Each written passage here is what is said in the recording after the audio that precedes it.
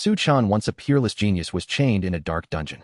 Heavy iron hooks pierced his limbs, pinning him to the cold floor. His adoptive father stood before him with cold eyes. Su Chen spat blood, his voice trembling with deep hatred and disbelief. Just as true despair consumed him, his shattered jade pendant absorbed his fresh blood.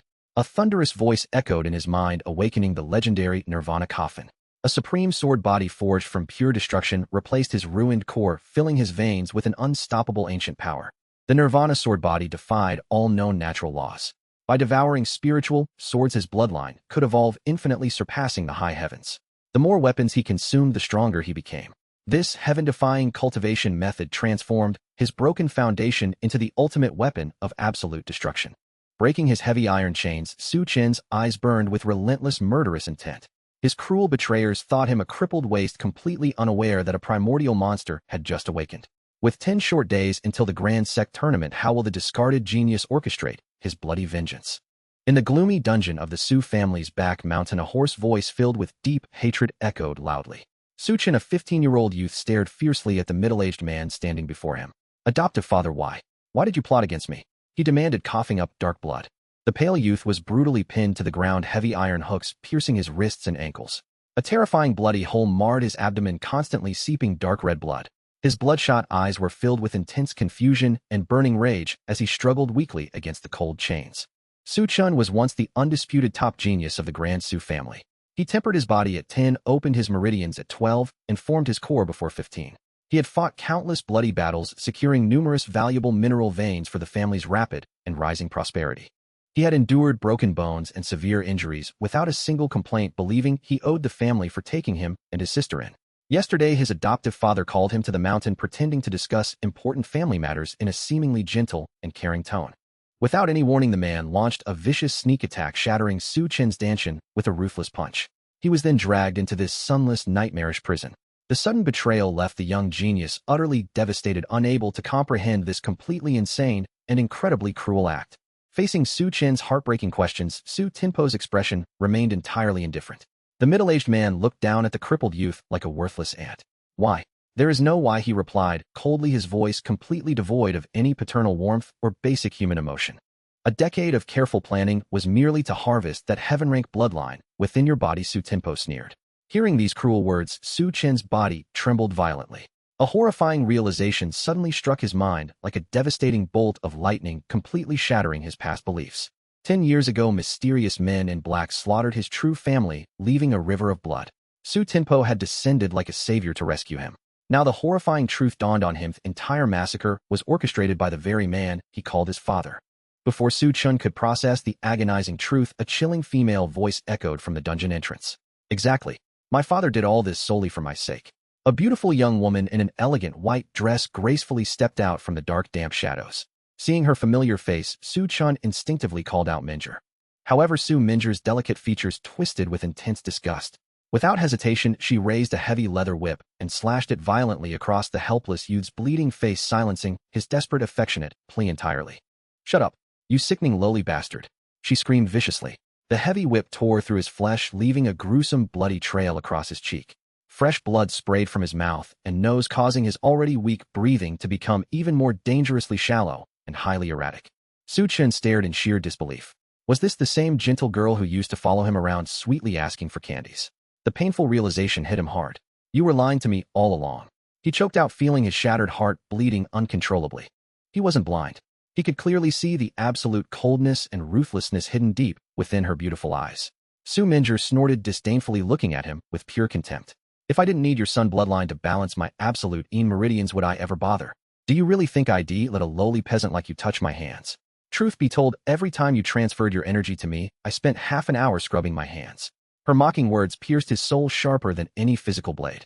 I only acted close to you, so you would willingly suppress the deadly cold poison in my body. Hearing this cruel confession, Su Chen felt an excruciating pain tearing through his chest. Everything he had believed in for the past decade was just a lie. People praised his incredible cultivation speed, but no one knew the hidden truth. For 10 long years, he had sacrificed half of his daily cultivated energy to save this ungrateful woman. If he hadn't, his heaven-ranked bloodline would have already made him an unmatched powerhouse. If he hadn't selflessly poured his vital energy into her fragile body every single day, Su Minger would have died from the freezing poison long ago. Glancing at the devastated youth, she impatiently turned to her father. Don't waste time, father. Do it right now. Do it. Chen roared like a cornered, dying beast. I'd rather die than let you succeed. Gathering his last ounce of strength, he prepared to bite his own tongue and end his miserable life, refusing to become a stepping stone for these treacherous vipers. Dare to try, Chen. Su Tinpo's eyes narrowed dangerously. If you do, I guarantee you will never see your sister again. These chilling words struck Chen like a physical blow. He trembled violently, his desperate suicidal momentum halting instantly in pure terror. His older sister Su Weiner was his absolute reverse scale. She had raised him with meticulous care since childhood. Anyone could bully him, but he would never allow anyone to harm her. Do not resist, or I will make her life a living hell. Su Minjer laughed with a twisted, sadistic expression.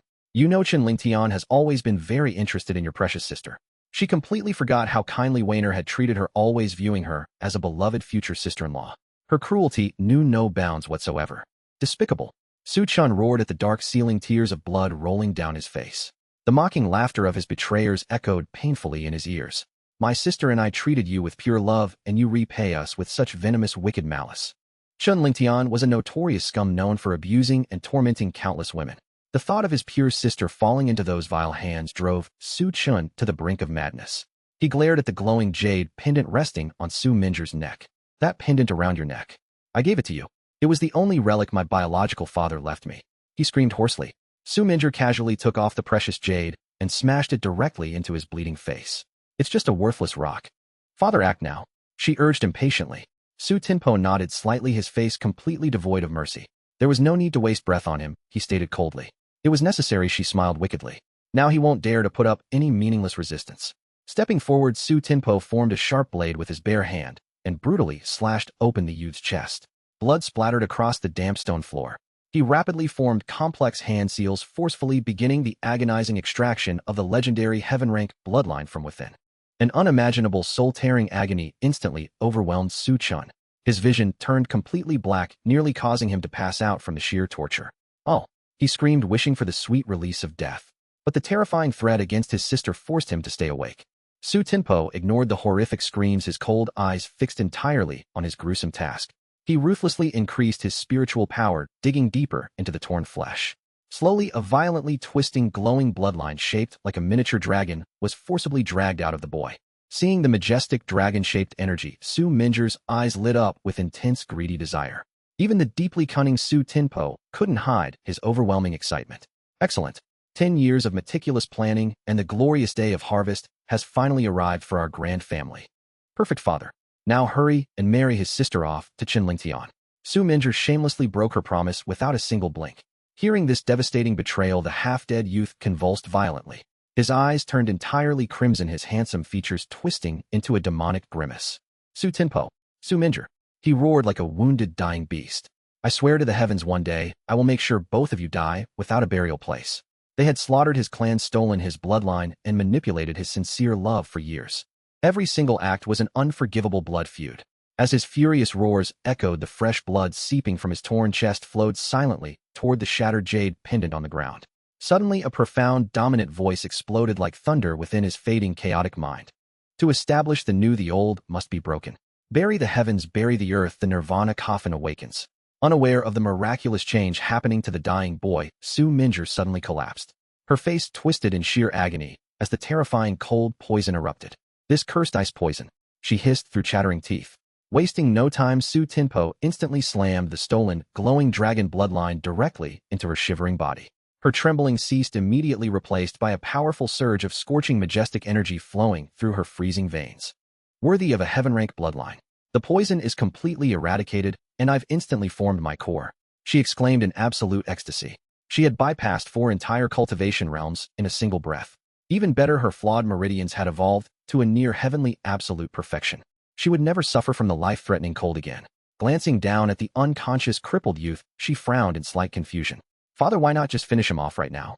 He's completely useless without his bloodline. She wanted to eliminate the annoying loose end. Su Tinpo shook his head slowly. This boy cannot die yet. He still has other vital uses. You will understand in due time, Minjer. Taking a deep breath, he looked at his newly empowered daughter with immense pride and burning ambition in his dark eyes. Ignore this trash. Focus on fully integrating the bloodline within these 10 days. You must shock everyone at the Earth Profound Sect's upcoming recruitment tournament. She nodded heavily, her eyes burning with anticipation. Joining that supreme sect would be her ultimate leap to absolute greatness. The treacherous father and daughter finally left the dark dungeon, leaving the broken youth to rot. Meanwhile, Su Chen's consciousness drifted into a mysterious hazy void. He stared in absolute shock at the massive pitch-black coffin floating silently in the center of the gray space. The enormous coffin was engraved with ancient blurry runes radiating an aura of infinite primordial desolation. It seemed to have existed since the very dawn of time. Just a single glance made Su Chen's soul tremble, violently overwhelmed by its supreme, unfathomable cosmic majesty. Suddenly the black coffin vibrated gently. A boundless majestic power surged outward, crashing directly into his ethereal body. Alongside this terrifying energy, a complex flood of ancient memories directly imprinted itself into his mind, instantly revealing the shocking secrets of this mysterious legendary artifact. The Nirvana Coffin. The Nirvana Sword Body. The Nirvana Sword Art. The black coffin had miraculously replaced his destroyed Dantian. The supreme sword body it granted was vastly superior to his stolen heaven-rank bloodline. It could evolve infinitely by devouring powerful spiritual swords without limits. Absorbing this heaven-defying revelation, Su Chen threw his head back and roared, tears of absolute joy streaming down his face. The heavens have not abandoned me. He clenched his fists tight. Moments ago, he was a crippled waste facing a hopelessly powerful, untouchable enemy. Now he possessed the ultimate tool for bloody vengeance. Wasting no time, he immediately began cultivating the Nirvana Sword Art. Though currently a low-tier technique, it could continuously evolve. As he circulated the profound energy, his shattered foundation began to heal at a terrifying speed. His aura skyrocketed wildly. First stage of body tempering, second, third. He effortlessly smashed through the bottlenecks that halted ordinary cultivators. The majestic power didn't stop until he steadily reached the seventh stage of meridian opening, perfectly reconstructing his internal energy pathways with explosive force. Exhaling a breath of impure air, Su Chen slowly opened his eyes. A terrifying pitch-black light flashed across his pupils. With a violent flex of his arms, the thick iron hooks binding him shattered into countless metallic fragments, falling uselessly to the cold stone floor. He threw a swift punch directly into the solid ground. Boom! The stone floor instantly caved in massive cracks, spreading outward like a giant spider web. He was stunned. Before losing his bloodline, a full-strength strike would have only left a shallow, unnoticeable dent. My current strength easily rivals my past peak at the 9th stage, he muttered in sheer awe. The Nirvana Sword Body was unimaginably terrifying. However, the coffin required massive amounts of vital blood energy to unlock its 9 ancient runes for further supreme power boosts. He didn't care about the bloody cost. This was a gift from his true parents, and he trusted them implicitly. More importantly, he needed absolute power. His nails dug deeply into his palms as a chilling, murderous aura erupted from his newly forged, indestructible body. I will have my bloody revenge. For myself. For my slaughtered clan. He growled like an awakened demon. He knew he couldn't defeat the powerful Su Tenpo just yet. He needed to endure and grow stronger in the shadows before launching his final devastating strike. A cruel, calculating light flashed in his dark eyes. He stepped out of the gloomy dungeon, his heavy footsteps echoing with pure death. He began walking purposefully toward the family's heavily guarded treasure pavilion. Before I leave this cursed place, I'll collect some initial interest. He refused to leave like a beaten dog. If he didn't turn this treacherous clan completely upside down, how could he comfort the 79 restless souls of his true family? The discarded genius was about to unleash a terrifying storm of absolute merciless destruction. Su Chen staggered through the compound, his body a tableau of wounds. Though his cultivation had risen since before the injuries were grievous, without medicinal pills, he would be unable to leave Sujia. The fastest cure lay within the treasure pavilion, for all the elixirs and their rare herbs there had been acquired by him in bloody struggle. He had only come to reclaim what was rightfully his. He arrived before the treasure pavilion and was met by a ring of Sujia guards whose faces went pale at the sight of him soaked in blood. They could not comprehend how the once proud prodigy had become so disheveled. Over the years, Su Chen had earned renown for his feats on behalf of Sujia, and their awe kept them from interfering. He cast a cold glance and commanded in a low voice for them to stand aside. They obeyed, making a path for him. Su Chen did not linger. The objects within those halls bore his sweat and blood. The treasure pavilion was one of the house's lifelines. If plundered, it would weaken Su Jia gravely. He would not, however, leave such wealth to Su Tenpo, his enemy. Before he could step into the archive, a sharp cry halted him from nearby. A scarred, middle-aged elder emerged from a pavilion above, wearing a smile that did not reach his eyes. Su Hu, a moderate-ranking elder of Su Jia whose cultivation reached the 7th stratum, feigned surprise and mocked Su Chen's state. Su Chen recognized him instantly. Years before, after Su Hu had bullied a woman, Su Chen had broken his leg as punishment. The man had disappeared thereafter, and now stood ostentatiously guarding the vault. Chen ignored the jibe and asked directly whether who intended to bar him. The assembled crowd gasped, struggling to reconcile the accusation with their memory of Chen. Who sneered, further promising to look after Minger at the mining camp in a manner that suggested a sinister intent. At this, something feral awakened within Chen. He restrained his contempt no longer. Suha's slander he could endure, but to threaten his sister was a final provocation. A cold, lethal aura surged from Chen like the poised edge of a blade. Who, startled, involuntarily retreated a few steps. Pride stung him. To be cowed by someone he assumed broken was humiliating. He lashed out a predator's pounce, his fists unleashing the force of a 7th stratum cultivator. Chen watched with icy composure when the elder's fist closed within a meter of him. Chen struck once. Their blows collided, and in that instant Suha's grin froze. A savage, furious power erupted from Chen, a force that tore through Suha's arm, as though a rampaging beast had burst into his bones. A full quarter of an hour elapsed before the household recovered from the shock. Frantic efforts were made to douse the flames and send urgent reports. News of the inferno at the Kingbao Gu traveled swiftly and reached Su Tinpo within moments. Upon hearing that Chen had felled Suha's Dantian had once been annihilated by Su Tinpo himself with a single thunderous blow, Su Tinpo sprang from his seat, his complexion oscillating between thunder and disbelief. How could the wretch whose Dantian he had crushed still possess such force? The impossibility of it seared his thoughts.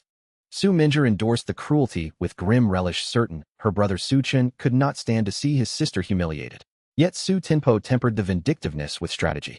He insisted that their foremost priority must be to intensify their own strength in the remaining 10 days before the recruitment martial assembly convened by Dantian. An elder of that sect was to attend. Securing discipleship under such a figure would propel the Su family to new heights. He promised to procure rare materials and departed to marshal the clan's stronger cultivators for an expedition to the outskirts to procure treasures for Su Minger's final spurt of cultivation. Deep within the mine, the atmosphere was rancid with malice. A ring of burly men clutching crude weapons had surrounded Su Weiner, the young woman standing poised with a slender blade.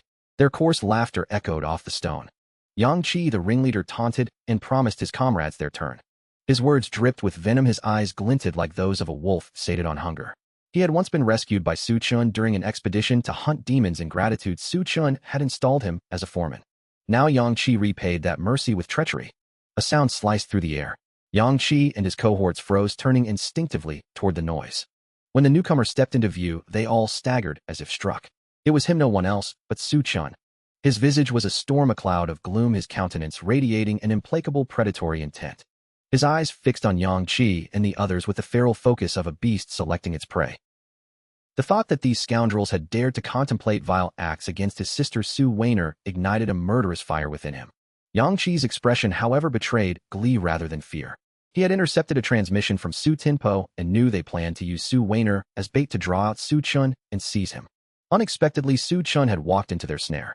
This presented Yang Qi with an opportunity to distinguish himself, capture Chen, and his favor with the Su family patriarch might be richly rewarded. His ambition flared. He convinced himself that Chen, having been grievously wounded before, was now half this Dantian broken his bloodline, siphoned his prowess, supposedly diminished. Compared to Yang Qi, who had ascended to the 9th level of opening meridian, Chen was in Yang Qi's mind a humbled shadow. A scornful laugh escaped Yang Qi. He could not conceal his contempt. "So you chose to come to us," he jeered. "What a fool's path, straight from paradise into the jaws of hell." He moved with sudden alacrity, deploying nimble footwork and forming his right hand into a claw aimed at Chen's heart. It was the long Zhua Fa, the dragon claw technique, a famed humaneer art that carried ruthless crushing force. Yang Qi had been taught that very move by Chen. Now, with bitter irony, he wielded it against his former benefactor. Chen's reaction was almost serene. Memories of the past, thou he had once rescued this ingrateful man, procured for him a comfortable post overseeing a mine, rose like cold bile. The thought that his kindness had been repaid with treachery and the prospect of his sister's dishonor stoked a resolute fury. Without hesitation he moved. His step struck the ground like a tiger's pounce, and he advanced as if to rend a vermin from the world. Chen advanced with the composed certainty of one approaching his duty. Each step pressed on Yang Qi's spirit as surely as it pressed on his flesh. He raised his foot and crushed Yang Qi's remaining arm beneath it. The limb burst apart in a grotesque spray of gore. Yang Qi's cries were pitiful, his face contorted in agony. He attempted to bargain, proclaimed that he was about to ascend to Jiantu, that his life was yet precious, but Chen cut him off with cold derision. "Jiantu. The name does not make the sword," he said. His eyes gleamed with a blinding sword-like light as he reclaimed what had once been entrusted to him. With a single sharp motion, Su Chen reached toward the place where Su Weiner's sword had fallen after the effects of the ruined Jin sand had caused her to drop it. The blade trembled inexplicably as if answering an unseen summons and rose obediently into Su Chen's hand. He called the command in a single resonant syllablethe and struck. The slash unleashed an invisible unceasing force that cleaved through Yang Qi and parted his body as if through soft silk. The spectacle was instantaneous and final. In the wide and unforgiving realm of martial arts, sword cultivators reigned supreme.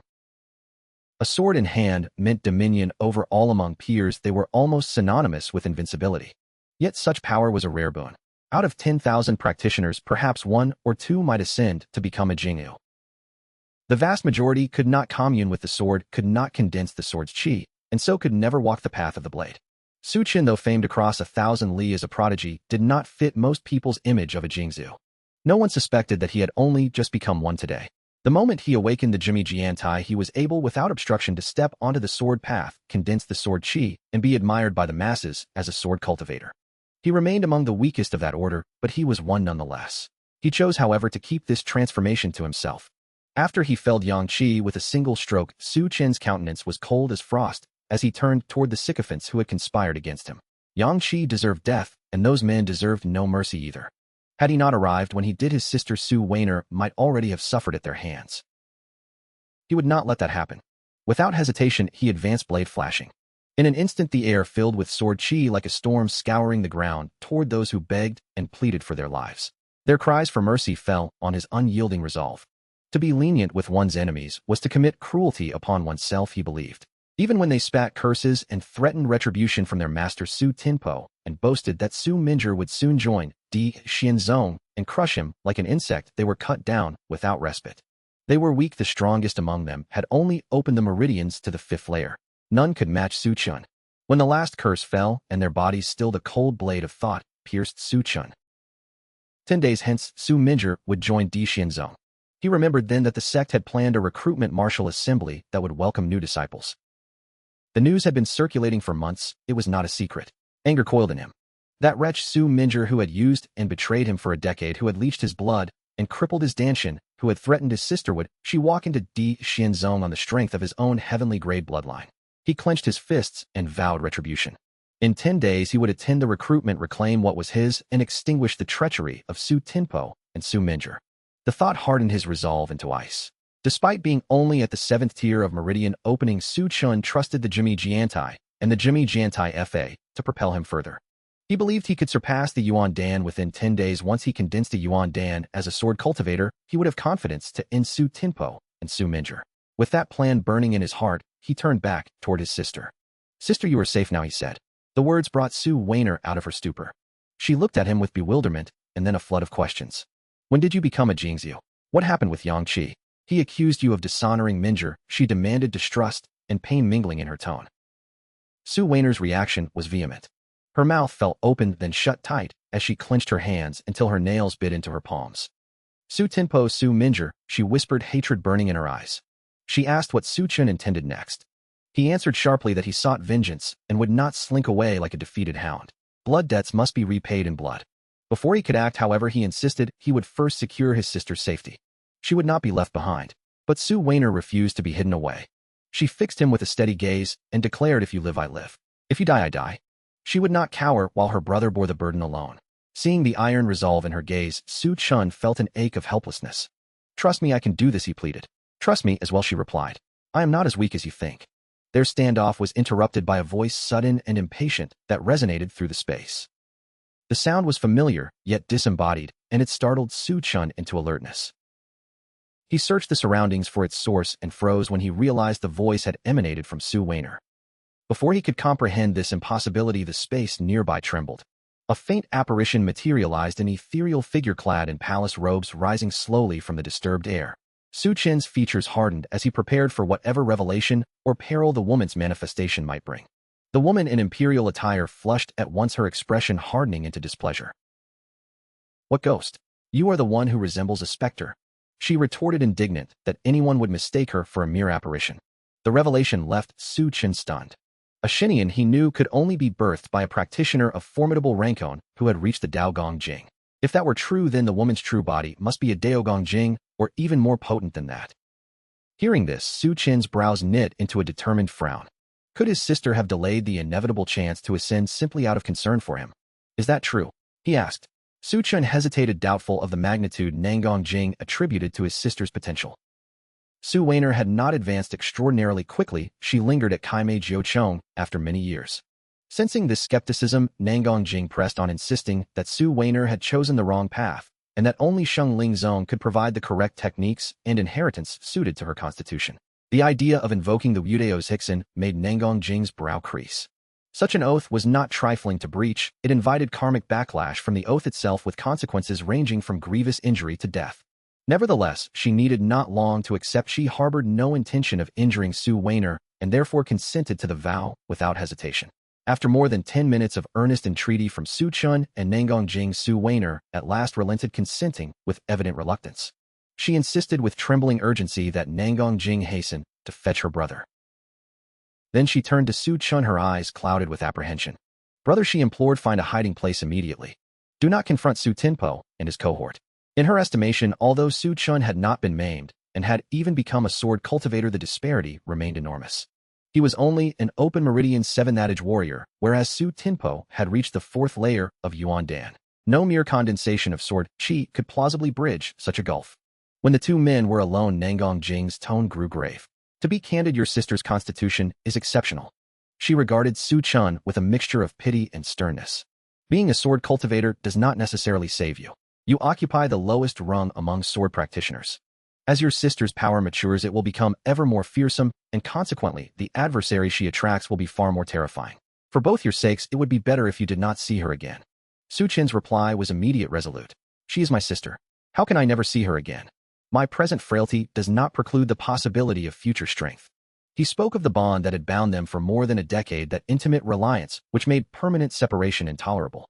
Nangong Jing hesitated, then conceded a compromise. She raised 3 fingers. "I will grant you 3 years. Within that time, you must come to Sheng Lingzong. After 3 years, your sister will depart Sheng Lingzong for a mightier power." When Su Chen asked where Sheng Lingzong lay, Nangong Jing's countenance flickered with unease. "In Nanyu," she answered. Su Chen understood then why her expression had altered. Their world, the Xinhuang Delu, was divided into 5 vast regions: Dong, Nanxi, Bei, and Zhong. To traverse from the remote corner of the Dongyu where the Deyuan Wanchao sat to Nan, you would span tens of millions of li. On foot, the journey would consume decades and be fraught with perils. For him at that moment it seemed impossible. Still, Su Chun clenched his fist and vowed without falter, "I will find her in 3 years." Nangong Jing watched his determination, and though inwardly skeptical, could only let out a resigned sigh before opening a tear in the void to depart with Su Weiner. As the space closed, Su Chun allowed a single tear to slide down his cheek. He had shared every day of his life with his sister for more than a decade. Her absence pierced him. Yet sorrow was fleeting. He steeled himself and turned his grief into a cold ember of vengeance. With his sister gone, his chains and vulnerabilities were severed. No longer tethered by familial weakness, he felt like a tiger newly freed from fetters. He gathered the scattered lifeblood upon the ground to fuel the ancient coffin he had uncovered, aware that awakening its second sigil required tremendous stores of chi and blood. The effort, however, yielded no immediate result. The energies he had harvested from the slain cultists sank into the tomb as if into void. Resolute, he decided on a different course. Su Chen chose to go to the Heifeng Shanmei, the Black Wind Mountain Range. It was a vast labyrinth of peaks and mists layered with treacherous terrain, rare treasures, forgotten legacies left by long-departed masters, and ferocious beasts. Such a place could conceal him like a single drop in an ocean, and more importantly provide hazards capable of tearing latent strength from him and forging it into something greater. 10 days remained before the recruitment martial contest of Di Xianzong. He must raise his cultivation to the Yuan Dan level to stand a chance of confronting Su Minjer and Su Tinpo. Without delay, he entered the mountains. From that day onward, the Black Wind Mountain Range became his crucible. He fought ceaselessly and cultivated with ferocious intensity. Days blurred into one. Another 5 days passed in which he alternated between hacking through packs of beasts and meditating to consolidate his gains. Under that austere regimen, his cultivation leapt to the pinnacle of the open meridian 9th stage, perched mere breaths away from condensing a Yuan Dan. At the same time, the adversaries he faced grew more formidable. Beasts that had already condensed their own Yuan Dan energies now roamed his hunting grounds, promising that his trial by fire was only beginning. A thunderous roar shattered the forest's tranquility, sending startled birds winging into the canopy. Beneath the trembling boughs a colossal leonine demon, its pelt a burnished cascade of gold, stood fanged and furious, facing a lone human youth. The creature's eyes burned with homicidal fervor. The youth was none other than Chen. Chen had been 5 days within the vast expanse of Hei Feng Shanmei. For half a week his life consisted of little else but cultivation and relentless skirmishes with the mountain's denizens. In that crucible of combat, he had leapt from Kai Mai sevenfold to Kai Mai ninefold, now hovering a breath away from condensing his Yuan Dan. The iron-backed lion crouched, lowering its massive frame as it prepared to spring. Chen's gaze was aflame with intent. Since ascending to Kai Mai ninefold, most Kai Mai beasts posed no meaningful threat. They fell beneath his blade, as if cut from paper. Such facile victories yielded little progress. Steel met talon with a dull, resonant crack. Chen felt the difference at once. A Yuan Dan adversary's power was dense and unyielding in a way Kai Mai practitioners could not match. If Kai Mai strength resembled seasoned timber, Yuan Dan force was tempered steel. The disparity should have been insurmountable. Yet a resolute light kindled in Chen's eyes. He was no ordinary Kai Mai ninefold. Gathering his will like a coiling spring, he unleashed a concentrated burst of strength that sent the iron-backed lion hurtling backward. In rapid succession, he cast 7 sword forms across the air. 7 broom-like arcs of radiant chi severed bone from sinew, and before the beast could recover, its head tumbled from its shoulders. He pondered whether to seek out a Yuan Dan twofold adversary deeper within the mountains, but the prospect chilled him. The further he ventured, the greater the peril. A single Yuan Dan twofold could be expected, but clusters were possible. With his current strength, the margin for survival would be perilously thin. Now the Ba Jian Shu ignited a fresh hope. Chen's eyes blazed as he contemplated its potential to elevate his combat prowess. He set aside the spoils of the fallen lion and retreated to a secluded cavern to begin training, determined to squeeze every fragment of advantage from the ancient scripture. 10 or so kilometers away, the mountains echoed with a different violence. Explosions of force rent the cliffs as opposing parties clashed. The shockwaves were enough to shatter rock and send geysers of stone tumbling aside. If Chen had sighted those tremors, he would have been disquieted, for such ripples could easily sunder the brittle forms of Yuan Dan practitioners. Amid the tumult, a cold, vindictive voice cried out, laced with killing intent. The speaker was a woman in a white dress, her countenance as frigid and flawless as a slab of ancient ice. Her long sword glittered at her side like a shard of dawn. She stood erect, austere, yet beleaguered. Before her lurked a squat, loathsome elder whose grin scorched like soot. This was Tan Laomo of Mo Long Gong, and the woman was Jiangziu. Tan Laomo's laughter slithered through the air. He taunted Jiangziu that resistance only quickened the effect of his Qi Yin Haoan, sent a vile concoction engineered to ignite a torturous corrosive heat from within. Jiangziu's lips were stricken pale. She felt an infernal blaze welling in her abdomen, a wildfire that threatened to consume her. With fury hardening her features, Jiangziu denounced Tan Laomo for his depravity. He countered with scorn, asserting that without such unscrupulous stratagems, he could never have seized a sacred daughter of Ling Tianzong. Their confrontation was no accident. Months of planning had culminated in this ambush. Corruption within Ling Tianzong had provided Tan Laomo a traitor, revealing the exact moment Jiangziu and her companions would emerge from a dangerous grotto. Lies and poison had ensured the defenders were weakened and vulnerable when struck. An emboldened sneer crept across Tan Laomo's face as he praised Jiangziu's prowess. Her slaughter of many of Mo Long Gong's elite betrayed how fearsome she was. Yet his gaze burned hotter at the prospect of capturing her. To subdue her was to vindicate every vile deed he had employed. Then, like a shadow folding into itself, he vanished and reappeared before her in an instant. His blow landed with cataclysmic force. Wounded and already succumbing to the internal scourge, Jiangziu raised her sword in desperate counter. Her body, ravaged by toxin and injury, could not emulate the explosive strength of an unbroken Tan Laomo. He struck her aside with brutal efficiency. Laomo's laughter rose triumphant over the ruined landscape as he surveyed the ruin he had wrought. The disciples obeyed with gritted teeth. One by one, they tore free from their adversaries and vanished in a flurry toward the 4 horizons. Jiangziu chose a direction and departed the battlefield with equal haste. Tan Laomo's features contorted into ugliness. A snarl tore from him as he barked orders to pursue and capture Jiangziu at all costs. They had sacrificed so much, lost so many masters. Failure to retrieve her would bring severe censure from the palace elite. The thought alone made him shudder. Like ravenous wolves, the warriors of the Molong Gong surged after the fleeing figure, eyes alight with bloodlust. They gave chase across the broken ground, eager to seize the prize that promised both glory and reprisal averted. Yet 10 kilometers away, oblivious to the turmoil, Chen remained ensconced in a cavern, locked in his own crucible of practice. The essence of the technique was simple in its decree, yet arduous to embody: swift, precise, merciless. Su Chen pushed his cadence, refining speed and intent until in a blur of motion and a flurry of dust a single stroke sank far deeper than all that had preceded it. He paused, startled by the depth of that wound in the stone, and sat with the discovery until comprehension blossomed.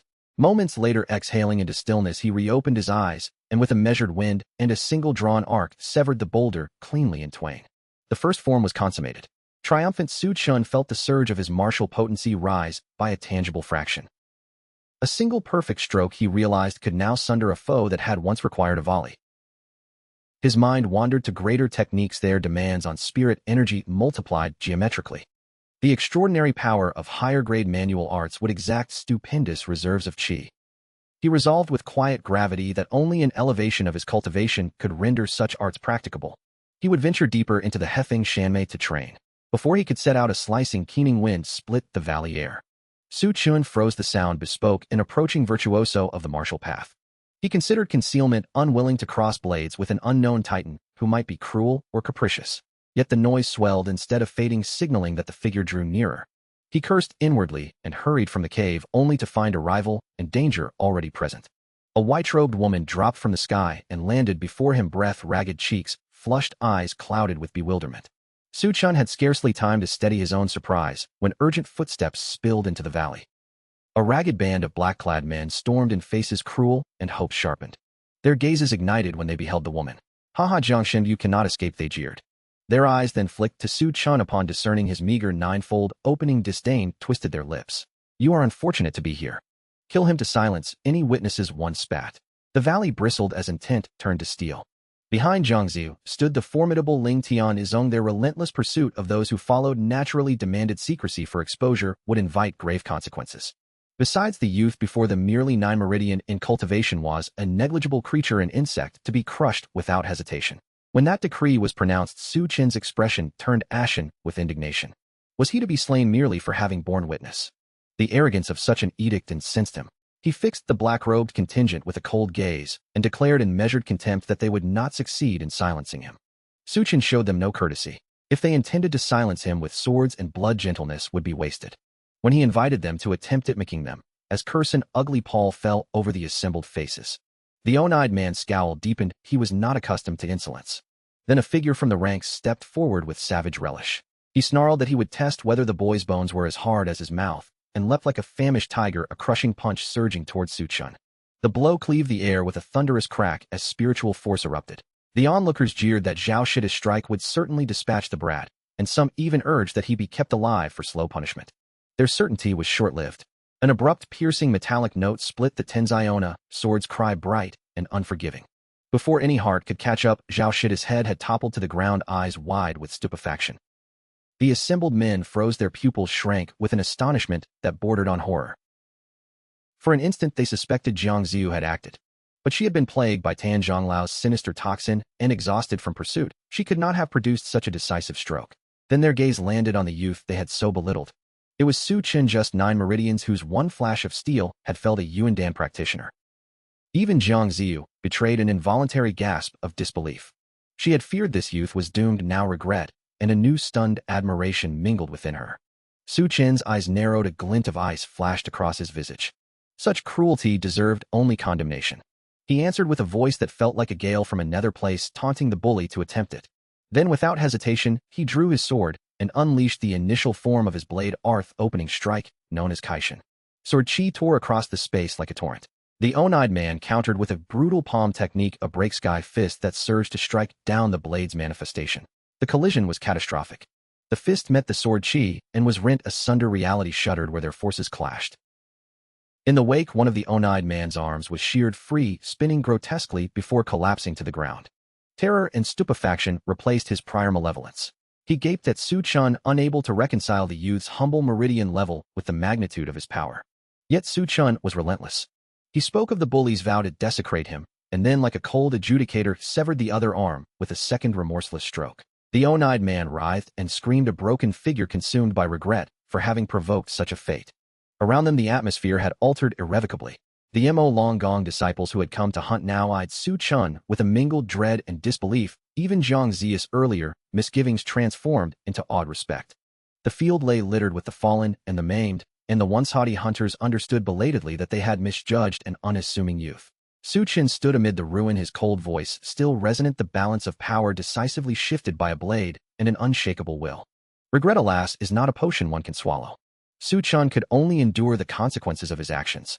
Before him lay the one-eyed senior, hewn of both arms and writhing in agonized howls. The disciples of Mo Long Gong gaped, disbelief carved into their faces. Could it be that a youth barely at the 9th meridian of channel opening had severed the arms of a Yuan Dan's second-stage martial brother with 2 strokes? It seemed impossible. Without a second thought, Chen struck. Like a tiger descending from its lair like wolves upon a flock, he unleashed a massacre, so one-sided it felt inevitable. He possessed the Jimiye Jiantai at an almost celestial tier, and combined with the Ba Jian Shu of lower of the Xian rank, no disciple of Mo Long Gong could withstand even a single stroke.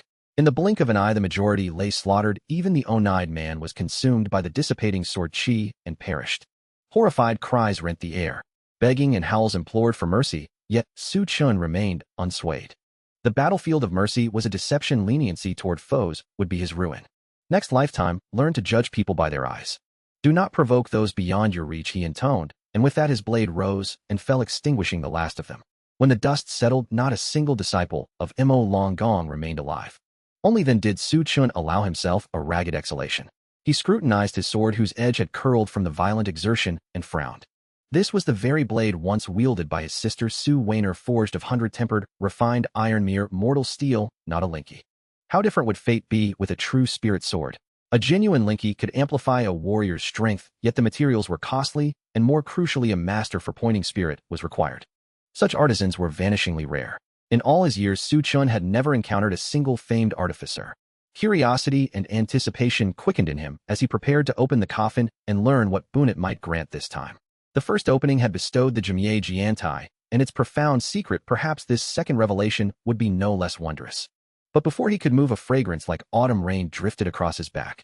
Instinct urged him to evade, yet a lithe figure moved with such speed that she pressed against him and pinned him in an embrace. 2 soft forms found his waist, hands pale and supple as lotus roots coiled around him like limber serpents. A breathy, dulled voice murmured in his ear, "Save me, save me." Jiang Zia's lips curled into a derisive smile when she heard those 5 words. With a disdainful flick of her wrist, a 10-meter hill not far away detonated into nothingness, as if someone had erased it from the world. Chen's pupils contracted in disbelief. The force she had just displayed was terrifyingly absolute. Pushing such curiosities aside, Chen summoned the Jimmy Tiangwan without delay. He had almost forgotten it had become accessible. The black casket trembled as he opened it, and released a cold gleam that slipped directly into his Dantian. What emerged was a Lingjian, but to his dismay it was fractured and diminutive, scarcely longer than his forearm, and bearing a serrated peat-marked edge, as if it had been gnawed by beasts.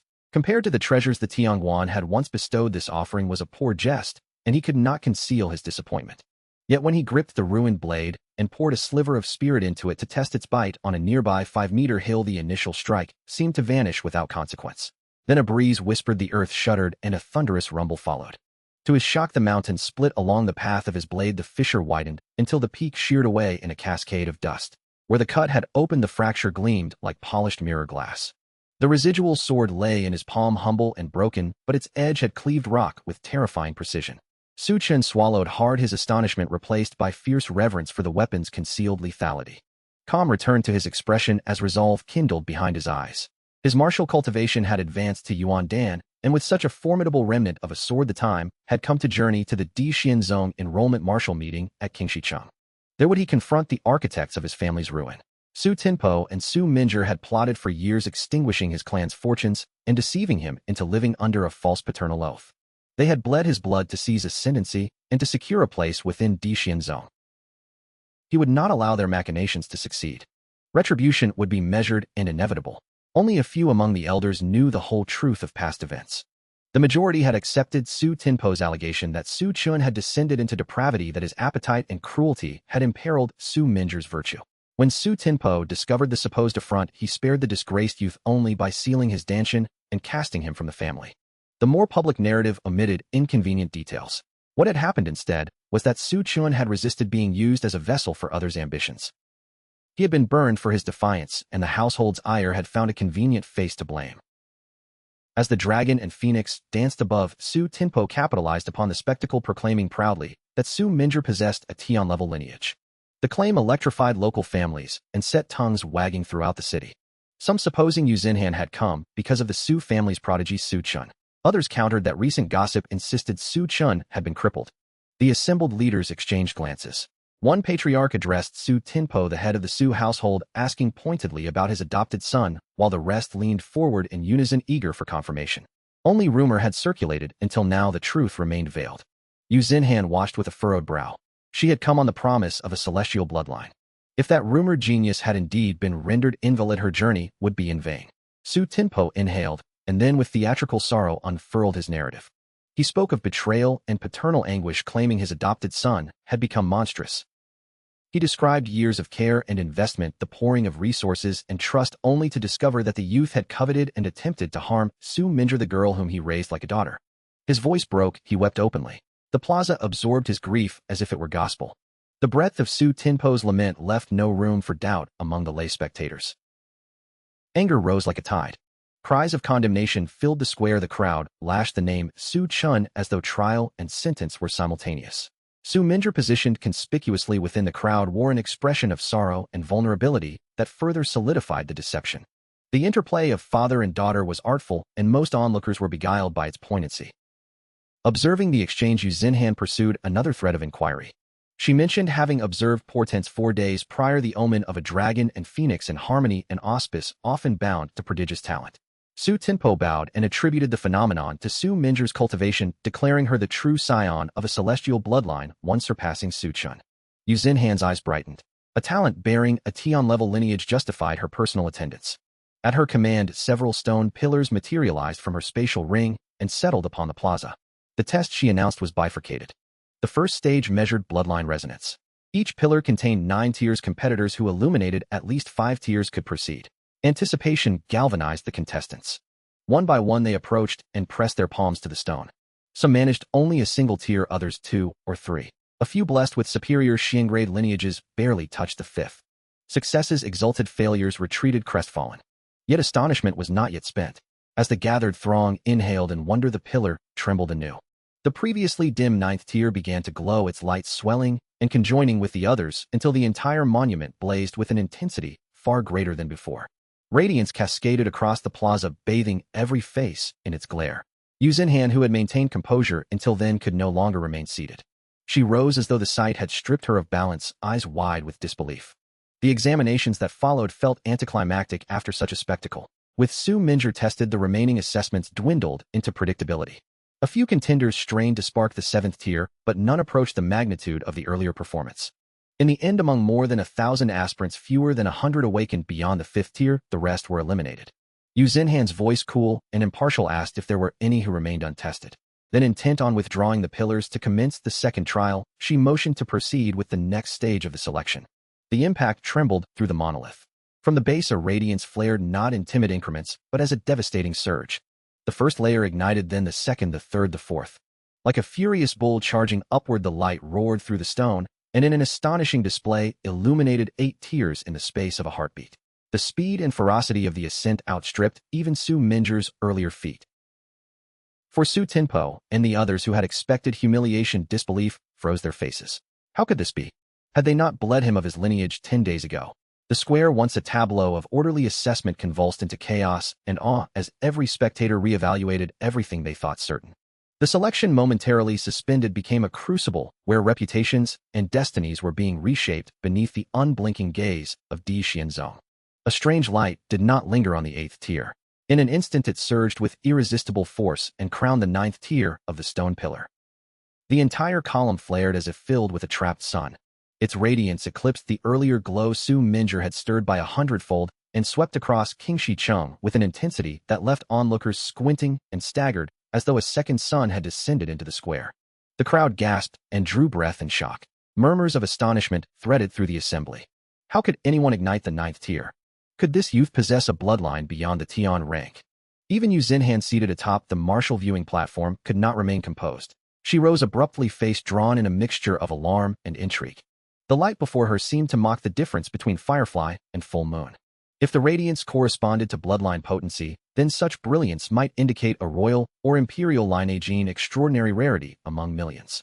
Before speculation could run its course, a crisp snapping sound cut through the air, then another, each click coming faster than the last. People craned their necks toward the source. Their jaws dropped when they realized the noises came from the very pillar before Chen. Without warning, dense fissures spidered across its surface. The stone shuddered, then collapsed in a thunderous cascade of rubble.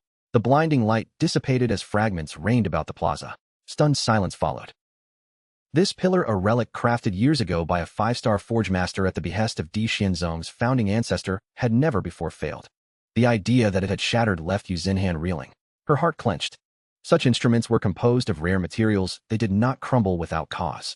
She moved with sudden purpose to Chen's side, intent on probing his bloodline with mystic arts to determine the youth's true classification.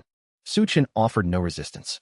The gulf between them was too great for any meaningful protest, and he trusted that the secrets within his Jimmy Tianguan could not be plumbed by a mere elder of Di Xianzong.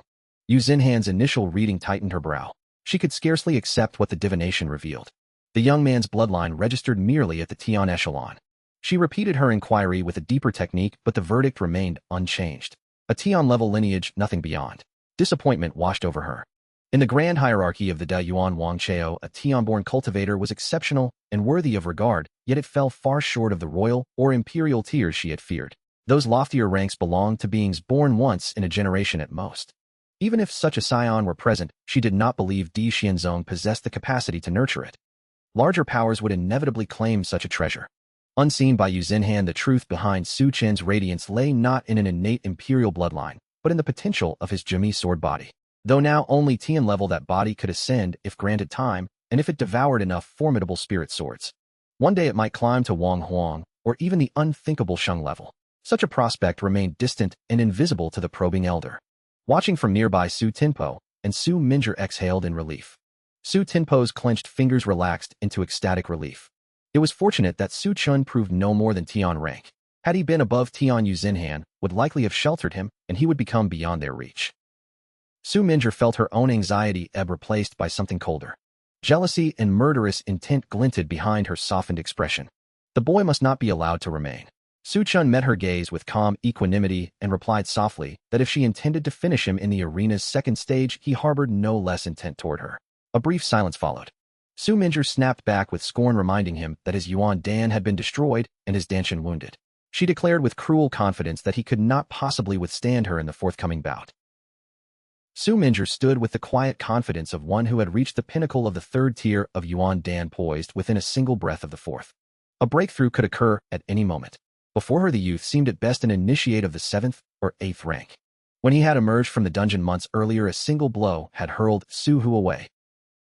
From the residual spirit force at the place his arm had been severed, it had been evident that Chen had once attained the 7th rank of his meridian, opening his physical body only marginally stronger than most. 10 days had passed since then. Even if the boy had practiced without pause, what degree could he possibly attain in so short a span? At most the peak of the 8th rank, perhaps. There was no way he could have condensed a Yuan Dan in such a breath. Su Minjer allowed herself a small, disdainful smile. For an ant like him, a single finger would suffice to crush his life.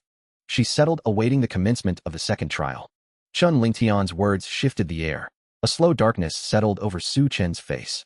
His eyes hardened, and he declared in a tone that chilled the crowd, "I have changed my mind. You will die on the martial stage." With that, he turned and walked to the platform. A provocation against family stirred an ancient and dangerous ire within him. Chen Lingtian followed, teeth-bared vows of vengeance on his lips.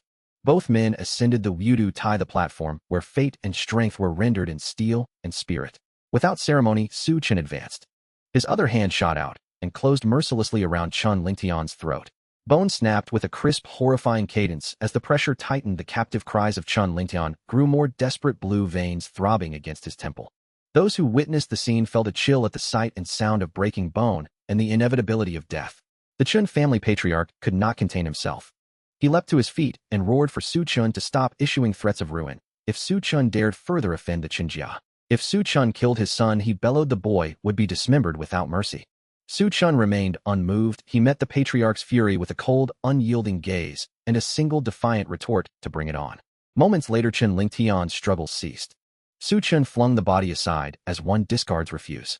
Yu Xinhan lowered her eyelids and measured the chaos with icy detachment. She cared only for results, not theatrics. 10 recruits returned to the sect would suffice regardless of whose blood stained the stage. Nearby Su Tinpo allowed himself a private, gratified chuckle at the turn of events, while Su Minjer let out a scornful laugh.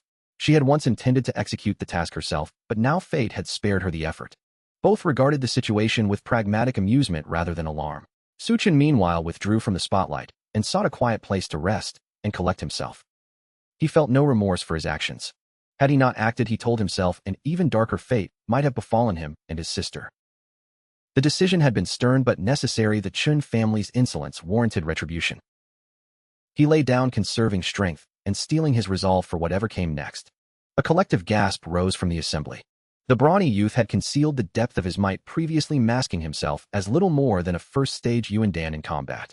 Now exposed and brimming with ferocity, he ranked among the strongest of the 50, second only to Su Minjer in the estimation of many. Sympathy for Su Chen gathered among the onlookers. To most, the odds looked bleak, and his doom seemed all but sealed. This burly youth was in a wholly different stratum from Chen Lingtian, who had only recently augmented his strength with pills to reach half-step Yuandan. His power eclipsed Chen Lingtian's by an unfathomable margin, and he had come prepared, intent on granting Su Chen no quarter. To the onlookers, if Su Chen dared mount the arena, death seemed the sole conceivable outcome. Yet Su Chen's countenance betrayed no perturbation. His features remained placid, his gaze detached. Yuandan's second stage. Even one who had only opened 9 channels would not tremble before such an adversary. Moreover, Su Chen had already consolidated a Yuandan and possessed a formidable broken sword. Without fanfare, he strode toward the martial platform. "You asked for this, do not blame me for being merciless," the burly youth warned. He was not a wanton killer. In a simple contest, he might have shown restraint. This man, however, had clearly sought to barter for his life, and such crassness invited a severe response. The youth's sneer deepened as he mounted the stage, still convinced that Su Chen posed no real threat. Such power! Murmurings rippled through the assembly. That must be a high-grade Huang tier skill. Only such a technique could wield this magnitude of force. Su Chen is finished. Sympathy and dread spread among the spectators. To them, Su Chen's bowed eyelids and hands falling languidly to his sides suggested stupefaction rather than strategy. "He's been frightened senseless," several muttered, shaking their heads at the apparent frailty of this youth. At that sight, the burly youth's grin grew feral. His eyes blazed with fervor. Those 10,000 inferior spirit stones were his prize. Nearby, Su Tinpo and Su Minjer smirked, inwardly convinced that hubris had finally met its due end. Yu Xinhan also cast a disapproving look. Though the youth's lineage and strength were respectable, his spirit was evidently wanting. A warrior's cultivation demanded not only technique, but an indomitable heart. Without it, the might at one's disposal could scarcely be harnessed. But just as Yu Xinhan reflected on the necessity of tempering character, a harsh metallic note split the air without warning. She started instinctively lifting her gaze toward its source. The Di Xianzong's 9th elder froze mid-sentence, his pupils contracted to pinpricks. In a single motion, he sprang to his feet for the 3rd time, astonishment rendering him almost comical. "What? The boy is a sword cultivator," he croaked. Every pair of eyes widened in unison. Had they misseen the scene moments before? One instant, the burly youth's fist hung a half-meter from Su Chen, the next Su Chen moved. With an effortless flick of his wrist, a jet-black, broken sword manifested in his hand. He made a casual, almost disdainful q-tand. In that instant, the youth's head detached and flew, a ghastly, irrevocable end. Silence followed, heavy and absolute. The notion seemed preposterous. Sword cultivators were rarities, perhaps 1 or 2 among tens of thousands in the Tianyi prefecture. None recalled seeing Su Chen display such arts before. Yet the black-sheathed remnant and the instantaneous beheading offered proof more convincing than conjecture. Once Yu Xinhan's astonished exclamation confirmed the suspicion, acceptance swept through the assembly like a tide. Awe replaced derision. A sword cultivator. Voices breathed in reverence and alarm. To commit to the path of the sword was to belong to an echelon of singular genius. The future of such a soul could be boundless. The patriarch of the Chen family, who had earlier been consumed with vengeance for his son, stood paralyzed. His body trembled, dread painted his features. He understood in an instant that an affront against a single sword cultivator might spell ruin for his entire clan. Apology became the only feasible recourse. Inwardly, he vowed to make amends at once, lest the Chen family vanish like smoke. Beside him, Su Tinpo's face darkened with an almost unbelieving fury. How could the man he had written off as a ruinous wreck now be transfigured into an object of universal veneration? The transformation was intolerable. Su Minjer's expression likewise soured. Envy kindled into a hot private flame. How could he be a Jingzhu? How could he ascend to the way of the sword? She seethed silently. Su Minjer regarded Su Chen as nothing more than a worthless creature, one she could trample beneath her heel. The revelation that he had emerged as a sword cultivator ignited a corrosive envy within her. In her mind, his sudden ascent was intolerable. She resolved that he must not leave the arena alive. Only 10 days had passed, and the boy's transformation stunned her. If he had changed so profoundly in such a short span, what might another 20 or 30 days bring? The mere conjecture unnerved her, and her resolve hardened into a merciless determination. Su Minjer feigned anguish, contriving a tale of unspeakable villainy. She claimed Su Chen coveted her beauty and sought to siphon the bloodline that coursed within her to refine a foul art. She portrayed herself as a tormented victim, grievously persecuted and desperate for the chance to enact final justice, even at the cost of mutual annihilation. Yu Xinhan's expression darkened the accusation, painted a grotesque image. The notion that Su Chen would so degrade himself horrified her. Su Minjer's performance was immaculate, and coupled with Yu Xinhan's predisposition to believe slander, the elder accepted the fabricated narrative without hesitation. She expostulated that Su Minjer's forbearance had been a mistake and vowed to intervene. Striding to the combat platform, Yu Xinhan addressed Su Chen with an icy admonition, warning him to cease any designs upon Su Minjer's bloodline or suffer her retribution. Su Chen, momentarily taken aback, could scarcely conceal a bitter, incredulous laugh. The claim that he had intended to drain Su Minjer's blood was absurd. The truth, he knew, was the converse. His indignation swelled not only at the slander, but at Yu Xinhan's readiness to believe it without inquiry. Enraged, Su Chen spat scorn at the elder and renounced any desire to join Dantian zone. His retort provoked a surge of murderous intent in Yu Xinhan. Her instinct was to strike, but the constraints of sect regulations gave her pause. Surrounded by witnesses, she restrained herself from immediate violence and instead resolved that the arena would settle the matter. She would see Su Minjer and Su Chen paired so that the girl might finish what she professed to begin. Su Minjer brightened at the outcome. Confident in her superior cultivation, standing at the pinnacle of Yuan Dan Tier 3 and nearly on the verge of Tier 4, she believed herself invincible. On paper, the discrepancy between her and Su Chen, who remained at the initial Yuan Dan stage, was decisive. She convinced herself the fleeting display of his prowess had been an exertion of all his strength and that she could easily parry such assaults. When the second round concluded and only 20 contestants remained, fate arranged precisely as Su Minjer desired. Colored selection spheres were cast and the match pairings determined. Su Chen knew before even glancing at the orb that destiny had delivered the opponent he had anticipated. With a swift, fluid motion, he leapt onto the platform, drew the battered sword, and leveled it towards Su Minjer, his tone cold and unsparing as he bade her come and accept her fate. Su Minjer's face hardened.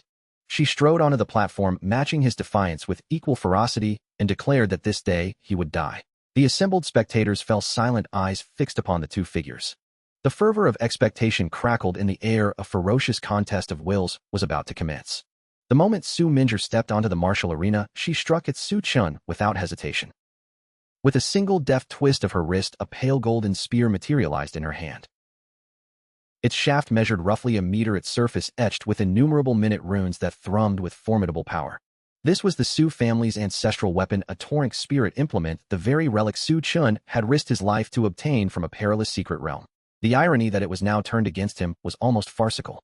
As the energy coalesced, it formed a dragon-shaped apparition, fanged and fierce, its presence terrifying all who watched. The spear's passage gouged a terrible trench into the earth, a meter deep, marking the path of its destructive force. The bystanders swallowed hard, hearts pounding. Their gazes towards Su Minjer were now tinged with dread and awe. Could this be the bloodline power surpassed only by heaven tier? Her every move screamed of overwhelming might. Murmurs rose that the spear technique must be of Xian rank for it to display such devastating potency. All eyes then turned to Su Chen to see how the sword cultivator might answer. He met the oncoming spear dragon with a calm, untroubled stare and slowly lifted his battered sword. "You overestimate yourself, Su Minjer," he said coldly, and brought the blade down in a single decisive arc. A blade of frosty light flashed as he invoked the opening mountain strike. The ensuing collision between the sword's chi and the spear dragon was cataclysmic. Like two maddened bulls, they met, producing an earth-shaking detonation. A visible shockwave tore outward, the arena erupting in dust and debris. Before the aftershock had even settled, Su Chen gripped his broken sword and rushed towards Su Minjer, declaring with lethal certainty that she would die this day. His Yuan Dan energy poured forth in tremendous volume, the broken sword serving as a potent amplifier. Against such momentum, how could a mere peak third-layer Yuan Dan opponent prevail? Gratitude and fierce determination lit Su Minjer's features as she permitted the injected power to assist the refinement of the remaining medicinal energy. Her aura swelled like a rising tide. With one final thunderous clash, her cultivation leaphead, she broke through to Yuan Dan, the fourth layer achieved. The crowd inhaled sharply. A fourth layer Yuan Dan cultivator could easily overwhelm a peak third-layer rival, and the balance of the duel shattered in an instant. Sympathy and dread washed over those who looked to Su Chen. He meanwhile watched with mounting fury, his eyes reddening as he realized the external influence. Only someone of great ability could have imparted such a force. Only the Dantian Zhong's Yu Xinhan fit the bill. Rage boiled within him as he cursed her silently. Yu Xinhan, however, regarded his anger with contempt and did not bother to deny her intervention. In her view, extraordinary foes required extraordinary measures, and disciples of her sect would not be allowed to fall here. Su Chen closed his eyes. Observers gasped and shook their heads, concluding that he intended to yield. Onlookers assumed that Su Chen's deliberate closing of his eyes signaled surrender. In their estimation, Su Minjer had grown immeasurably stronger. In an instant, any hope of victory for Su Chen was extinguished. Su Minjer, confident and derisive, sneered, "Has Su Chen, this is the proper way. Submit to your fate." With that, she thrust her spear forward. A surge of spirit force far more imposing than before rushed into the spear. Runes along its shaft flared to life in a cascade of golden light, and from the weapon's body erupted a golden dragon more vivid and violent than the previous manifestation. Fueled by ferocious power, it lunged towards Su Chen. At barely a meter's distance, Su Chen finally opened his eyes. He faced the shimmering needle-like dragon poised to pierce him, and opposite it, Su Minjer's face twisted in triumph. Coldly, Su Chen said, "Su Minjer, your laughter is premature." Then, with a bright, piercing note of steel, he drew his sword. A clarion cry of metal rang out, and an immense tide of power burst from Su Chen. A beautiful and lethal sword light materialized. The first form of his drawing art Ba, Jian Shu Kaishan, erupted. A serpentine column of sword qi leapt forth and met the golden gun dragon with overwhelming force. This time there was no stalemate. Su Chen's sword qi crushed and overran the spear's manifestation. Unknown to them, Su Chen had in fact breached Yuan Dan first rank 4 days prior. The journey to Qing Shicheng had been spent in relentless cultivation. He had not squandered a moment. Moreover, since that fateful night, he had sensed a vast pure energy slumbering within, and combined with his Jimmy Jian Ti, the next step was inevitable. His Yuan Dan was disproportionately large, and the power amplified by his ascension far exceeded that of his peers. These truths explained the crushing superiority now on display. The laughter curdled into scorn. Shameless. Truly insolent. He spat. His tone grew savage. Where had Yu Xinhan been when Su Minjer sought to kill him? She had stood by and watched him face death. Now that he had the upper hand, she leapt forth righteous and indignant. His words, bitter and unrestrained, filled the arena as the fragile balance between teacher-student and challenger shattered into open hostility. What a shameless dog-faced wretch. At Su Chen's fierce retort, Yu Xinhan's complexion darkened like storm clouds. She fixed him with an icily contemptuous stare and reproached him for his youth and insolence, accusing him of lacking the most basic reverence owed to one's teachers. The crowd hushed in shock at the spectacle. To mock a venerable elder of Di Xianzong in public was brazen beyond measure. Yu Xinhan's features contorted with fury. She reminded him of her station as the 9th elder and how her dignity could not brook such affronts. Su Chen answered with icy nonchalance. What damage did her humiliation do to him? And the old woman's anger flared into something lethal. Then a cold, dispassionate female voice sliced through the tumult, scolding the elder for bringing real force to bear on someone of Su Chen's modest station. Before anyone could answer, a meteor of ruthless sword qi descended from the heavens, obliterated Yu Xinhan's crushing assault, and cleaved through her right arm. A bloodied limb flew through the air and smashed into the dusty ground. Horror rippled through the crowd. The proud 9th elder of Di Xianzong had been dismembered with one stroke. Pale and trembling, Yu Xinhan clutched her wound, her aged face wrinkled with fresh terror as she invoked the name of her sect, hoping to marshal its backing. A graceful figure alighted from the sky and stood upon the plaza. At the sight of her, Yu Xinhan's pupils shrank with dread. Su Chen, equally startled, recognized this woman Jiangzu, the cool and remote beauty with whom he had shared a recent intimate encounter. The arrival of Jiangzu had turned the tide in a single decisive breath. Su Chen stared in astonishment. He had believed that meeting Jiangzu again so soon was impossible, yet scarcely 4 days had passed before she reappeared. Sensing the confusion in his eyes, Jiangzu transmitted in a voice edged with frost, claiming she had merely been passing by. Her gaze then flicked to the lacerations scarring Su Chen's body. She frowned, deftly flicked her finger, and produced a fragrant medicinal pellet that hovered before him. Surprised, Su Chen swallowed it. The moment it dissolved, it transmuted into a purer energy that flowed through his limbs, mending minute fractures in his bones and meridians.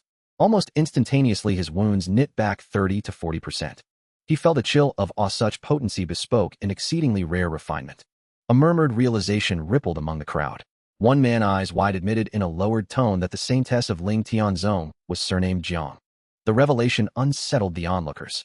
Ling Tianzong and Di Xianzong were usually matched in power, yet Yu Xinhan's earlier silence before Jiang suggested forces unseen. What the crowd did not know was that Ling Tianzong's saintess was the least of Jiang Ziya's titles. She possessed several identities, any one of which would render Yu's brazen behavior suicidal. This knowledge explained Yu's restraint. Su Chen heft his battered sword and advanced. Every step exuded a cold, resolve the weight of years of injustice pressed upon him. Blood for blood, he murmured. Su Tinpo's panic swelled into a frantic plea. He cried that killing him would invite calamity, that powerful patrons would avenge him, and most provocatively, that Su Chen might learn the fate of his birth parents if he spared him. The last assertion arrested Su Chen's stride. Su Tinpo pressed on, offering to disclose how he had learned of the celestial bloodline, how he mastered the techniques to extract it, and why he had once spared Su Chen's life. He promised revelation in exchange for mercy. Before he could finish, a streak of sound cleaved the air. An invisible force drove through Su Tinpo's forehead, and he collapsed, extinguished as utterly as a lamp snuffed by a sudden puff of wind. The murderer was not Su Chen. The courtyard fell into stunned silence. Su Chen's face drained as he realized that some other hand had intervened. Su Chen stood transfixed before Su Tinpo's lifeless form, his expression alternating between bleakness and resolve. The bloodletting was not merely an act of violence. It spoke of an unseen, far stronger hand orchestrating events of ripples that might reach into the long-ago disappearance of his parents. He clenched his fist, feeling the pressing urgency of growth. His current cultivation at the second tier of Yuandan was woefully inadequate. If such a foe could so casually silence someone in front of a luminary like Jiang Zi, then Su Chen might be next. The fact that the assassin had not struck him could simply mean he retained some temporary utility. Usefulness, however, had an expiry date. If the day came when he no longer served that purpose, death could arrive without warning. He vowed to seize time and strengthen himself with all haste. Yu Xinhan's color shifted when she perceived the murderous intent in Su Chen's gaze. She stepped forward urgently, invoking the web of politics that now lay tangled around the scene. Jiang Shinu Minjie is my closed-door disciple. Her death could imperil relations between our two orders. Jiang Zhu responded with an icy laugh. Do you truly take me for a mere champion of Ling Tianzong? Even if you perished here, would the Di Xianzong patriarch dare to lift a finger on my account? The words struck you like a cold gust. She tried another tack, pleading that the death of those present might give the emperor's elder brothers cause to leverage the incident and demand Jiang Ziya's recall to the imperial city. Jiang's eyes narrowed. Are you threatening me? She asked. Humility followed. The venerable elder of Di Xianzong lowered herself to a beseeching posture, imploring only that Jiang grant a path to life for her disciple and companion. The plea rippled across Jiang Ziya's austere features, provoking the faintest tremor beneath her composed exterior. A pause, then a cold laugh edged into something like begrudging amusement. Very well, she said at last, her voice like a blade. I will grant you a chance. 3 months hence, if you attain the first place in the outer sect examinations of Ling Tianzong, then I shall believe you have the right to hold me accountable. Prove that you can stand at the summit of your cohort, and you will have earned the claim to responsibility you seek. The condition was precise, unforgiving, and a gauntlet thrown down. Jiang Ziya's casual flick of a finger produced a gleaming token that hovered before Su Chen. He startled, then bowed to the moment's inevitability and accepted. Now you are, she declared with quiet authority. As the sanctioned holy maiden of Ling Tianzong, she possessed the prerogative to enroll disciples at will, and with that single gesture, she transformed his status. Su Chen's initial elation soon converged with a practical concern. He admitted that Ling Tianzong's enrollments had ostensibly concluded the previous month, yet the token in his palm left no room for dispute. He vowed with ardent confidence, in 3 months' time I shall stand as the foremost among the outer gate disciples of Ling Tianzong and prove it to you. His voice resonated with the ambition of one who would meet fate head-on. Jiang Ziya's smile chilled into derision. She shook her head and delivered a sober appraisal of reality. You persist in fantasy. Among those outer disciples there are bloodlines beyond the celestial tier and sword cultivators who have awakened the sword heart. Some have already reached the pinnacle of Yuan Dan Nineon breath from transfiguration. She enumerated the rival's ferocity as if cataloging inevitable truth. With your current strength at merely Yuan Dan 2, how do you intend to contend? The words struck Su Chen like an icicle, but rather than dampening his resolve, they refined it. He inhaled deeply, then answered with unshakable certainty. He possessed the Jimmy Jiantai, a martial physique that could ascend through ranks, and the incomparable Jimmy Tiankang, an instrument of reversal. 3 months, he believed, would be enough to narrow the distance and subdue those who now seemed insurmountable. Jiang Ziya's features betrayed brief astonishment before she scoffed and dismissed him as incorrigible. She turned away with frigid amusement, yet a faint curiosity lingered beneath her indifference. The outer gate tournament in 3 months, once a tedious formality to her, now stirred a sliver of anticipation. As he moved away, a hurried figure burst from the crowd. The Chen family patriarch Breath Ragged approached and proffered a finely wrought spatial ring. He pressed it into Su Chen's hands with an expression of earnest submission and said, "Accept this modest token from my household." Curiosity compelled Su Chen to peer within. The ring contained a staggering hoard of spirit stones, a mountain of low-grade currency enough to drain a clan's coffers, perhaps 300,000 stones. Su Chen accepted the gift with a faint cold smile and declared the previous public bounty null and void by their mutual accord. Relief flooded the Chen patriarch's features. This was all he had hoped to secure. With the Chen family receding behind him and the fallen echoes of the Su household at his back, Su Chen walked forward into the uncertain horizon. The outer gate competition loomed, a distant drumbeat that now carried the weight of prophecy. He bore with him not only weapon and artifact, but a vow forged in vengeance, and the steely conviction that 3 months would suffice to remake fate. Su Chen remained oblivious to the machinations unfolding elsewhere. He had already set forth toward Ling Tianzong. Consulting the map he had purchased, a frown formed on his brow. On foot, the journey to the heart of Tianhejun would consume 3.5 months. His present location was remote tens of thousands of li from the county seat, where Ling Tianzong was centered. To travel by foot would mean arriving long after the outer door competition had concluded. After a moment's deliberation, Su Chen resolved to detour to the nearest metropolis, Luocheng, and secure passage on a Lingchuan. Though costly and requiring many spirit stones for propulsion, the Lingchuan would travel 1,000 li a day and could deliver him near Ling Tianzong within roughly a month. Luocheng was the most prosperous city for dozens of miles, a world apart from his former abode, Qingshicheng. Only in a great city like Luocheng could one purchase refined spirit swords and other rare implements. There was a further, more personal reason for the diversion. Su Chen's Jimie Jiantai strengthened by absorbing spirit swords. The more powerful and numerous the swords he consumed, the more formidable his Jiantai would become. At present, his Jimie Jiantai lingered at the Yuandan tier. He needed to ascend beyond that level without delay. A bolstered bloodline expedited cultivation and multiplied martial prowess.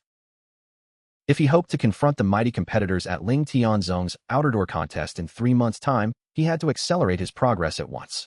A red-haired woman sprang from the undergrowth, and upon seeing Su Chen, startled briefly before hastily composing herself.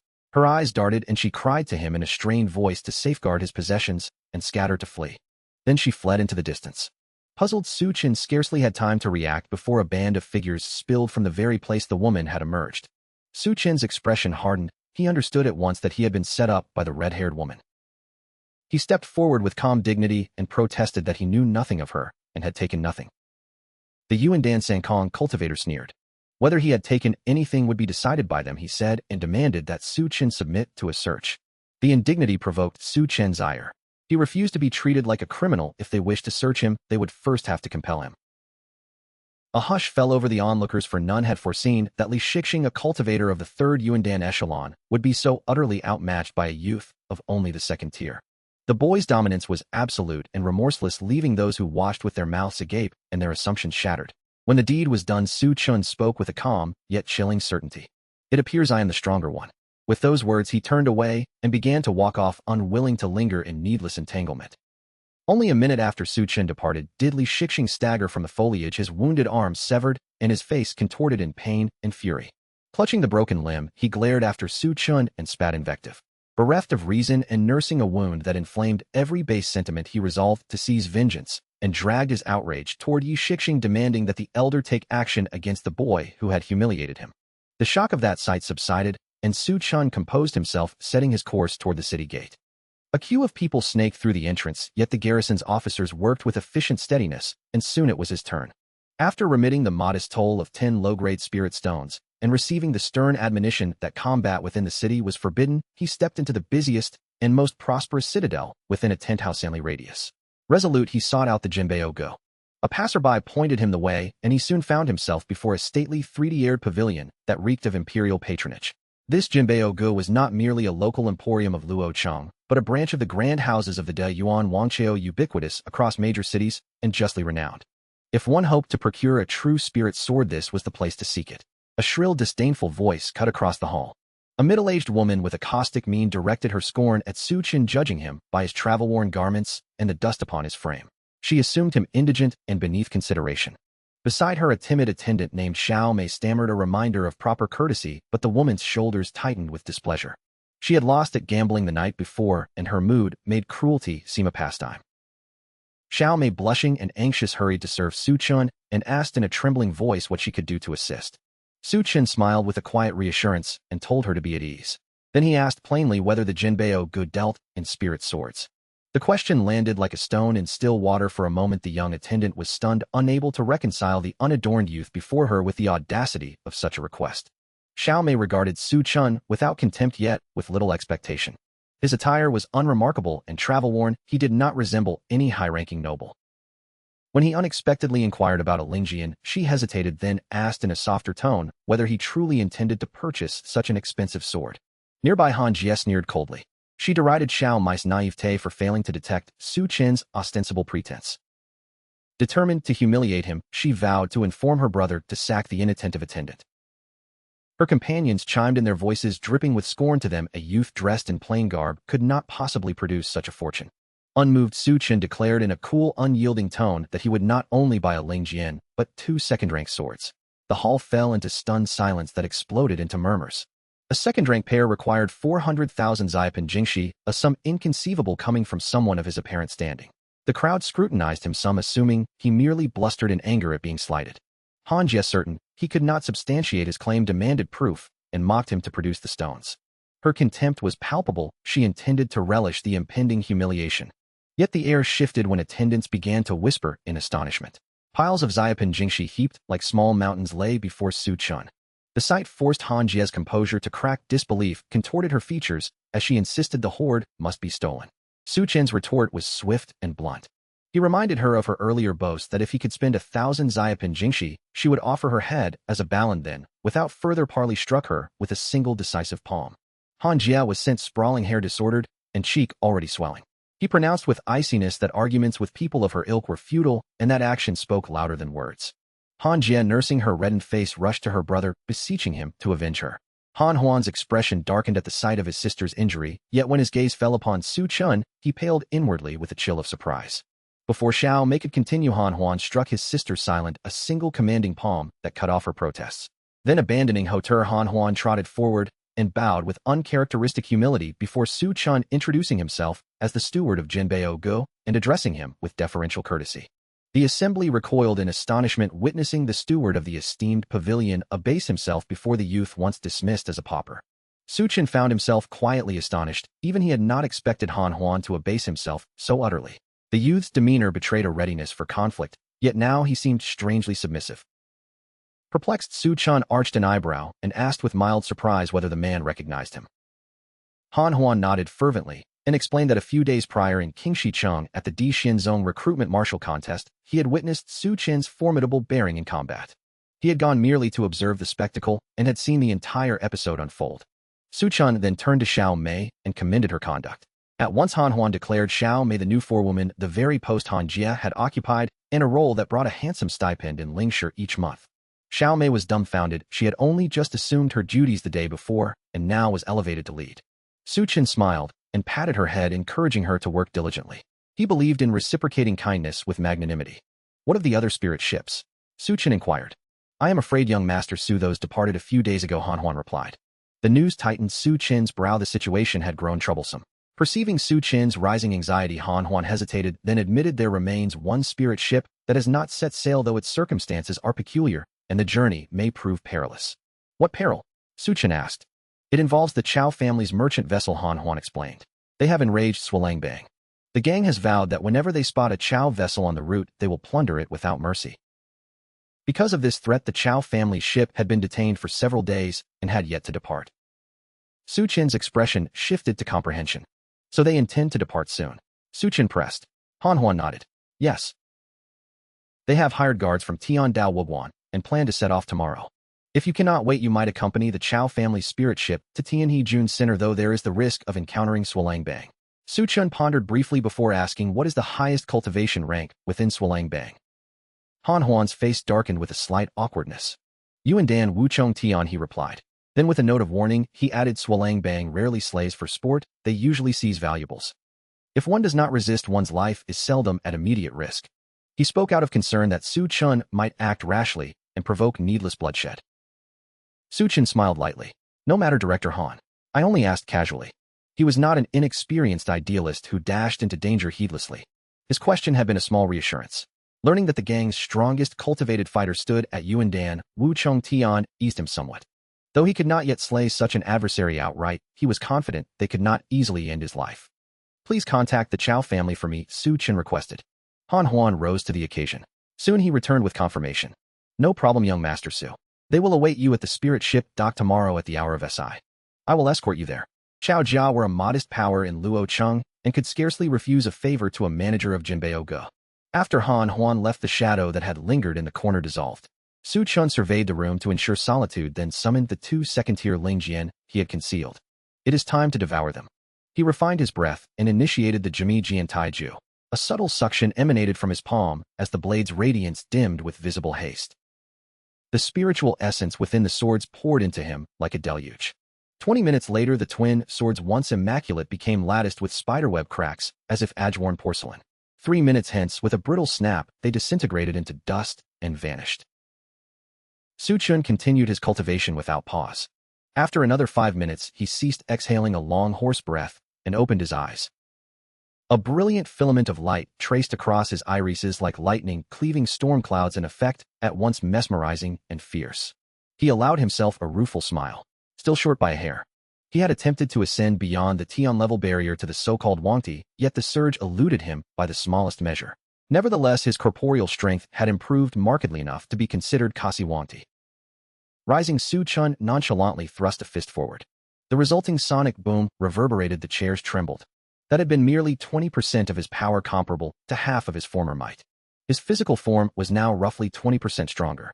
Inhaling, he circulated spiritual energy and completed a full microcosmic cycle in but 10 breaths, hastening his cultivation pace. Most gratifying was the change in his sword chi.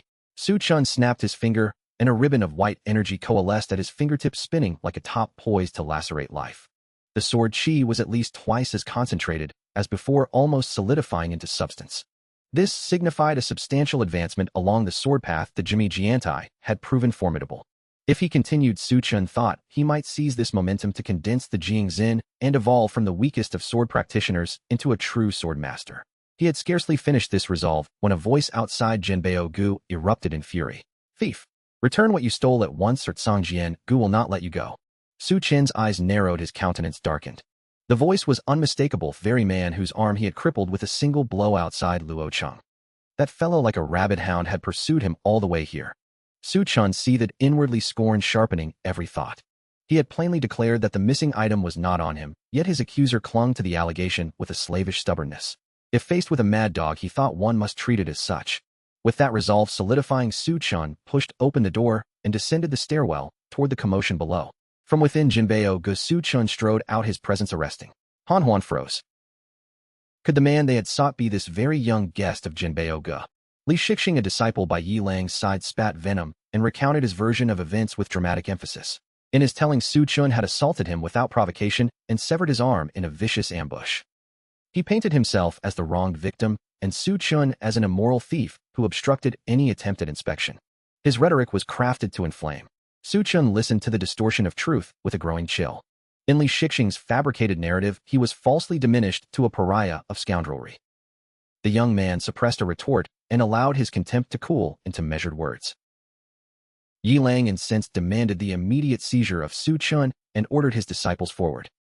Han Huan's voice cut through the tension. He declared that Su Chun was a distinguished guest of Jinbei Ge and could not simply be delivered over.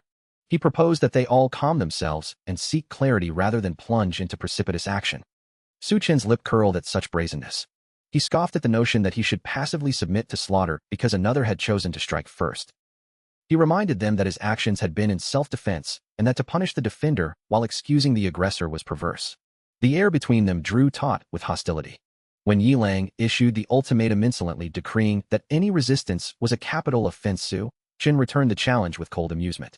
He invited them to demonstrate the law they invoked, signaling that words had run their course and that the clash was imminent.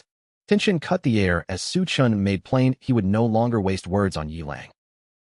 The latter, arrogant and accustomed to dominion, dismissed any conciliatory tone. With a disdainful glance at Su Chun, he turned toward the city center, issuing a challenge to settle their quarrel upon the martial arena. His bearing was that of a man used to being unquestioned. He expected acquiescence and victory without effort. Yi Lang's contempt hardened. In his eyes, Su Chen was no more formidable than the petty Li Shidi, whom he had recently humbled. The idea that a mere sneak attack might have aims beyond embarrassment was laughable. Nearby Han Huan muttered a warning. He reminded Su Chen that Yi Lang was the principal disciple of the Zhangjiangu Guzu, a man with deep cultivation and an intimate acquaintance with the sword path. To defeat him in a single stroke bordered on fantasy, Han Huan insisted. Unmoved, Su Chen only shook his head. He insisted once more that one sword would suffice. There was a quiet certainty about him born not of braggadocio, but of confidence in powers few had witnessed. The crowd reluctantly parted, granting the two combatants space. An expanse opened between them, hushed with expectation, as if the very air knew itself about to be cleaved. The manifestation was elemental and savage, charging forward with the momentum of a maddened bull. The air itself shredded under the passage of that sword chi, a sound of tearing that rolled through the watching crowd. Yi Lang's derisive smirk faltered as he watched a force he had not anticipated sweep toward him. With practiced speed, he drove spiritual power into layered barriers and formed a defensive gestalt, invoking a low-grade but sturdy defensive art he called Jinzong Hoodie to cocoon his body in shimmering protection. For a moment, Yi Lang allowed himself relief. His defenses he believed were absolute. Then the impossible occurred. The sword chi met his constructs, and with a crisp, near-musical fracture reduced them as if they were tissue. The Jinzong Hoodie that had been his bulwark dissolved to nothing before that single slash. Yi Lang's pupils contracted to pinpricks, and a primal scream tore from him when the sword went on. The blade did not falter. It pierced through flesh and defense alike. Yi Lang was hurled backward by the force of the strike and skidded across the ground, trailing blood that splattered the dust. He came to rest some distance away, battered and wan like a lamp guttering in wind. The onlookers were transfixed, their shock so profound it rendered them momentarily speechless. The realization spread like wildfire. This young man had not merely bested Yi Lang with a single immaculate stroke, he had nearly killed him. After a single devastating stroke that grievously wounded Yi Lang, Su Chen turned his gaze to the Onir med Li Shixing not far away and spoke with icy composure, challenging him to step forward and accept the sword. Without hesitation, he lashed out. Su Chen harbored no intention of mercy for this man who had smeared his name and clung to him like a rabid beast. The next instant it was over. Li Shixing's head was torn free and flung outward. Death left no room for reprieve. In his final moments, he was racked by bitter remorse, realizing he should never have dragged Yi Shixing into provoking this youth of folly that had cost him his life.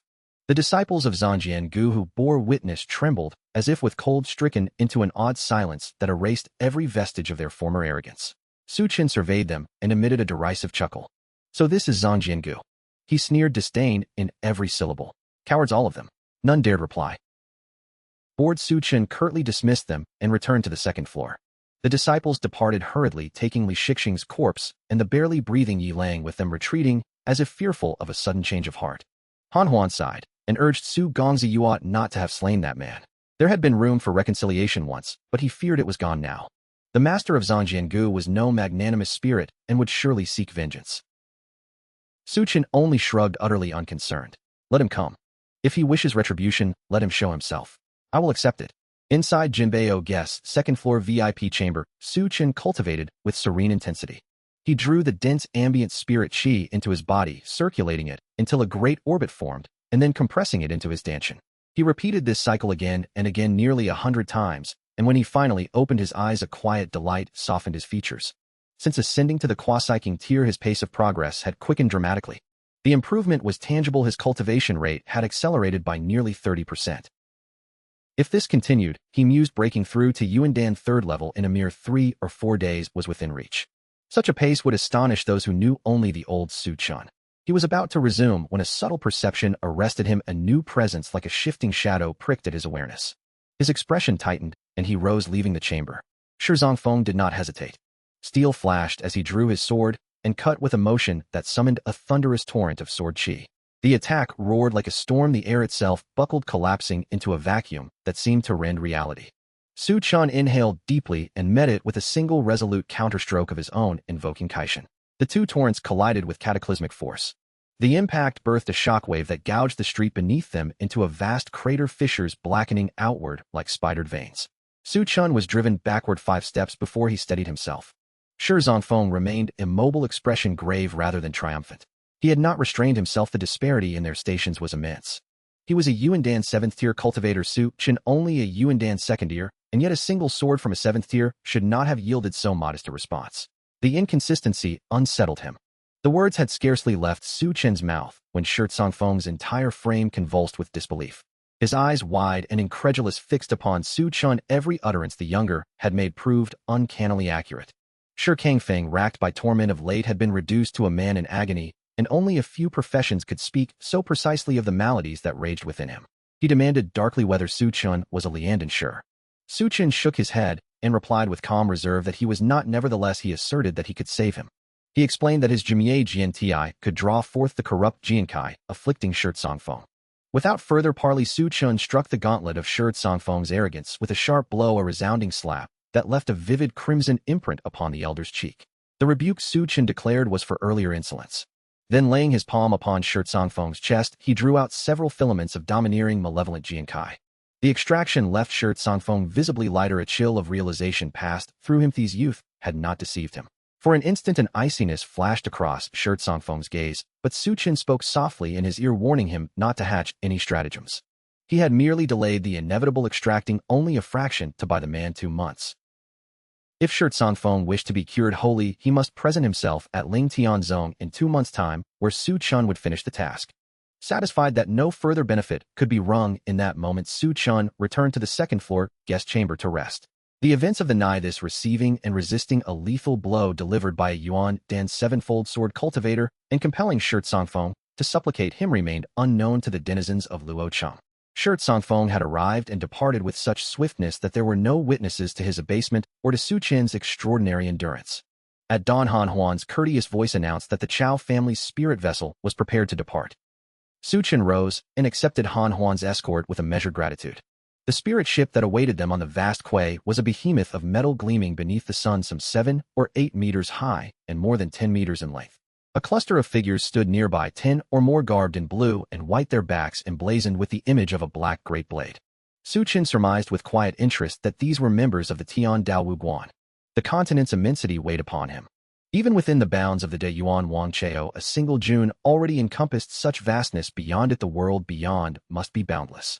The thought of his sister Su Weiner rose in his mind with sudden aching tenderness. Under Nangong's care, she should be safe at Shengling Zone, yet doubts lingered. 3 years in the southern realm. I will go, he promised himself with unshakable resolve. For half a month, Su Chen dedicated himself to cultivation, breaking through on the 3rd day aboard the ship to reach the 3rd tier of the Yuandan realm. The domineering sword qi he had absorbed from Songfeng had been refined down to a single strand. Since that residual qi could not by itself bridge the barrier to a true royal-grade constitution, he preserved it for study. The sword intent was not the work of an ordinary swordsman. Its owner's mastery of the sword path had to be unusually profound. How Songfeng acquired it remained a mystery. After returning the condensed sword qi to his palm, Su Chen sought the open air on the deck. Confinement had made him restless. Progress in martial cultivation demanded alternating tension and relaxation. There he found the passengers more at ease than when the voyage had first launched. Groups chattered and laughed, their initial vigilance against the Swalang Bang softened by the absence of trouble for days. Some boasted that Chao Jia's arrangement with Tian Dao Wuguan provided sufficient protection that bandits would not dare to appear. Conversation drifted to the recent arrival of a youthful swordsman bound for Luocheng and the famed duel with Songfeng. Heightened curiosity became speculation and then argument.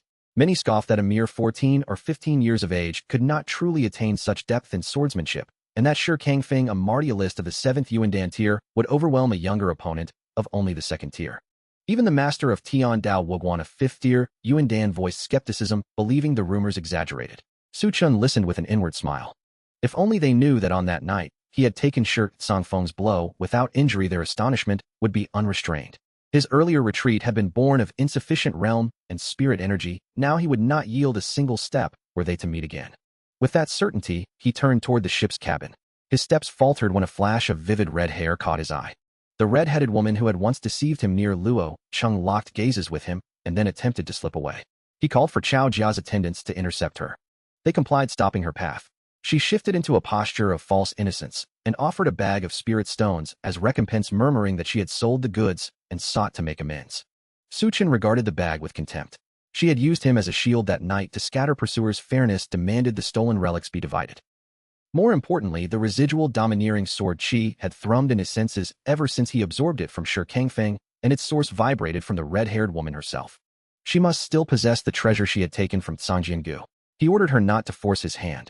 That objective half offered to him could be enough to shatter the barrier and raise his constitution to true royal grade, not merely quasi-royal. He stood ready, voice cold and unyielding. A startled female voice rang out from nearby, and Chao Qingxiu emerged from the cabin entrance, her skin pale as porcelain. Chen recognized her at once. They had exchanged glances before boarding. The red-haired woman seized the moment, throwing herself at Chao Qingxiu as if rescued, crying that Chen intended violence. Her eyes were wide with manufactured innocence, and she appealed to Chao Qingxiu for protection. Chao Qingxiu answered without hesitation. She trusted the red-haired girl implicitly. The girl had saved her life more than 10 days ago, and in that time, they had become confidants. Believing her friend, Chao Qingxiu rebuked Chen with scorn, accusing him of base and dishonorable conduct. Chen's expression darkened at the false accusation. He scoffed at the calumny and rebuked Chao Qingxiu for her blind faith, warning her to step aside or suffer his wrath. Impatience hardened his features. He intended to seize the red-haired woman and reclaim the treasure he believed was rightfully his after she had used him as a human shield. Chao Qingxiu flushed with indignation. She snapped that she had her own judgment and did not need his instruction, and declared her faith in Xia Qianqian. Convinced that Chen was a predatory noble, she ordered the Chao family guards to restrain him. The guards hesitated, torn between loyalty to the family's daughter and the deference due to a distinguished guest. Their uncertainty froze the moment. Without warning, a thunderous ripping sound split the air. Massive spears, their shafts bound to thick ropes, were hurled from the craggy ridges flanking the pass. The spears struck the spirit vessel with brutal force, their barbed heads embedding and arresting its flight. From the mountain tops, a swarm of figures descended along the ropes, their attire marking them unmistakably as members of Xuelangbang. Faces in the crowd revealed shock and alarm. The ambush was complete. The invaders swarmed onto the deck, laughing cruelly and taunting the Chao party for their arrogance in attempting to sail. The captain of the Tian Dao Wuguan, who had been hired to escort the vessel, stepped forth, his voice steady, though his brow tightened. He and their foe were both formidable cultivators of Yuandan 5th rank, a parity that should have deterred such an assault. The Xuelangbang leader, a scarred man whose forearm bore a lifelike tattoo of a snarling wolf, appeared and jeered at the Tian Dao Wuguan, head declaring he had long known of their presence. Chao Zhen, face taut with despair, conceded defeat and offered the goods to save their lives, but the leader's smile turned feral. He had not come merely for cargo. Someone had paid a vast sum to have the Chao family wiped out, and he intended to fulfill the contract. With a contemptuous gesture, he ordered his men to kill every man aboard and to seize the women. The vessel, once a place of measured courtesy and guarded passage, descended into imminent slaughter as armed figures closed in on the incapacitated passengers. At the leader's command, the contingent of Xuelangbang warriors surged forward like a ravenous pack, intent upon the Chao family's defenders. Their assault was swift and merciless. Soon anguished cries filled the air as many of Chao's men fell, lifeblood ebbing from their bodies on the deck. Amidst the chaos, Chao Qingxiu stood at a corner of the ship, her complexion drained of color, eyes burning with remorse. She understood with crushing clarity that all this carnage had sprung from her decisions. There was no remorse in Xia Qianqian's voice. She spoke of countless similar stratagems of weaponizing her ostensibly harmless countenance to administer toxins, while Xuelangbang reaped the spoils. Her words were a blade of ridicule aimed at Chao Qingshui's gullibility. Watching the Chao warriors collapse and die, Chao Qingxiu was consumed by reproach. She could feel the sting of her own foolishness, as if it were a physical blow. She had loudly professed to the young man that she trusted her own judgment, yet in a single blink, she had been betrayed. Xia Qianqian then turned her venom towards Chen, suggesting that she might once have considered rewarding him for diverting pursuers, but now she intended only to revel in his suffering. Her tone shifted from taunt to menace. Sheen, ostensible Yuandan 4th stage cultivator, sneered at his audacity. Yet before her laughter could continue, a sliver of light flashed in her eyes and dizziness overwhelmed her. The world reared and inverted, and then she saw in ghastly clarity a headless body clothed exactly as she had been. Her mind staggered to reconcile the image. The cold voice of Chen whispered into her ear, reminding her that he had intercepted pursuers from Zhangjiangu and hinting at a connection she had overlooked. Nearby, the leader of Xuelangbang registered the catastrophe too late. The man who had relied upon Xia Qianqian's treachery watched his favored subordinate die by another's blade. A maddened crimson veiled his eyes, fury and bestial hunger contorted his expression. Xia Qianqian had been indispensable. Her venoms had opened doors that allowed him to ransack merchant vessels with ease. That such an indispensable hand should be so effortlessly severed by a mere youth inflamed him beyond measure. With a roar of rage, he surged towards Chen, his aura erupting in savage force, vowing to rend the boy limb from limb, to slake the inferno in his heart. As Shui Lang lunged towards Su Chen, Chao Qingxiu and the other Chao family warriors along with the disciples of Tiandao Wuguan were only just coming to their senses. Their eyes fell upon the decapitated female corpse not far away and a cold gasp escaped them. Shock and disbelief painted every face. Whispers spread through the crowd. Could this be the same young sword cultivator who had been the subject of so many rumors? He had felled Xia Qingqian, a Yuandan Si Kongdian, with a single stroke. The possibility that such a youth might save them ignited a fragile hope among the frightened onlookers. Chao Zhen was equally stunned. He had not expected that the boy Han Huan had brought with him would be the enigmatic, formidable Jiandao prodigy, spoken of in hushed tones. The Tiandao Guanzu who had once doubted the tales found his skepticism dissolving into awe. He realized then that the rumors had not exaggerated the youth's prowess, if anything they had understated it. Compared to Shi Kangfeng, the boy's condensed sword qi was incomparably purer and more potent. Questions crowded the Tiandao Guanju's mind. How had the boy cultivated so rapidly? How could one so young command such mastery of Jiandao? Before he could reconcile these thoughts, Shui Lang arrived within striking distance of Su Chen's face, contorted, and unleashed a catastrophic surge of spirit force. Yinji Quan. The war cry rent the air. A concussive roar followed as though a meteor had been flung through the cabin towards Su Chen's head. The Swalang Bang disciples erupted in cruel laughter, convinced the boy was finished. Their leader stood at Yuandan Wukongdian 2 realms above. Su Chen's apparent rank victory seemed assured. Su Chen's expression tightened. He stepped forward and drew his blade in a single decisive motion, the first form of his unsheathed art Kaishan. The sword's chi condensed into a tangible arc that collided with Shui Lang's thunderous fist. The impact detonated into a visible shockwave, shuddering the spirit vessel and sending everyone stumbling. One silhouette was thrown back, stumbling 3 or 4 paces before finding purchase. To the astonishment of all, the figure toppled away from the blade was none other than Shui Lang himself, the esteemed Swalang Bang leader. Murmurs rose into panicked cries. How could a Yuandan Wu Chongtian be driven back by a youth of ostensibly 3 realms lower? Even Chao Zhen and the Tiandao Guanzu were rendered speechless. Shui Lang's astonishment mirrored theirs. For the first time he understood the weight carried by the title Jian de Xiao. Resentment flared in his eyes, but prudence prevailed. He snarled a command to withdraw, intending to regroup and return with reinforcements. Su Chen met his retreating gaze with icy clarity. He had no patience for future retribution. I abhor trouble, he declared softly. With that, the Lianjian Shi in his hand crumbled to powder, and he executed a feinting slash toward the fleeing leader. The moment the blade cut the air, everything froze. In less than a single breath, Shui Lang's head, separated from his shoulders, blood exploded like a fountain, jetting 3 or 4 zhang into the air. What had been an orderly retreat became sudden absolute carnage. The boat fell into a stunned silence as eyes widened and hearts stopped. Panic fractured the Swalang Bang ranks. The surviving members fled in terror, abandoning their leader's corpse.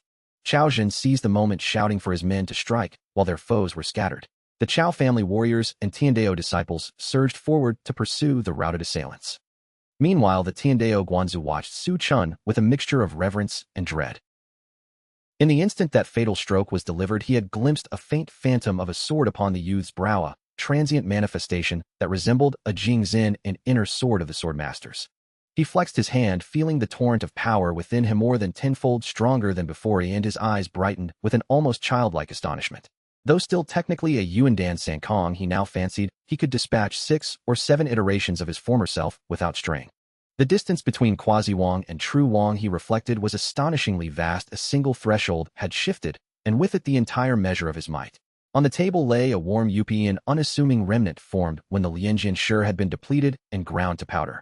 Su Chen's curiosity stirred. The little jade had not belonged to the stone by accident. He prepared to probe it more deeply, with his spirit intent on unlocking whatever secrets it might conceal. Without hesitation, Su Chen resumed his cultivation.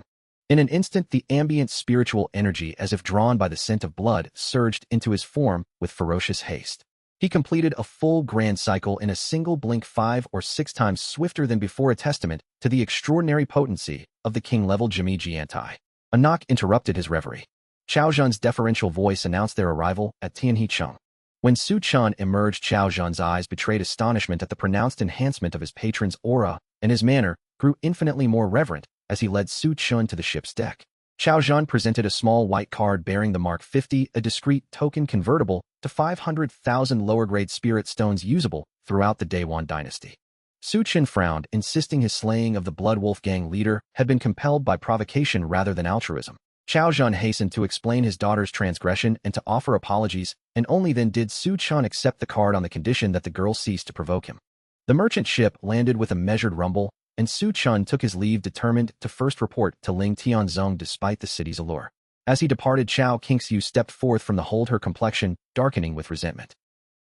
Chao Zhen silenced her with a warning to keep a certain matter unspoken until the moment was right, fearing undue complications and mortal risk should their ambitions be exposed prematurely. Chao Qingxiu clenched her fist and vowed revenge, but Su Chen remained indifferent. His confidence in the acceleration of his cultivation rendered such petty enmities inconsequential. He pressed onward toward the rugged massif to the southwest, where Ling Tianzong stood. He dismissed Su Minjer as an inconsequential adversary, vowing that any further provocation would be answered with decisive violence, then quickened his pace. Presently, a vast plaza unfurled before him, dominated by an immense vermilion paifang, more than 10 meters in height. At its heart, a plaque proclaimed in bold characters the name Ling Tianzong. Su Chen's spirit jolted as his eyes fell upon the 3 exquisite characters etched in a calligraphy that moved like a wandering dragon. After a month of travel, he had finally arrived at Ling Tianzong. Beyond the broad plaza before him rose a scattering of peaks, each differing in height and contour. Ancient palatial edifices, austere and grand, nestled among the mountains, half swallowed by a drifting veil of mist.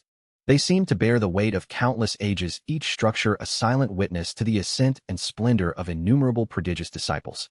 From the mountain depths, a dozen potent presences slumbered like coiled dragons. If awakened, they would rend the heavens. The might beneath Ling Tianzong's foundation was manifest.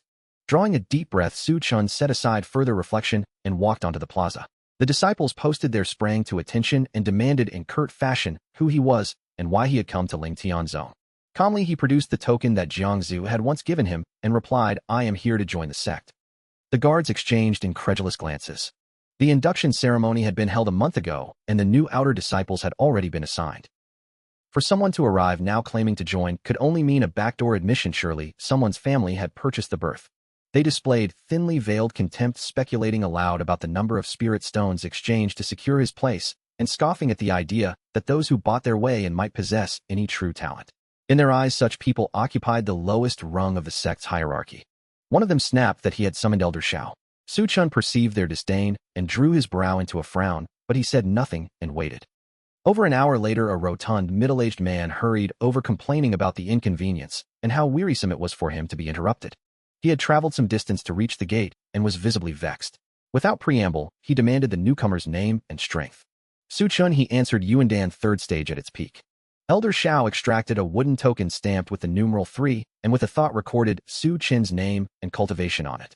He tossed the token back and said brusquely that Su Chen was now an outer disciple of Ling Tianzong, handed him a map encoded within the token, and walked away, declaring he had no time to squander on someone admitted by influence.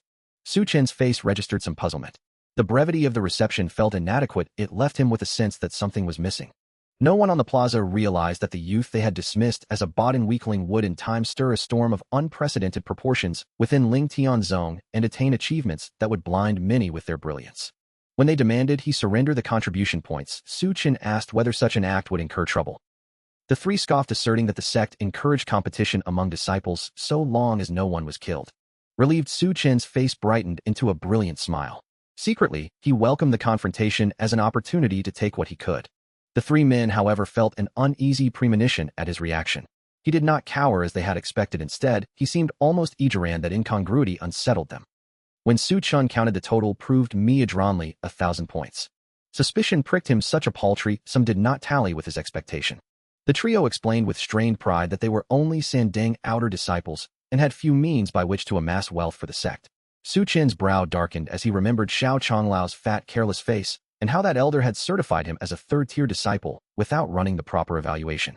The 3 who had earlier beset him watched him go with relief and a tangle of curiosity. They muttered among themselves, wondering if he might, against their expectations, upset some of the 2nd-tier disciples. Some thought it plausible if fortune favored him, and he met the weaker among them. Others grimly conceded that the true elite, those whose strength approached 1st-tier standards, would crush him. Confident and impatient with the middling rewards of 2nd-class status, Su Chen approached the elder presiding over the contest and presented his identity token. Elder, he declared, I intend to challenge a 1st-class disciple. The announcement fell like a stone in the crowd. Conversation stilled. Astonished eyes turned toward him. No 3rd-class disciple had dared in living memory to propose such a challenge, let alone succeed. As the burly disciple's fist swelled in Su Chen's vision, spectators grimly predicted a swift humiliation. Su Chen, however, remained composed. With a single decisive reply, he struck. The two fists collided with cataclysmic force like meteors, meeting the impact unleashed a savage shockwave that rattled the earth and sent dust swirling into the air. The burly disciple was flung backward like a projectile and slammed against a nearby stone wall, collapsing from the blow. Silence and awe fell over the crowd as the true extent of Su Chen's power became irrefutably visible. A tremor ran through the arena, as if the earth itself had been struck. The assembled onlookers were taken aback, voices hushed with incredulous curiosity. Who could have landed such a blow? Many immediately assumed the youth known as Su Chen had been hurled away. After all, Guoshixing was a luminary among the second-tier disciples, a seasoned powerhouse. It seemed inconceivable that an obscure third tier would best him so decisively. Before they could elaborate on their disbelief, an astonished murmur rose among them. Their gazes turned toward a nearby stone wall, and in that instant every face drained of color. It was Guoshixing who lay embedded against the rock, half his torso sunk into the stone, as if the cliff itself had devoured him. One arm protruded at an unnatural angle, clearly broken. His countenance mirrored the crowd's shock and incredulity. He too had not anticipated being bested so utterly. To have been hurled through the air and pinned to the wall in a heartbeat defied all expectation. Guoshixing's eyes, though clouded by pain, brimmed with alarm. He realized with mounting dread that the youth had not relied upon any cultivated martial technique in their exchange. The strike had been raw, explosive convergence of corporeal might and spiritual force without the embellishment of formal technique. If such unadorned power could scatter him so effortlessly, what devastation might occur should that youth employ actual techniques? The thought chilled him, and he could not bear to imagine the consequences. The black-robed swordsman Zhuozhang fixed his gaze on Su Chen and sneered with disdain. To his eyes, the challenger was nothing more than a Yuandan fourth-tier practitioner, audacious to the point of absurdity. Without further parley, Zhuozhang unsheathed his blade and loosed a razor-sharp sword, declaring that only by receiving that cut would Su Chen earn the right to ascend the platform. Su Chen responded with measured calm. He reversed his grip to wield a battered sword with practiced ease and met the oncoming blade. The two sword auras collided with crystalline resonance. In an instant, Su Chen's counter shattered Zhuozhang's sword, driving the black-robed swordsman backward by a dozen paces. The discharged force gouged a jagged trench in the arena's earth, a fearsome scar stretching 10 zhang in length and ending abruptly at Zhuozhang's feet. The spectators gaped. None had anticipated such prowess. Bricks fractured into dust, and hairline fissures gnawed across the platform as that savage slash descended. Yet as the storm of blade energy fell, Su Chen's eyes gleamed not with dread, but with keen anticipation. This was precisely the trial he had sought to test his nascent stratagem. Su Chen unleashed the desolation sword body to its uttermost. The viscous mercury-like blood that coursed within him surged like a flood. Savage spiritual force filled the remnant sword in his hand. With a single contrary motion, he cleaved back, invoking the drawing sword technique's second form, Duan High C, severing a strike swift and brutal as artillery. The collision was cataclysmic. The two blade airs met, and unsurprisingly, Su Chen's counter overwhelmed Zhuozhang's onslaught. The force did not merely clash, but dominated, sweeping over Zhuozhang and hurling him through the air. He spat blood, fell, and skidded across the ground for meters before stopping, utterly spent and pale. In barely 3 minutes, the struggle had concluded. The vaunted nascent pill sixth-layer sword cultivator lay defeated. Zhuozhang rose, eyes bloodshot and furious, demanding to continue. He refused to accept defeat, for the loss would cost him rank and prestige. Su Chen would be elevated to first tier, while he would fall to second. Before Zhuozhang could escalate the breach, the elder intervened, sternly forbidding further violence and threatening to report the matter to the sect law hall. The mere mention of the law hall quelled some of Zhuozhang's bravado, yet he spat a parting threat about a forthcoming hunter tournament in 15 days. Su Chen regarded the threat with a faintly amused shake of his head. Energy surged through him, and with a flash he closed the distance, delivering a crushing blow to Zhuozhang's face that swelled like bruised fruit. He warned in a voice cold as ice, and when Zhuozhang dared another word, Su Chen let his sword answer. A single swift cut severed an arm, blood fountained as Zhuozhang bit back any cry and fled, features twisted by pain and fury, clutching his stump with a desperation that left no doubt of his ruin. As the commotion subsided, Su Chen considered the brief prophecy that had passed the other youth's lips. 15 days hence. He felt no fear. His own cultivation accelerated like a rocket. Each day reshaped his strength. With that quiet confidence, he turned to the elder and asked, composed and unembellished, whether he now qualified as a first-tier disciple. The elder's eyes sharpened the moment the words fell silent. Of course, he murmured and handed the revised identity token to Su Chen. Your contribution points for this month have been adjusted and your residence has been reassigned. A first-rank disciple enjoyed a private courtyard spared from the cramped common quarters and blessed with an environment magnitudes finer. Su Chen accepted the token with a courteous salute and departed without delay. As Su Chen's silhouette receded, the elder opened the token and transmitted the details to the sect's hierarchy. A miracle such as this could not be ignored. A prodigy appearing out of nowhere demanded explanation. He muttered to himself, wondering who had invited such a talent back and who had issued a third-rank token to him in the first place. The three young men who had trailed Su Chen, intent on seeing whether he could unseat a second-rank disciple, stood rooted to the spot in stupefaction. They had expected him to challenge a second-rank martial brother, never imagining he would effortlessly crush even a first-rank competitor. A chill ran through them, quickly replaced by relief that they had not made him an enemy. Embarrassment mixed with a faint, odd pride. After all, they could now boast that they had witnessed a first-rank disciple being utterly overwhelmed. By the time the commotion subsided in the outer halls, Su Chen had arrived at his newly allotted dwelling. A luminous barrier guarded the entrance, its glow announcing a protective spirit array. When he produced his identity token and the veil parted, a tide of dense spiritual qi washed over him, wrapping him in its embrace. The quality of the aura surpassed his previous lodgings by an algebraic measure.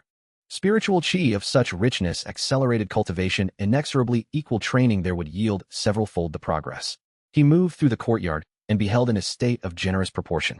The halls were fashioned from second and third-tier lingwood, the gardens cultivated with rare spirit herbs, and within trays of first and second-tier spirit fruits lay arranged as though in a secluded paradise.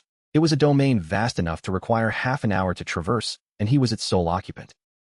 Su Chen could not help but marvel at the extravagance granted to a first-rank disciple. As Su Chen prepared to redeem the technique and deduct the requisite contribution points, a bell jar of arrogance announced itself from the stairwell. A coquettish voice commanded, "Stop. Put that manual down at once." A girl in a long dress swept onto the floor, chin high and demeanor imperious. "I have my eye on that technique. Lay it down and be gone." The commotion drew the attention of many second-floor disciples. They recognized her at once and shivered. Her name was Zhu Duoduo, a second-rank disciple whose father served as an elder of this place. Her considerable influence had fostered an indulgent arrogance, and few dared to cross her. Sympathy for Su Chen rippled through the onlookers at the injustice of his predicament. Su Chen's brows knit in confusion. He had never met Zhu Duoduo. She had not only singled him out, but seemed to be targeting him specifically. He paused, then asked calmly, "Have you come for Zhuozhang?" Within Ling Tian's zone, if anyone harbored the deepest grudge against him, it was undeniably Zhuozhang, the one whose arm had been crippled by his hand. The revelation spread like a gust through the reading hall. Zhu Duoduo's composure fractured. A flash of panic crossed her face before she smoothed it into a sneer. "And what of it?" she retorted, voice sharpening to a knife. "You dare maim my brother's Zhuozhang. I will see to it that you are driven from the outer gate without a foothold." In her estimation, dispatching Su Chen, though now a first-class disciple, would be a trifling task. Her father was a venerable outer gate elder, Zhu Chenglao, his influence vast and formidable. To her, Su Chen's audacity was nothing more than the conceit of a lowly outer disciple. Su Chen narrowed his eyes and offered only a scornful laugh. "Expel me. By all means, let them try." He turned to leave, unwilling to waste breath on such brazen arrogance. Zhu Duoduo's expression darkened. She could not abide such insolence. From beneath her sleeve, she produced a whip and lashed it toward him. Though small and delicate in appearance, she was a Yuan Dan practitioner at the fifth stratum, and her strike was merciless. The whip cut the air with a piercing metallic whine that spoke of practiced cruelty. Against a fourth stratum adversary, such a blow would maim if not kill.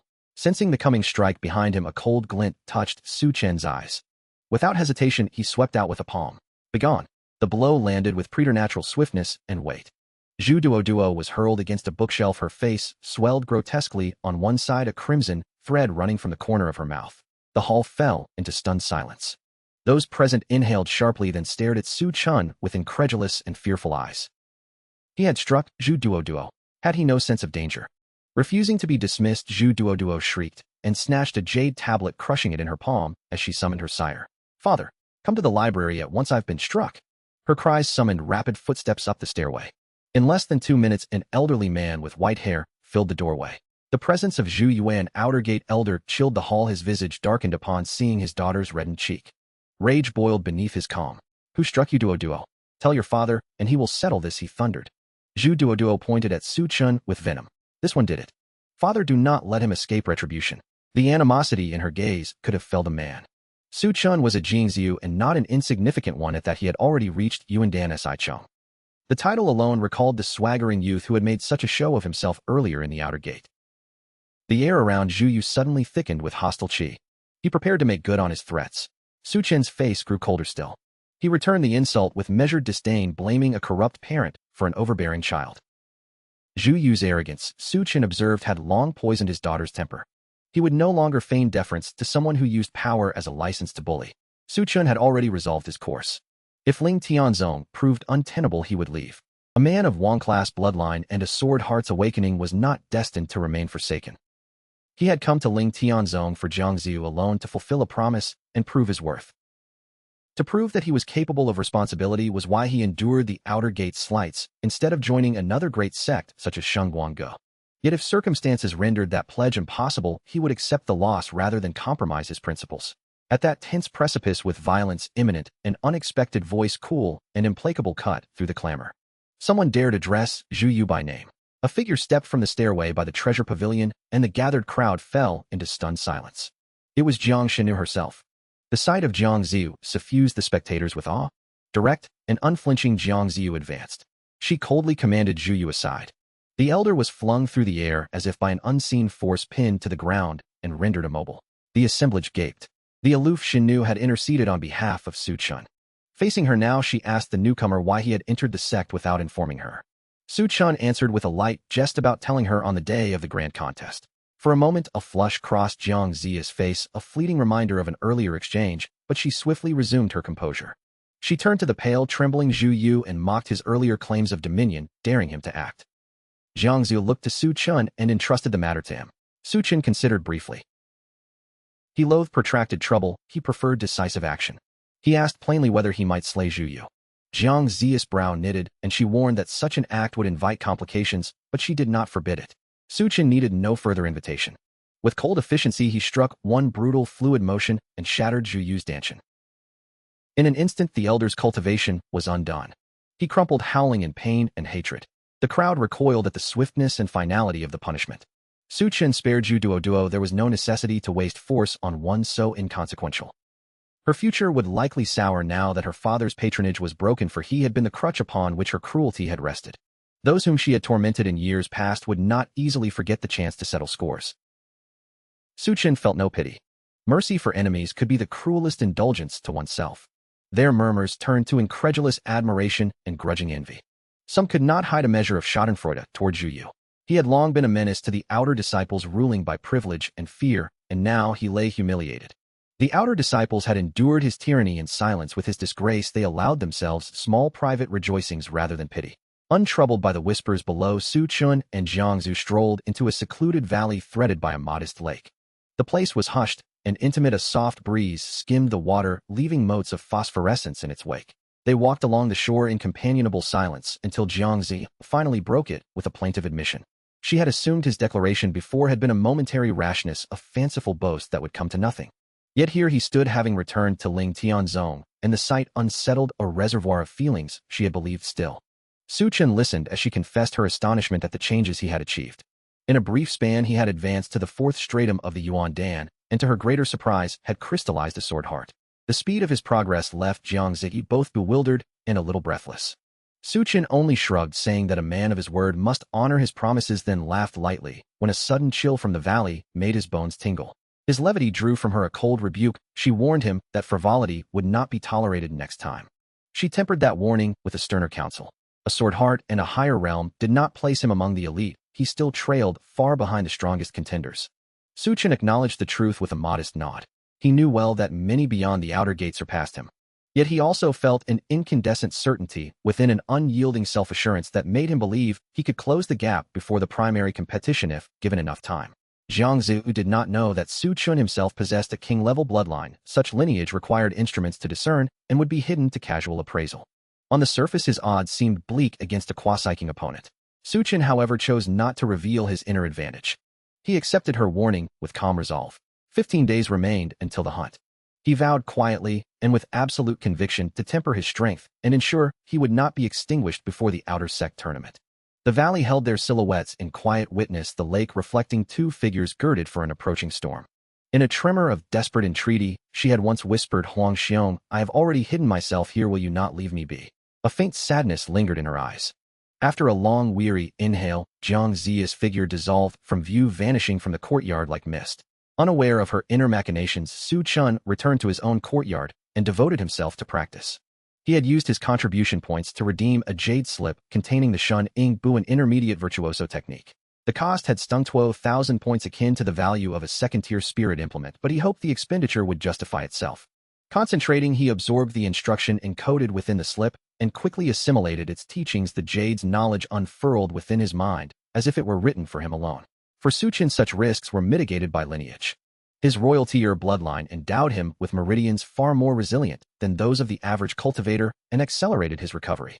He set to work with unwavering focus, painstakingly unblocking the delicate channels in his thighs and calves, guiding his chi with methodical patience. Time flowed on in quiet increments while he repeated the same disciplined movements until his body learned the choreography. 7 days later, the results were apparent. Chen's form flickered across the courtyard, here one breath, the next, within the inner compoundee's motion, a rapid succession of relocations. Observers would have measured that each disappearance and reappearance spanned exactly 10 paces. He had reached Shun Ing Bu's first realm. Panting lightly and wiping sweat from his brow, he conjectured that if the higher realms could be attained, one might vanish utterly from a spot with scarcely a thought. With the Liao Dwai looming within a week, Chen elected to reinforce his advantages. He possessed 3,200 contribution points, which he converted in the Linky Gu into 1 second-tier spirit sword and 1 first-tier implement, intent on devouring them to bolster his bloodline. Though the infusion would not lift him from lower to mid-tier within the Wang grade, any increment of strength was welcome. Prudence demanded preparation. If Jiang Ziya's warning were true and fierce battles awaited at the tournament, he would face them better armed than before. After the purchase, he returned to the courtyard and resumed his cultivation, the remaining days slipping away in measured industry. Dawn of the 8th day arrived with the herald of the Liao Dwai. Chen pushed open his door and stretched, bones and sinew cracking as his body unfurled. His aura had palpably strengthened since a week prior. His martial cultivation had advanced to the 5th layer of the Yuandan stage. His bloodline, too, had improved, marginally insufficient to be called mid-grade, yet appreciably superior to an ordinary lower-rank lineage. Without further hesitation, he set out for the site where the tournament would convene. Chen needed no deliberation and crushed the jade without hesitation. As the teleportation energy gathered, he sensed a gaze fixed upon him. Turning, his eyes met a face contorted with hatred. Zhuang, the very man whose arm Chen had maimed. The recognition was instant and chilling. Zhuang's presence promised that the tournament would open with personal enmity rather than mere chance. Zhuang fixed Chen with a face contorted by hatred, his eyes aflame with murderous intent. He meant to seize this opportunity to slay the young man inside the arena and avenge his lost arm. The thought of retribution twisted every feature of his face into something uncannily malevolent. As if sensing Zhuang's plan, Chen narrowed his eyes, a cold glint flashing across them. He shaped his lips and called out with composed defiance, "Bring it on." Zhuang's countenance darkened further at the provocation. He ground his teeth and vowed silently to make Chen suffer before he died. Watching the teleportation with bloodshot bitter eyes was Zhu Yue, the very man whose Dantian Chen had destroyed. Since that humiliation, Zhu Yue had schemed in secret, bribed, and mobilized his network to set a trap for Chen. Seeing the boy enter the arena, he allowed himself a cold, triumphant smile and muttered that he would watch him go in alive and come out dead. Light screens rose from the void, and the newly arrived disciples materialized within the hunting region. No one relaxed. Each person spread out cautiously through the woodlands, keenly aware that this was not a place for leisure, but for survival. The participants agreed tacitly to delay confronting one another until they had amassed sufficient points. Chen appeared in a densely wooded section and moved to hunt the rampaging beasts. Soon a tiger demon speckled with gold eyes, bloodshot, and saliva dripping leapt into view, unmistakably treating him as prey. Recognizing the creature as a Yuandan of the 4th tier, Chen employed Shenyin, who the instant shadow step vanished and reappeared before the beast, delivering a single devastating punch. The tiger's skull exploded beneath his blow, and a slender, white current of qi drifted into Chen's palm, leaving the numeral 10 to shimmer upon his arm. 2 hours flowed by as Chen continued his hunt, his points accumulating to 123. After dispatching a Yuandan of the 2nd tier, he turned to leave and suddenly sensed movement in the nearby thicket. He coldly called out that he had detected whoever hid there. From the grass emerged Zhuang, not by accident, but clearly having sought him out. Zhuang snarled that he had changed, and that Chen could not hope to withstand him now. "When I last crossed blades with him," Zhuang was only at the Yuandan 4th tier. In scarcely more than 10 days, he had leapt to the Yuandan 5th tier. Such a meteoric ascent seemed inconceivable. More alarming than the rapid advancement of his martial rank was the nature of the strike itself. Su Chen felt the punch not only brimming with colossal force but suffused with an intolerable searing heat that threatened to ignite his very spirit. The sensation suggested something far beyond ordinary cultivation signature he recognized at once. Su Chen merely sneered. He declined to confirm or deny the hypothesis outright, and with a flick of his body executed a blurring step and moved to intercept. In their prior encounter, he had intentionally restrained, keeping his nature and potential obscured. The incident with Su Tinpo had taught him prudence. He habitually guarded a reserve, hiding certain cards for later. Zhujiang, confronted with the onslaught, panicked and rolled aside, with little grace, narrowly escaping the blow. Defeat would have been humiliating. Desperation followed. He spat a curse, and with a hand flourish produced a jet-black pill. Without hesitation he swallowed it. The collision was thunderous.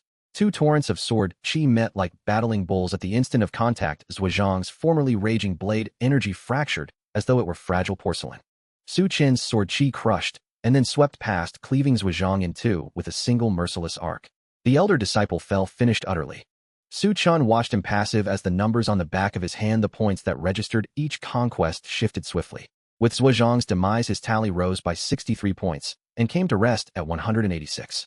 A faint brightness touched Su Chen's eyes as he acknowledged the accumulation. The hunt scoring system favored those who struck swiftly and cleanly. He felt no compunction for needless slaughter. Su Chen had no appetite for wanton cruelty. Yet if his suspicions were correct, if his position had already been noticed by many, and if favors exchanged with Zhu Yu or other motives drew hunters to him, then rivals would soon begin to present themselves, willingly eager to take him down for the rewards. A cold glint passed through Su Chen's gaze. Let them come, he thought. When they sought his life, he intended to harvest points in kind. With nothing more to do there, he turned and departed the area. Unknown to Su Chen, the duel had been projected outward. The scene of Zhujiang's fall now streamed across external screens and roused a frenzy. Those who had abstained from the hunt crowded before a glowing pane, slack-jawed. They watched the stranger who had first shattered Zhu Xian's sword chi with a single fist, then cleanly severed Zhujiang like one might dispatch a fowl. The astonishment was palpable. Hidden in the shadows, Zhu Yu's countenance hardened into a sullen mask. At first he had exulted when Zhujiang pursued Su Chen so swiftly, imagining the pleasure of watching that youth humiliated and slain. He had even instructed Zhujiang to consume the Bao Ling Dan, a potent second-grade elixir that could magnify a warrior's prowess manifold for a short span. To Zhu Yu's fury, Zhujiang was not victorious. He was cleaved in a single decisive stroke by Su Chen. Blood rushed to Zhu Yu's eyes as he cursed the failure and seethed in impotent rage. After a long, controlled breath, he stilled his emotions and peered at the moving image upon the light screen. His fists clenched, he ground his teeth and murmured that Zhujiang had been merely the weakest pawn, that more formidable handmaidens lurked in reserve. He watched a predatory grin creeping across his face as other screens revealed familiar silhouettes racing towards Su Chen's location. These, like Zhujiang, had accepted Zhu Yu's payment and vowed to end Su Chen at the Hunters' Tournament. One of them, he observed with smug certainty, was an Jie Ling Jinshi, a second-rank array master, whose formation could devastate even the mightiest swordsman if given time to congeal. Their contempt dissolved into shock almost immediately. When Su Chen drew his blade, the first stroke he unleashed was not flashy, yet carried an authority that made the four attackers' faces blanch. The sword's harmonics hammered their grips, sending pain along their palms, as if the very sinew might splinter. For a moment, they re-evaluated the ledger of risks. Zhu Yu had misled them. Su Chen had undergone a transformation in the space of 15 days that none of them had anticipated. Resolve tightened their jaws. They forced themselves to press on despite the dawning dread. Su Chen's expression sharpened. A Ling Jinshi without protection remained vulnerable, and he resolved not to grant the array the crucial moment of completion. He launched himself with the swiftness of his Shining Bu, seeking to close the distance to the arraymaster and sever the scheme with a single lethal stroke. The arraymaster's pupils contracted, panic flared in his voice as he yelled for aid. The four brothers' teeth clenched, barred him from reaching their chief. The formation's integrity was the keystone of their plan, and they would not permit its destruction. Incensed by their presumption, Su Chen unsheathed the ruined blade he carried and sneered at their frantic interference. He proclaimed them only bothersome flies and challenged them to see how many sword strikes they could withstand. Then he moved like a torrent. Employing Bai Jianshu's second form Duanhai, he launched a cataclysmic arc of sword chi that poured forth like a tidal deluge. The four attackers answered in unison, invoking their own combined technique, Guangfeng Zhan, their spirit energy, converging into a furious counterstroke. The collision of forces detonated with apocalyptic force. A concussive shock swept outward, uprooting trees and shredding the forest silence. The smoke and splinters had scarcely settled when another slashing wave of sword chi descended, cleaving through the dust and bearing down upon the five. The battlefield became an arena of savage light and thunderous impact, each exchange revealing that Su Chen's blade was not merely powerful, but meticulously honed. Against such relentless swordcraft, the brothers' confidence faltered. Even their leader's array now hung in precarious uncertainty as the young swordsman pushed relentlessly forward. A savage sword chi swelled before their eyes, enlarging until it dominated the space between them. For a fleeting instant, each of the men tasted regret. Perhaps they should not have provoked this young sword cultivator for the sake of petty gains. But remorse is a luxury the world rarely affords. There is no remedy for what has already been done. All that remained for them now was to summon every ounce of strength and resist. They roared in unison and unleashed another coordinated strike, Kuangfeng Zhan blades cleaving the air. 3 of their number managed to hold their ground, but the weakest was swept aside in an instant. His body cleaved through the torso and rendered beyond salvation. The survivors' eyes flamed red with fury as they bellowed Wu Di. Their faces twisted into masks of hatred and predatory intent as they turned to Su Chen, convinced he had slaughtered their 5th brother.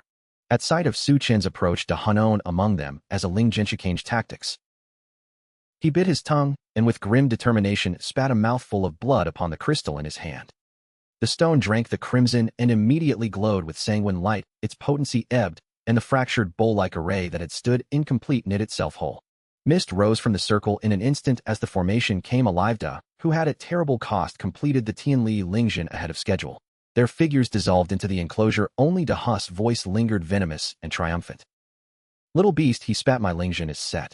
You shall perish despair within my Tianli Lingjin. No sooner had his words faded than a roiling blue dread energy pooled at the zenith of the array like a gathering storm. A thunderous crimson bolt then cleaved the air, descending like a peerless blade aimed at Su Chen. Space itself shuddered as the lightning tore through it, threatening to rend the heavens.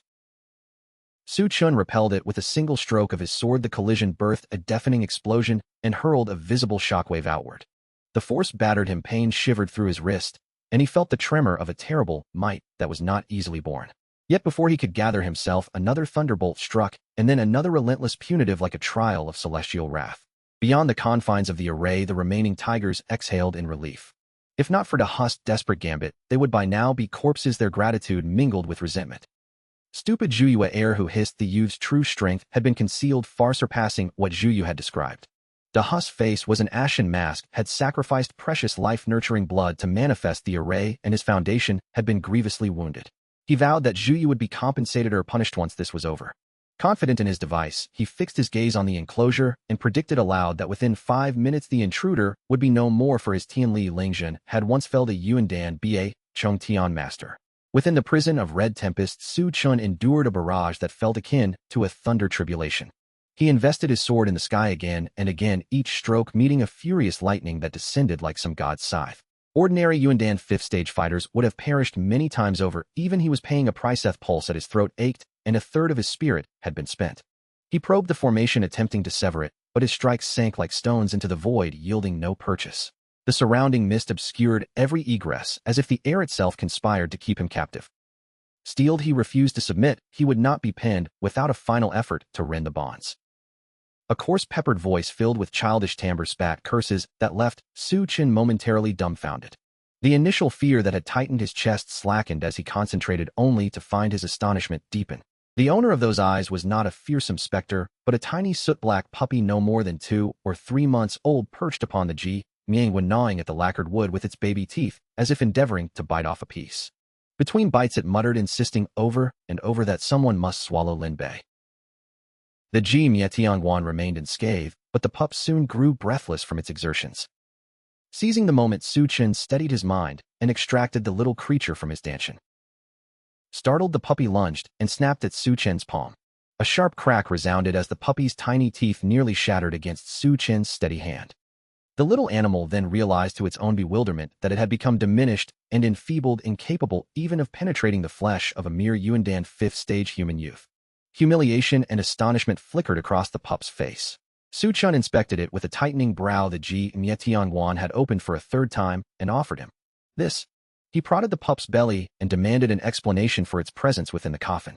The pup scorned him with a huff, retorting that it was none of his concern. Amused by the creature's insolence, Su Chen gestured toward the converging crimson thunder above and warned that he would make the pup serve as a shield if it remained silent. The pup bristled but kept up its bluster, though fear prompted a quick protest imploring Su Chen to listen because Lin Bei could in fact break arrays. Intrigued despite his skepticism, Su Chen prepared to fling the pup skyward as a living block against the impending lightning. The creature, however, protested fiercely, declaring that it was a master of arrays and could effortlessly dismantle the formation. Su Chen, doubtful that a 2- or 3-month-old pup could claim such mastery, nonetheless hesitated. The pup insisted that before being dragged into the black coffin, it had been tall and formidable, a far cry from the infantile form now returned. Trusting the pup, if only because the creature posed no threat and would perish if Su Chen perished, he conceded and demanded to know how to break the formation. The pup sprang to life, pointing to 4 cardinal directions and instructing Su Chen to strike once at each point in sequence. With a wry curiosity, Su Chen complied. He unleashed 4 precise sword slashes at the indicated bearings. The energy that had been surging into the formation stuttered and ceased. A crisp, intrusive sound of snapping echoed in his ears. Then, with a thunderous collapse, the painstakingly constructed Tianli Lingjin disintegrated. The pup swelled with arrogant pride, boasting that such a rudimentary second-tier Lingjin was child's play to Lin Bei. Grateful and impressed, Su Chen praised the dog and invited it to follow him, promising prosperity and comfort. The pup bristled at being called a dog, insisting instead upon its true name, but Su Chen paid little heed. He returned it to his Dantian with a thought, and watching the dissipating mist narrowed his eyes. The 4 assailants who had conspired against him had already drawn blood. One of their younger brothers lay dead by Su Chen's hand. There could be no mercy. He resolved to eliminate them all to forestall future trouble. Su Chen, sword in hand, charged the stunned opponents as the collapsed formation left them exposed. Da Hu and his companions stood aghast, unable to comprehend the sudden failure of their Lingjin. Before they could react, a razor-sharp sword chi descended with merciless precision. Da Hu narrowly avoided death, but lost an arm as it was severed clean away, erupting blood into the air. His 3 brothers fared worse. 3 streaks of sword chi flashed, and their heads flew free. They died with eyes wide and frozen in disbelief at how swiftly their doom had arrived. An oath of loathing spat from Da Hu as he ground his teeth, his voice thick with venom. He knew with stinging certainty that Su Chen had been the one to strike. Yet before any further exchange could unfold, Su Chen emerged from the thick mist. He regarded the fallen figure on the ground, Thay man, missing an arm, with a cold, detached gaze, and commanded, "Stop crying. Move on." He felt no inclination to linger over creatures of that nature. Without preamble, Su Chen raised his sword once more. With a single decisive stroke, the blade cleaved through the air. Da Hu's head fell away with a resonant finality, and his curses died with him. Even at the moment of his death, Da Hu could not fathom how a swordsman could shatter the protective Tianli Lingjin he had so carefully constructed. After the confrontation, Su Chen felt the rising scores on the back of his hand accelerate until they settled at a flat 600, an increase of more than 400 points. His eyes brightened at the unexpected bounty. He gathered the bloodied bodies and the contents of their spatial rings, then departed without delay. Shock rippled through the assembly. Many had earlier believed the youth to be doomed, when Da Hu completed his fabled Tianli array, a configuration notorious for once having felled a Yuan Dan 8th-tier warrior during a task. The young man's prowess, while formidable, had not seemed to reach such rarefied heights. Yet here he was dismantling the array with an ease that suggested effortless mastery. Whispers of incredulity spread. Could this youth be an aficionado of arrays as well? The notion seemed implausible. Mastery in martial swordsmanship and profound accomplishments in arraycraft rarely coincided in a single devotee. Still, if Su Chen were not an array specialist, how else had he so casually broken the second-tier formation? The contradiction gnawed at the crowd, leaving them baffled. Unbeknownst to them, it had not been Su Chen himself who directly unmade the formation. Hidden within the array had been another presence, a small black dog that Su Chen had released from his Dantian. When the formation dissolved, it withdrew, taking its essence back into Su Chen's core, so none outside the array had noticed its existence. In the shadows, Zhu Yu's fury swelled until it felt as if his chest might burst. His laughter had been loud and triumphant, certain of the youth's imminent demise. The reversal stunned him into near unconsciousness. He seethed and ground his teeth, calling the participants fools, and vowed that the boy should not be so fortunate. He reminded himself that his own disciple far outmatched Da Hu's men, and resolved to wait. The hunter's demon assembly would endure for 5 days, and he still had opportunities to strike. Anger turned into a roar in Zhu Yu's mind as he pledged in private contempt, "I refuse to believe this brat will leave alive." Having left the scene, Su Chen arrived at a riverbank and cleansed his hands. He focused inward and reached out to communicate with the small dog within his Dantian. "Quiet now, Xiao He," he said. The creature that had been resting atop the Ji Mietian Guan snapped awake with indignation and protested loudly. "Lin Bei is not Xiao He. Lin Bei's de Petit it proclaimed all swagger and bravado. Xiao Hei's tone shifted from petulant to urgent. It claimed credit for cracking the array and insisted it possessed other talents as well, but it was depleted and required the spiritual remnants of Demon Xiao Pa to restore its power. In exchange for assistance in gathering those essences, it vowed to teach Su Chen its other abilities. Its core had not been extinguished, the foundations remained intact, and with cultivation could be rebuilt. Su Chen rejected the proposal outright. Any creature capable of condensing Yao Po would be comparable to beings beyond the Tuotai threshold and far beyond his current ability to confront. To pursue such entities would be tantamount to courting death. He also feared the danger of empowering a creature whose nature he did not fully understand. The thought of potential backlash if Xiao Hei grew too powerful troubled him. Curiosity and caution warred within Su Chen. He provisionally fed a trace of spiritual force into the third talisman. In response, he perceived the iron chain coiled about the dog, the slender link anchoring the creature's fate to the coffined artifact. At a single thought, he could end Xiao Hei's existence. The revelation confirmed the veracity of the creature's claim and eased some of Su Chen's concerns. After a moment of reflection, Su Chen consented to a conditional pact. He promised that when opportunity allowed and he had grown stronger, he would aid Xiao Hei in reclaiming Yao Pa to restore its former potency. An obedient, loyal beast could be a formidable asset in battle, and having such a confederate under his control would be advantageous. Xiao Hei then expanded upon its prodigious portfolio. It declared with evident pride that it was not merely adept at disassembling formations, but was also proficient in alchemy and in the art of forging and refining instruments. Su Chen's surprise was genuine. Few beings could claim expertise across the triad of formation work, alchemy, and smithcraft. To test this claim, Su Chen slipped a fractured bladion he carried for the purpose into his Dantian and asked Xiao Hei to mend it. At first a smirk crossed Xiao Hei's face, boasting of its capabilities. Then its expression soured. It muttered a string of invectives, seized the dulled fragment, and with a sudden ferocious snap, bit down upon the broken steel. Xiao Hei's jaws clamped upon the sword, and it set about its work with the raw, feline ferocity of a creature that blends audacity with talent. Startled by the exigency of the moment, Su Chen immediately pried the creature away from the fractured blade. After laboring a while, he finally expelled the blade from his Dantian. He snapped, irritable, "Xiao Hei, why did you suddenly go berserk?" Xiao Hei's visage darkened as he replied, "If you were chased and hacked at by that wretched sword for 30 or 50 years, you would lose your mind too."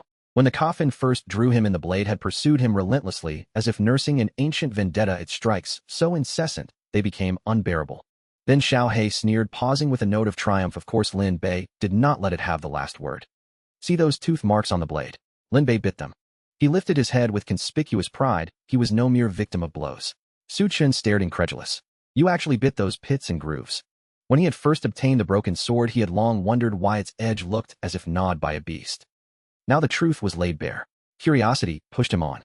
"What cultivation level were you at then?" he inquired. The blade's alloy had seemed impervious whenever he had tried to mar it. No dent remained. For someone to bite a once pristine longsword into such a state, their jaws would have to be formidable. Xiao Hei opened his mouth with an arrogant flourish, then muttered, almost reluctant to reveal too much at that time, "Taking out 10,000, 80,000 of you with one breath would have been trivial." He shook his head, dismissive, and then said, "Enough questions. You restore my strength, and I will teach you alchemy, forging, and arraycraft. You will not suffer a loss." Su Chen did not press the matter. He assented, "Very well. I will help you find Yuma spores when the opportunity arises." With the bargain sealed, Xiao Hei drifted into a heavy slumber.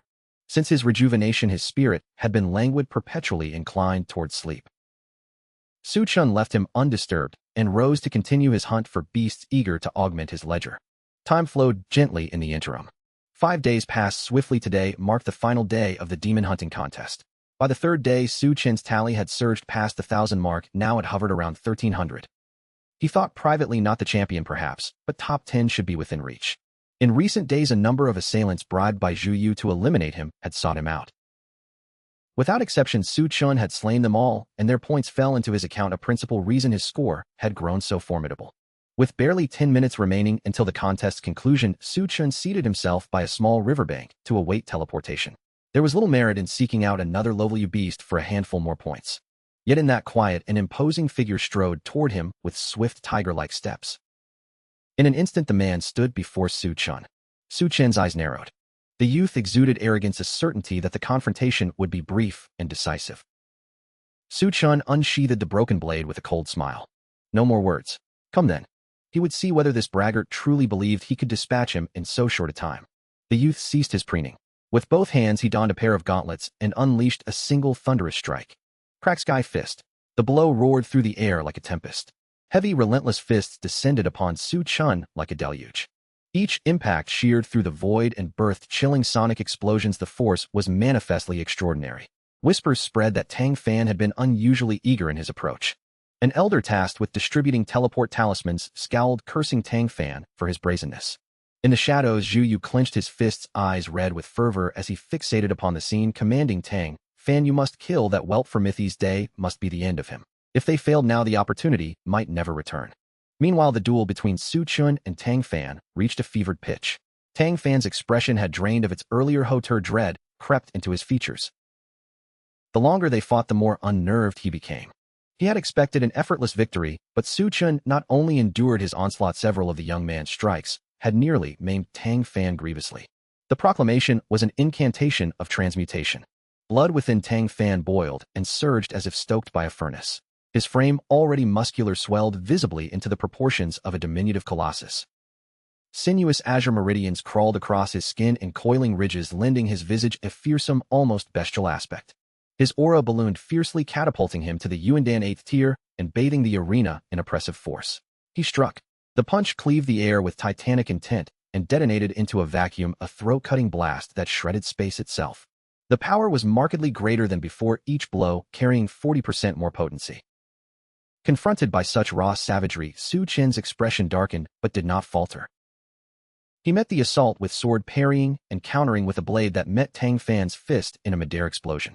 A shockwave fanned outward, scattering debris and reverberating like thunder. When the smoke cleared, Tang Fan staggered back a few paces, yet broke into a brazen, triumphant laugh.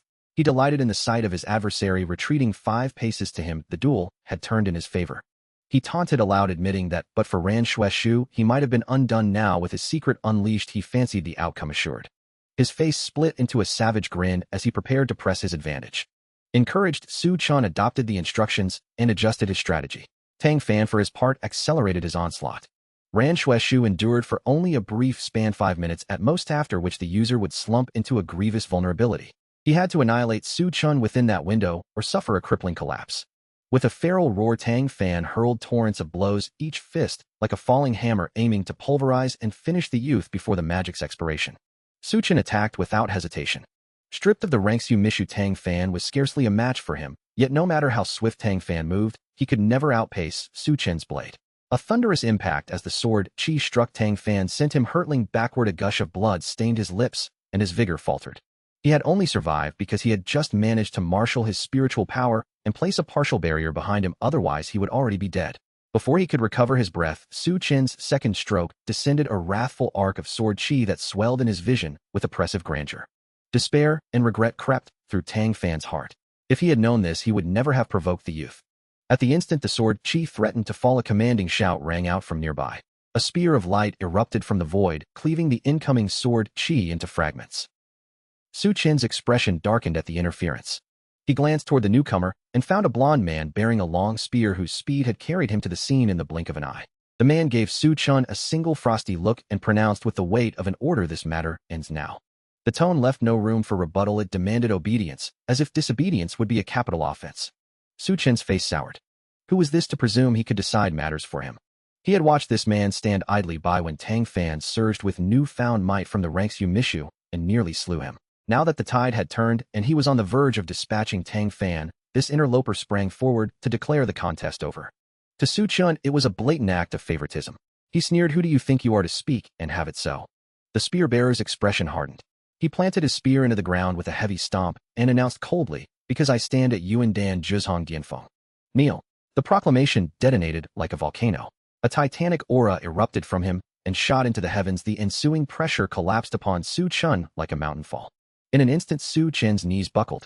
He wrenched his inner reserves outward, forcing his Qi to brace his body and halt the fall before he struck the ground. Even so, his skeleton protested with brittle creaks and tremors ran through his frame. The burden was intolerable.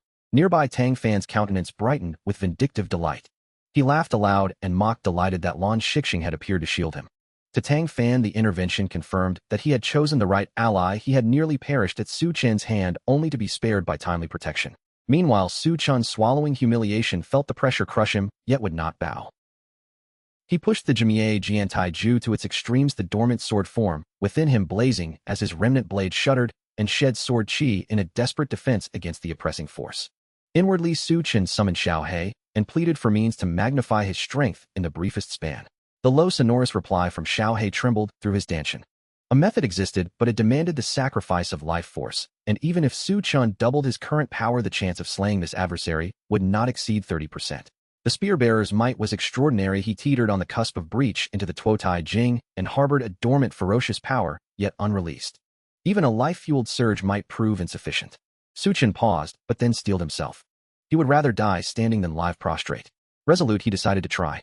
Xiao He consented to assist, and began to draw upon his life energy to empower Su Chen. Before the ritual could culminate, an inexplicable suction dragged at Su Chen's senses. The world spun, and when his vision cleared, he found himself standing once more upon the plaza from which they had departed 5 days prior. The crushing pressure that had weighed upon him had vanished. Evidently, the demon hunt conclave had concluded. All survivors shimmered back into the open, being returned to the square. Lan Wushuan and Tang Fan materialized as well. Lan surveyed Su Chen with a derisive curl at his lips and said, "You are fortunate today. Had I had another moment, I would have crushed that insolent whelp myself to preserve my dignity." Lan Wushuan's derisive words cut through the air like a blade. Su Chen's complexion darkened into a thunderous shadow, his fists clenched until his knuckles whitened. He inhaled deeply and forced his fury back into the depths of his chest. Let the outer Manda by outer gate contest come in a month, the true outcome would be revealed then. Whispers spread like wind. Was this a formal challenge? Lan Wushuan was recognized as the preeminent outer disciple. To provoke her was folly. Many shook their heads and judged Su Chen reckless, fortunate only to have survived. Although his feats in the demon hunt were luminous, slaying Zhuang and the 5 tigers and nearly overcoming Tang Fan at the pinnacle of the 7th Yuandan, few believe he stood any chance against a cultivator who had long since reached the 9th stratum and teetered on the threshold of rebirth. To most, Su Chen's defiance seemed a desperate march toward doom.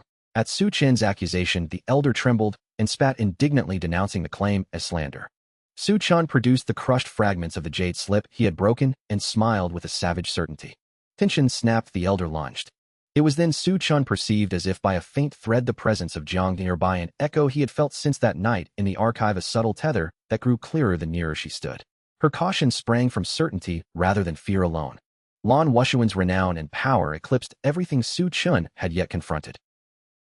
Even Su Chen's meteoric rise over the past month could not, in her estimation, equal the depth of Lan Wushuan's cultivation and pedigree. Though Su Chen had struck down formidable foes like Tang Fan and had even come close to slaying others, those victories did not translate into parity with a rival of Lan Wushuan's caliber. If they met on the day of the Outerman contest, she said the outcome would be a swift and irreversible end. After tending his wounds and secluding himself for 2 hours, Su Chen took his identity token and strode to the Linky Ge. His victory at the Liaodawai had earned him first place, and by regulation 50,000 contribution points, enough, he thought, to purchase several third-grade spirit swords, which once absorbed would accelerate his path toward king tier. He expected no impediment. The attendant elder, however, informed him with an indifferent tone that no spirit swords remained in the pavilion. Su Chen's brow furrowed. When he inquired about second-grade blades, the reply was the same. If none would arrive soon, he had to ponder other avenues. Something in the elder's look struck him as pointed. It hinted at deliberate exclusion. Without hesitation, Su Chen set out, and soon arrived at Tianhicheng. He made straight for Jinbei Gu, reassured by the privilege of his VIP card that would grant him a 10% discount. When he stepped inside and surveyed the premises, vastly larger and more exquisitely appointed than the Zhenxing branch, he could not help but feel impressed. This was undeniably the preeminent Jinbei Gu of Tianhijun. An attentive young attendant approached with ceremonious courtesy and inquired how he might be of service. Su Chen nodded and produced a prepared list with a flick of his fingers. He requested a Dan Lu and several third-tier spiritual herbs. Xiao He had informed him that for the present it could only refine third-grade pills. The attendant registered Su Chen's request with surprise, and then with increasing astonishment. A third-tier alchemist was an extraordinary rarity, and one so youthful as this visitor was virtually unheard of. The attendant's expression soon turned apologetic. The 3 specific herbs Su Chen needed had already been sold out. Su Chen's brow tightened. The pill Xiao He would concoct Suling Danwara, designed to accelerate cultivation when taken before training. With the outer sect competition a month away and the gap between him and Lan Wushuan substantial, Su Chen planned to reserve some pills for sale and to ingest others himself to hasten his progress. Though confident he could best Lan Wushuan, he refused to be overconfident. Time was a precious commodity he could not squander. Su Chen's expression hardened. With a composed motion, he unsheathed a sword and let loose a single arc of force. He commanded them to disperse. The sword chi swept through the assailants, launching them against the hall's walls with bruising impact. Ribs cracked and blood spattered. The injuries were grievous. This display was deliberate restraint. That Su Chen intended to slay those men would not have survived. Su Chen recovered his composure swiftly, though his countenance darkened further. The yellow-robed youth sneered, convinced that a sword cultivator could not possibly be an alchemist. To him, the two paths were utterly distinct. It seemed preposterous that a boy of scarcely 15 could have attained mastery in both. Even if Su Chen were indeed a sword cultivator, the youth thought, he would not be permitted to act insolently before him. After all, his master was a venerable Ni-Arter-drank alchemist. Su Chen's brow knit tighter, and he shook his head with quiet impatience. He had already protested repeatedly that he had not come to cause trouble, yet the man persisted in branding him a troublemaker, dismissing his words, and slapping a baseless epithet upon him. Tired of the exchange, Su Chen prepared to ascend the stairs to seek an audience with the renowned Ni-Arter-drank alchemist. At her signal, cloaked figures materialized from the shadows, warriors garbed in black, whose auras were formidable. Even the weakest among them reached the 7th echelon of Yuan Dan, while the strongest teetered at the pinnacle of the 9th. Su Chen's expression hardened to stone. The onlookers exchanged pitying glances. This was Jinbei Gu, an august institution of the De Yuan Wangzhou, not a place where a lone adolescent could hope to prevail unless he concealed an extraordinary backing.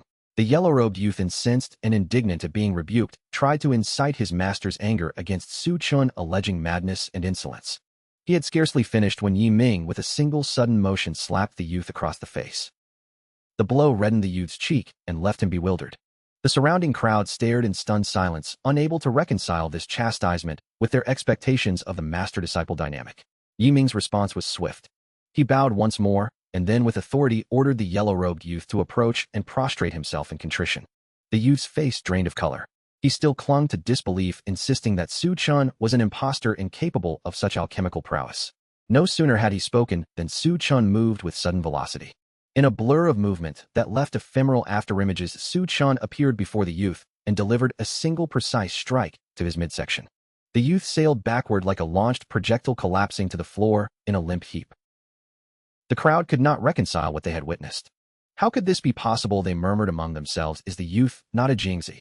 Then how has he become a Lian Dantian of Sampan or higher, and how had he achieved such astonishing results in two entirely different paths? No one could fathom it.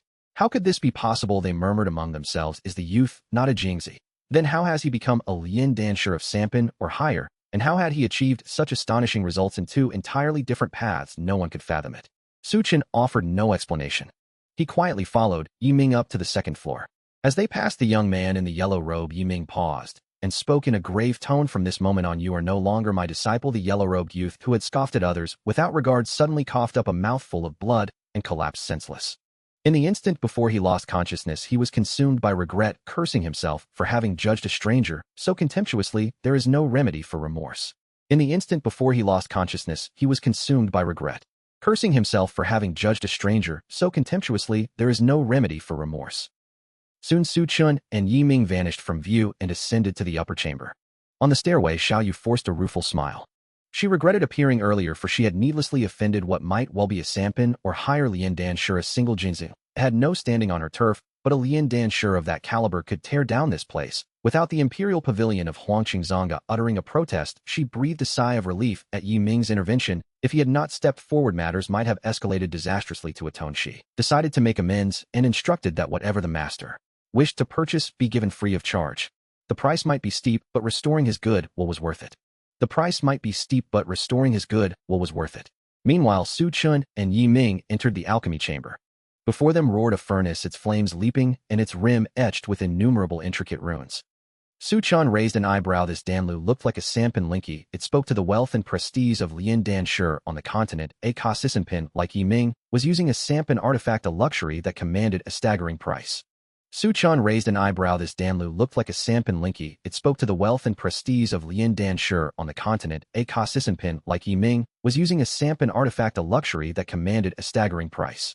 Yi Ming produced the pill he had just refined and bowed with visible reverence. I humbly asked the master to appraise this Daniel and point out where it falls short and how I might improve it. Su Chen's eyes narrowed as Yi Ming's request revealed a wary curiosity. The youth clearly suspected something about him and tested him accordingly. Such caution was only natural. Su Chen's appearance was far too juvenile to allay suspicion. The youth clearly suspected something about him, and tested him accordingly. Such caution was only natural. Su Chen's appearance was far too juvenile to allay suspicion. Su Chen examined the Yu Huadan carefully, and then spoke with calm authority. The pill has detoxifying restorative properties, but it is inferior in grade. Its efficacy is under 30% to begin with. The furnace fire was too intense, which evaporated much of the potency from the first herb. The extraction technique for the third herb was crude, leaving too many impurities. The seventh and ninth finger methods during condensation were incorrect. His assessment was precise, and every criticism landed squarely on target. Su Chen examined the Yu Huadan carefully, and then spoke with calm authority. The pill has detoxifying restorative properties, but it is inferior in grade. Its efficacy is under 30% to begin with. The furnace fire was too intense, which evaporated much of the potency from the first herb. The extraction technique for the third herb was crude, leaving too many impurities. The seventh and ninth finger methods during condensation were incorrect. His assessment was precise, and every criticism landed squarely on target. Yi Ming was shaken by the accuracy of the appraisal. He had not tested the pill. Su Chen had gleaned these flaws at a single glance. The realization struck him like a tide. This one's level in alchemy far surpasses mine. Only someone of a considerably higher rank could identify such defects at a glance. Yi Ming's respect grew profound. He bowed deeply. It is my fortune to have encountered a master such as you. He then asked about specific herbs. I have heard you require long yin chao by Jigua and Tian Imu. Su Chen inclined his head. Yes, I need 3 specimens. Yi Ming smiled and offered without reserve. I have already refined the Yu Huadan, and the remaining herbs are superfluous. Consider them a gift for your first visit. Nearby lay more than a dozen portions of third-grade spirit herbs, and Su Chen's interest was stirred.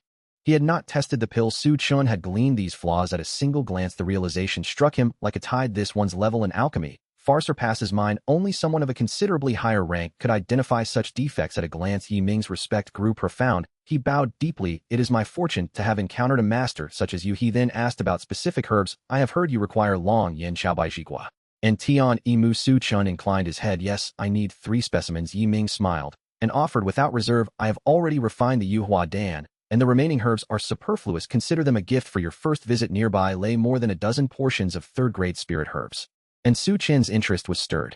After a moment of reflection, Su Chen replied, I will not take advantage of you. Very well, I shall refine another furnace of Yu Huadan for you. Yi Ming's face brightened with gratitude, and he withdrew from the room, aware that the intimate techniques of each alchemist were closely guarded secrets, and that the youth had not invited him to observe.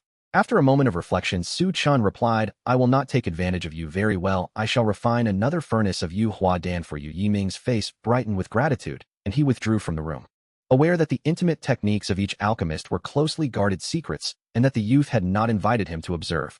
No sooner had Yi Ming left than Su Chen changed his mind and released Xiao He from concealment. Xiao He rose on his haunches and thumped his chest with pride. Leave this to Lin Bei. Another Sampandanyo is nothing. I could refine one at 7 years old. With a flourish, he snuffed out the ordinary flame in the furnace and replaced it with a pool of utterly black fire. The dark blaze churned and from time to time coalesced into the shape of a ferocious beast. Xiao He explained with arrogant relish. These are Ihuothi anomalous fires I captured earlier. They are far stronger than common flame or beast fire. No sooner had Yi Ming left than Su Chen changed his mind and released Xiao He from concealment. Xiao He rose on his haunches and thumped his chest with pride. Leave this to Lin Bei. Another Sampandanyo is nothing. I could refine one at 7 years old. With a flourish, he snuffed out the ordinary flame in the furnace and replaced it with a pool of utterly black fire. The dark blaze churned and from time to time coalesced into the shape of a ferocious beast. Xiao He explained with arrogant relish. These are Ihuothi anomalous fires I captured earlier. They are far stronger than common flame or beast fire. Xiao He began the refinement. His paws danced in the air, casting seals and tossing the herbs into the furnace. The black fire devoured each spirit herb and left behind pools of pure essence that floated like liquid starlight. Gradually, the essences fused under Xiao He's careful seals until 3 luminous pills formed, each aglow with inner light. The dan was complete. Su Chen watched with a bemused expression. For reasons he could not yet explain, the process seemed simpler than he had anticipated. The seals Xiao He used were immediately familiar to him, as if he had once practiced them himself. Xiao He, mistaking Su Chen's puzzlement for astonishment, puffed out his chest and boasted, Do not worship Lin Bei, he said with pride. If I teach you for 8 or 9 years, you should be able to refine this Sampandanyo yourself. For reasons he could not yet explain, the process seemed simpler than he had anticipated. The seals Xiao He used were immediately familiar to him, as if he had once practiced them himself. Xiao He, mistaking Su Chen's puzzlement for astonishment, puffed out his chest and boasted, "Do not worship Lin Bei." He said with pride, "If I teach you for 8 or 9 years, you should be able to refine this siphoned daimyo yourself." After handing the jade vial containing the 3 Yuan Dan to Su Chen, Xiaohei withdrew into the Dantian. Su Chen straightened himself, smoothed his expression, and called to the doorway with a cool voice, inviting Yi Ming in. Yi Ming entered with evident deference, yet his astonishment was immediate. How could it be finished so swiftly? From the moment he had stepped away until now had not even been 10 minutes. Yi Ming could scarcely believe it. Even a third-rank alchemist would require hours, perhaps several, to complete such a furnace.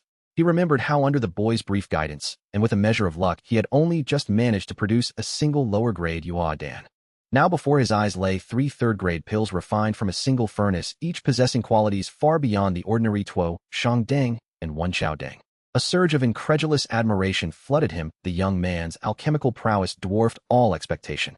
Su Chen's brow rose, and then smoothed. He refused without hesitation, advising Yi Ming to claim the pills as his own.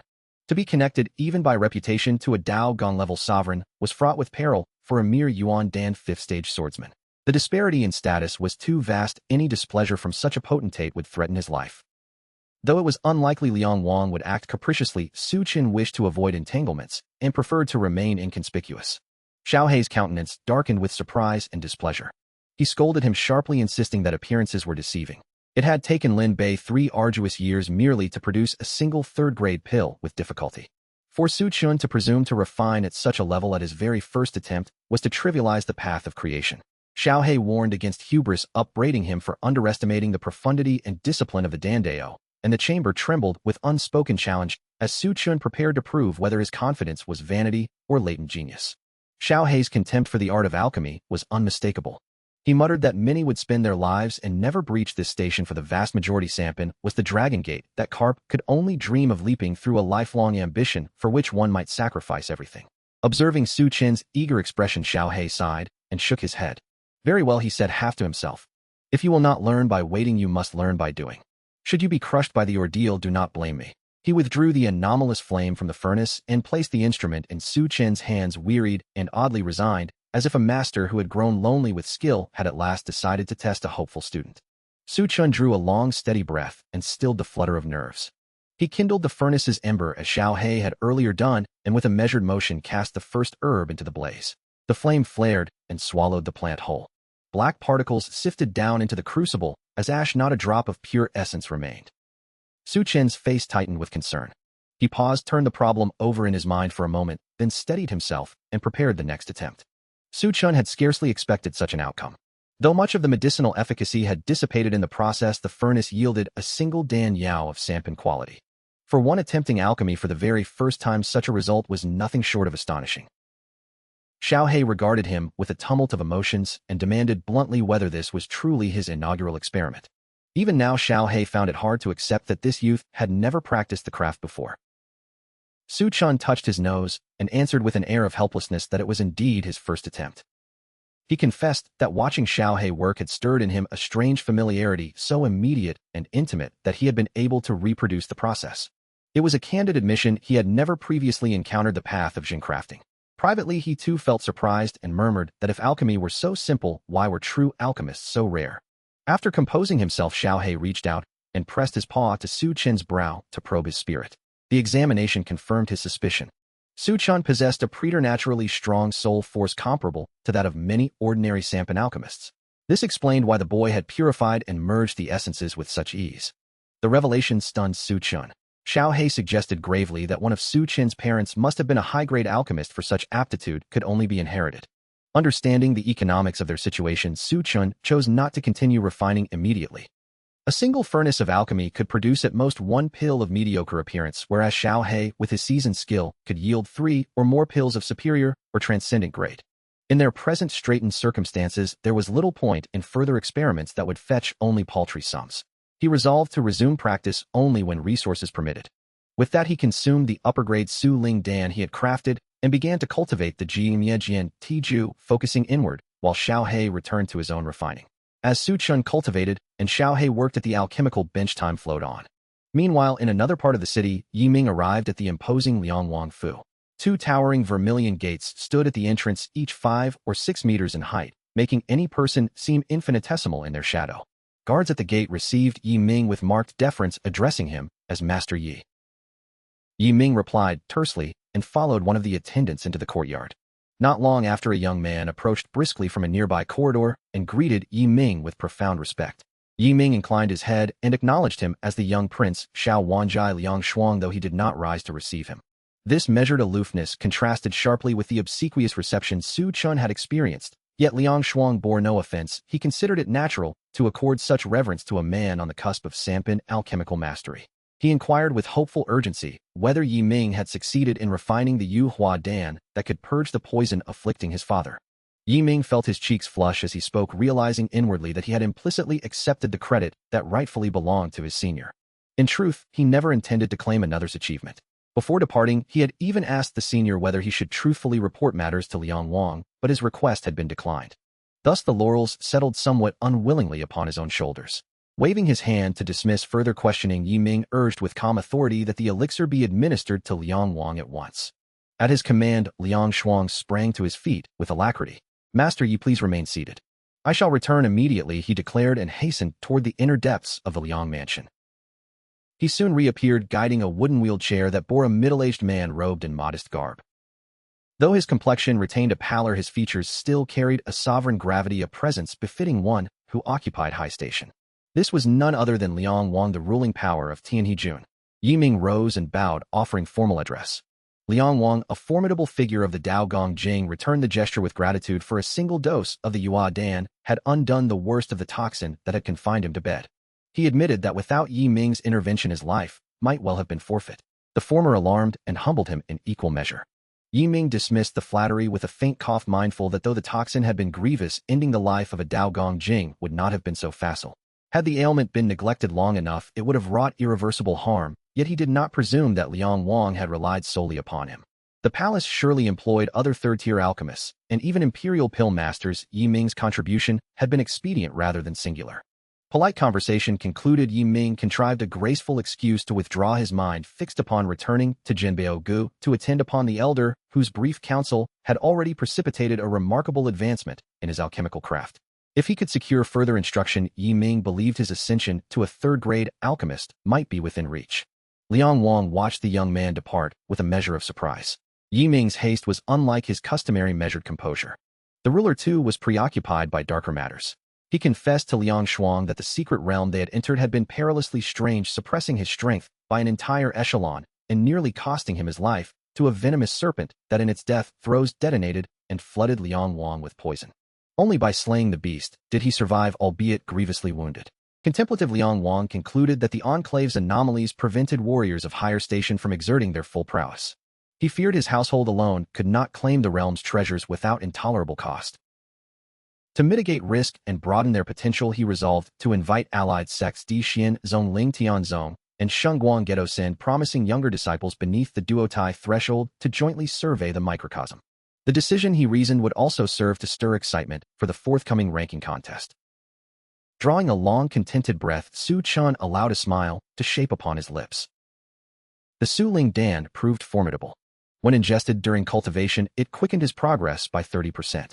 One such upper-grade pill sustained an hour of intensified training. An extraordinary specimen would double that period. Opportunity surged through him. Without delay, Su Chun gathered Xiao He back into his Dantian and summoned Xiao Yu. The subordinate arrived with obsequious haste, for since Yi Ming's counsel, she had realized that this young cultivator deserved the highest deference. Su Chun instructed her to dispose of the pills under Yi Ming's name, accounting for costs, and converting 30% of the profit into third-tier spirit herbs, while exchanging the remainder for spirit swords. He emphasized discretion. He sought to avoid unnecessary scrutiny. At the sight of the steaming pyramids of elixirs upon the table, Xiao Ye's composure ruptured. Her pupils narrowed until they were mere pinpoints, and her body trembled as if seized by an earthquake. In scarcely more than 2 hours, the pale-looking youth before her had produced an astonishing complement of third-grade pills, most of which radiated such concentrated potency that even without precise instruments, she could sense their superior quality. The spectacle moved her profoundly. Xiao Yu quickly recovered her composure. She drew several deep breaths, then, voice heavy with resolve, assured, "Rest assured, Senior, entrust this matter to me. I will see it arranged impeccably." After speaking, she gathered the speed spirit pills from the table and with meticulous reverence withdrew from the VIP chamber. Unbeknownst to her, the pills upon the table did not constitute the entire yield of the recent alchemical effort. Only 2/3 had been placed there. The remaining third had been retained by Chen for his own forthcoming cultivation. Had she known this, her jaw might have dropped to the floor. Even without that knowledge, she was profoundly astonished. Where she had once harbored doubt at Yi Ming's grandiose comparisons, now his words seemed entirely justified. The youth before them was nothing less than an imposing mountain of talent. Xiao Yu, meanwhile, inhaled resolutely and prepared to sell the speed spirit pills in Yi Ming's name. In her thoughts, she imagined the leverage that support from such a formidable alchemist would yield. Her faction's fortunes were tangled and diminished. Her subdivision had been dispatched to govern Tianhe only after losing the struggle for influence. If she could secure the backing of an inscrutable and potent alchemist, she might one day return to the capital and contend with those who had bested her house. Chen, however, was unaware of these machinations, for he was immersed in cultivation within his chamber. Time passed in quiet diligence until, with a long exhalation, Chen opened his eyes and a gleam of triumph crossed his expression. He had broken through to the pinnacle of the 5th layer of Yuan Dan sooner than expected. This swift advancement he attributed entirely to the speed spirit pills. Without them, he might have needed several more days to approach the same threshold. In that moment, Chen felt anew the reason alchemists commanded such respect and wealth. When he first arrived at Tianhe City, he had possessed only 500,000 inferior-grade spirit stones. The contents of the space ring now presented to him far exceeded that sum. After a modest pause, Chen asked if Tianhe City traded in Yaopa demon essences, because he recalled that Xiao Hei's recovery required such essences. The dog, who had been convalescing upon the Jemmy Tingwen, lifted its head at the mention and looked expectant. Yi Ming hesitated, then suggested that Xiao Yu would know best. She had broader connections in the market. Chen summoned her. Upon hearing his request for a Yaopa, Xiao Yu reflected and replied that such essences were seldom offered openly. Yet she had learned that Liang Wang had recently slain a duotelevel poison python within a certain Mi Jing, and though its mortal body had been felled, its Yaopa had escaped into that secret realm and remained there. Chen's brow furrowed at this revelation. Secret realms, vestiges of a bygone era when martial sovereigns unfolded pockets of space for sect establishment and disciple cultivation, were notorious for harboring extraordinary opportunities. Over centuries, many of those creators perished, and the pocket spaces fell dormant only to reappear capriciously in later eras. Rumors abounded of those who had stumbled into such domains and returned infinitely advanced. Yet access was never free. If the Yaopa still dwelt within the Mi Jing and Liang Wang had claimed stewardship of the discovery, any retrieval would require negotiation or alliance. Xiao Yu proposed that Liang Wang had already notified 3 great powers, Di Xian, Zhongling Tianzong, and Sheng Guangyi, and invited disciples below Duotai to enter the Mi Jing together in 2 months' time. She could have permitted petition leaders within those sects to have their juniors extract the Yaopa in exchange for compensation.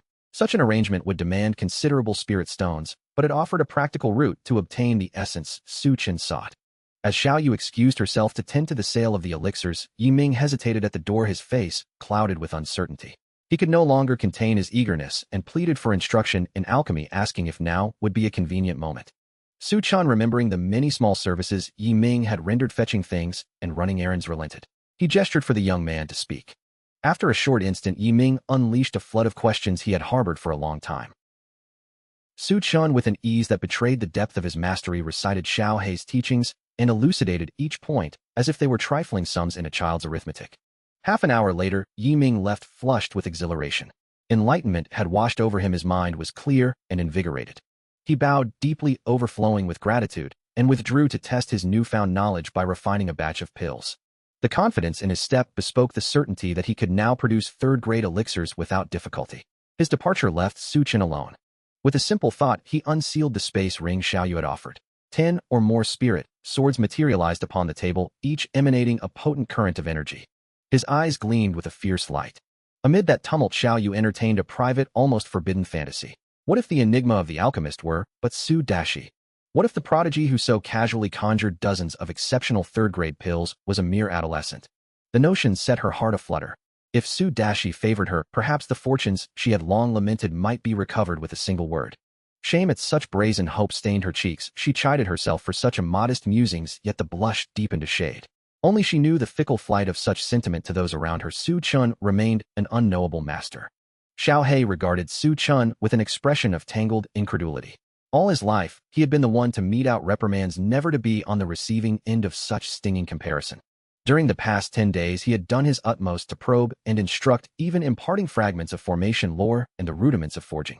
Yet the young man's aptitude for alchemy proved so preternatural that it eclipsed even Lin Bei, and only the realization that Su Chen's gift for arraycraft and artifact smithing remained less prodigious provided Xiaohe a fleeting rueful solace. He pondered the ascent with a soft exhalation. The stretch of 24 days still lay before him, and remaining within the confines of the treasure pavilion offered diminishing returns. Xiaohe had already transmuted every third-tier spirit herb into pills and exchanged the proceeds for first-tier spirit swords, while the shipments from Xiaoyu and the swords mobilized from the other 3 prefectures were yet to arrive. Better, he surmised, to venture outward and seek fortune through experience. Perhaps fate would conspire to present an opportunity that practice alone could not provide. Though he had grown markedly stronger in these 10 days, toppling Lan Wushuan would still be no facile undertaking. Time, therefore, was not a luxury he could squander. Placing his hand upon Shi Tsongfeng's shoulder, Su Chen drew forth and consumed the domineering sword energy that had nested within the man's form. The purge was absolute. Jimmy Jiantai itself seemed to pulse with a barely perceptible increase in strength as the hostile aura surrendered to Su Chen's absorption. Shi Tsongfeng inhaled sharply, a sensation of clarity and buoyancy spreading through him as if some leaden burden had been lifted. The numbing ache along his meridians dissipated, his entire bearing brightened with renewed vigor. Only then did he comprehend that his hidden danger had been truly expunged. Su Chen remained impassive as Shi Tsongfeng closed the distance step by step. His face betrayed not the slightest flicker of fear. Narrowing his eyes, he spoke with an icily detached calm, asking whether he was foolish, contemptible, or blind. His words, deliberately provocative, hung in the air like a measured challenge. In truth, Shi Tsongfeng's jealousy ran deep. The youth's innate affinity for the sword, the uncanny condensation of Jiankai at such a young age, had always rankled him. He had not labored decades to achieve even a foothold on the Jiandao, only to be outshone by a budding prodigy. He rationalized that if he had struck with true intent that day, the matter would have ended differently. To Shi Kangfeng, one deflected stroke meant little. Battle was a storm of dozens of blows, not a single flash. He refused to accept that Su Chen could withstand the onslaught he could muster. But before his stroke could reach its mark, a sword intent more potent than his own surged from the opposite direction, meeting his blade with overwhelming force. The collision was catastrophic. Shi Tsongfeng's sword shattered as if struck by thunder. In the same instant, the opposing Jiankai sheared through both his legs. He collapsed with a wet finality, blood pooling around him. The shock immobilized him. Horror and disbelief contorted his features. How could this boy, who 2 months prior had been barely Yuan Dan's second level, now emit such devastating power that his sword and legs were cleaved in a single stroke? Shi Kangfeng, meanwhile, lay defeated and disfigured by his own hubris. Pain and humiliation mingled in his features as he realized the gulf that had opened between Su Chen's sudden fearsome ascendancy and his own assumptions. He had misjudged not only the youth's reserve, but also the concealment that had cloaked Su Chen's true capabilities. Unbeknownst to Shi, the silent shroud of the Tingan within Su Chen had masked the intensity of his qi, allowing the young man to conceal the scale of his growth until he chose to reveal it. More than 2 centuries had passed since the renowned sword master O's Heise vanished without trace. Some whispered that he had departed the confines of the Dayuan Wangchao to seek vaster skies. Others insisted he had attained satiety and passed on. All agreed, however, that his whereabouts remained a mystery. Shi Tsongfeng's reaction was equal parts astonishment and desire. He had possessed a Lianjian Shi for more than a decade, devoting himself to extracting any clue it might conceal, yet never had he succeeded. That a youth could unravel such a secret in less than 2 months filled him with an unbearable bitterness. Su Chen made no effort to explain. He stowed the UPI away and commanded they depart immediately. He trusted neither Shi Tsongfeng nor the fragile loyalty of those who would circle like vultures at any hint of a master's inheritance. If word of O's his legacy spread, the entire Tianhe Jun would learn of his possession. The consequence of leniency could be fatal. A cold resolve hardened within Su Chen. In a swift, precise motion, he drew his blade and struck. A violent arc of sword qi cleaved the air. Shi Kangfeng, realizing too late the gravity of the moment, revealed a diminutive sword of jade no larger than a palm. With a wild snarl like a cornered beast, he cried out that O's his inheritance lay beneath the central lake of Tianlangling. Then, as if animated by desperation, the little jade blade darted from his hand like a living fish slicing through the void. It sped away toward Luanshan Jun, bearing the message directly to the formidable Zhujian Shanzhuang, the hegemonic power of that region. Before the blade could vanish, Su Chen's sword qi struck true, and Shi Tsongfeng was cut in two. Even in his final moments, Shi Tsongfeng laughed madly and cursed him, assuring that his death would not bring Su Chen tranquility. The journey consumed 3 relentless days. Su Chen rode and walked without respite, his condition fraying at the edge. She was only a Yuan Dan 6th stage cultivator, not impervious to fatigue. At the boundary between Tianyi Jun and Wanshan Jun, he paused to recover for a brief interval, letting the ragged breath of travel settle into his bones. He poured sword chi into the UPI. The pendant trembled, filigree patterns embroidered on its surface awakened and began to glow faintly. The lake's waters seemed to hold their breath as the pendant pulsed with ancient energy, as if Ozhizi himself had left the mechanism dormant waiting for the correct resonance to unlock what lay beneath the placid surface. Light swelled until it became a blinding radiance and swept across the lake. A colossal sword-shaped silhouette emerged upon the water. With a single thunderous convulsion, the central waters boiled, and from the depths ascended an immense sword-shaped stone gate. It stood roughly 5 meters tall and more than 3 meters across, its surface carved with innumerable ancient runes. The stone portal bore the weathered dignity of eons, as if it had stood here since the dawn of time. The gate gave a slow, resonant creak as it parted, revealing a black, fathomless aperture that seemed less like a passage and more like the yawning maw of some great beast awaiting prey. At this sight, Xiaohei's face brimmed with triumph. Su Chen drew a breath and asked with an equal measure of curiosity and resolve whether he should venture inside. Xiaohei nodded, and without further hesitation, Su Chen stepped through. The moment he crossed the threshold, the world turned. When he found himself in a broad, dry corridor paved with slabs of bluish stone. Without hesitation, Su Chen plunged into the sea of floating steel. The abjuration sword body awakened like a ravenous maw. In an instant, several first-tier swords were swallowed and dissolved to powder. Then more followed, after another, until the number of blades visibly diminished. Each devoured sword fed his cultivation. The abjuration sword body climbed with startling speed, its rank rising steadily toward the threshold of a mid-grade Wangji.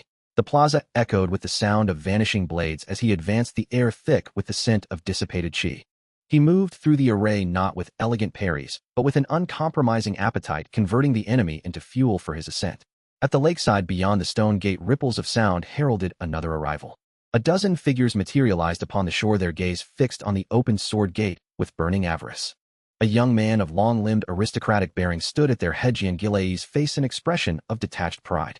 Around him his followers knelt and proffered obsequious praise, congratulating him on the acquisition of Ozhi's legacy. Jian Gilai scoffed, recounting how Shi Zongfeng years ago had betrayed the manor over a coveted practice stone and then vanished. He accepted with a superior air the sudden intelligence that had led them here. An elder at his side, Dan Lao, frowned and warned that the cry that summoned them sounded like a last dying call, and that the open gate suggested others had already entered. Jian Gilai brushed aside those doubts. He reminded them that Ozhizi had set 3 trials and suggested that the inheritance would not be facile to obtain. Yet he also declared with imperious certainty that whatever he desired would be his. Dan Lao then attempted to step through, but an invisible repulsion held him at the threshold. His brow tightened as he felt an exclusionary force. Jian Gilai explained without surprise that Dan Lao had 1 foot within the Tuo Tai Jing and had therefore transcended ordinary human bounds. That was why the gate now barred his passage. Confident in his own strength, proclaimed himself a Yuan Dan practitioner at the peak of the 8th layer, and enlivened by the presence of his attendants, Jian Gilai bade Dan Lao stay and wait. Dan Lao, devoted to guarding the young lord, seated himself outside the gate and resigned to vigil. Jian Gilai and his retinue strode through the portal, their steps brisk and haughty, oblivious to the current occupant of the plaza, who, blade by blade, was consuming the very heart of Ozhi's first test. As Su Chen and his companions reached the stone gate, he had already consumed nearly all the spirit swords arrayed in the first trial. With the final blade reduced to powder, he stretched with relish, the crackle of energy rippling through his body like distant firecrackers. His face shone with triumph. The absorption of so many Lingjian had bolstered his Jimmy Jiantai considerably. He had not yet broken into the mid-tier of the king grade, but the advance was unmistakable. Where before he stood 100 paces shy of that threshold, now only 40 remained. Thinking this, he focused his will and released a blade of sword chi that scorched the earth, leaving 100 zang-long furrow. Pleased with its potency, he pressed onward toward the next trial, eager for whatever challenge awaited. Resolute, Su Chen produced his kanjian. Employing Shenyanbu with swift feather-light footwork, he vanished and reappeared at the Zhang Kuei's side in an instant. He whispered the twoward invocation of his technique Su, and a blinding arc of sword light tore forth like a crashing wave. Where it struck, the automaton disintegrated into mechanical fragments that rain onto the ground. One strike had undone a construct capable of Yuandan 7th-tier ferocity. Su Chen allowed himself a modest nod of approval. The days prior had not been idle. He had refined his Bajianshu to its 3rd form and had nearly mastered the 2nd layer of Shenyanbu. Only a few meridian channels remained obstinate. He realized with quiet satisfaction that were Tang Fan to confront him, now a single stroke would suffice. As for Lan Wushuan, he still required time, but 16 days separated him from the outer sect competition, and he vowed to use them to overturn every disparity. While Su Chen surveyed the scattered remains, Xiao He set to work. The imp-like companion produced Lingxi and painstakingly erected binding arrays around the Zhan Kuei components. With a decisive clap of its paw, Xiao He began to rewrite the construct's Lingxin. 10 minutes later, sweat dried upon its brow as it declared the modification complete. As the binding arrays dissolved, the fragments shuddered and coalesced, and the automaton reassembled before them, its once scarlet eyes now vacant white. Su Chen directed it with a simple command to leap 3 times, and watched it obey, proof of Xiao He's success. The creature had been empowered by Ting Xuanxi, because Xiao He had diverted part of that reservoir to alter the Lingxin. The modified Zhan Kuei could at best manifest Yuandan 9th tier prowess, and only for a brief span. Su Chen stored the Guardian within his inventory. Despite the compromise, possessing such a construct was far preferable to leaving the resource untapped. Steeling himself, Su Chen lifted his chin and fixed his gaze upon the luminous sword atop the dais. He felt the weight of that overwhelming oppression pressing inward, yet his resolve did not falter. He declared with the calm certitude of one who will not be cowed that such pressure would not deter him. Then he advanced. Each step up the platform was a contest against the compressing force, but he climbed without hesitation, surmounting the 2nd, 3rd, 4th tiers, until in a single surge of momentum, he reached the 7th step. The golden blade washed with unblinking brilliance as he ascended, and the plaza stood hushed, the next moment pregnant with consequence. Beneath the burden, now crushing him, Su Chen felt pressure that had doubled since the 1st tier. His face flushed with strained effort, veins stood out on his brow. A tremor ran through his body, and tiny capillaries burst, letting blood seep from his pores. Yet there was no hint of surrender in his expression. With a decisive kick, he planted his foot upon the 8th step, and at that instant the weight surged anew, jolting his frame and nearly forcing him backward. In the decisive moment, he steadied himself and claimed the 8th step. The golden sword waited within an arm's reach, suspended above the pinnacle.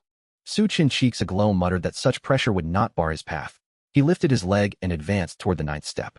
The instant he crossed that threshold, the blade shuddered violently, its keening grew shriller, and the oppressive force swelled like a rising tide. Wave upon crushing wave rolled over him, threatening to overturn him like a small sailboat amid a tempest. Still he would not yield. His gaze was iron, fixed solely on the inheritance of swordsmanship. He hungered for power, to find the mastermind who had manipulated Su Tinpo, to restore his missing parents, and to return to Su Weiner waiting in Nanyu. Those thoughts unlocked a wellspring within him.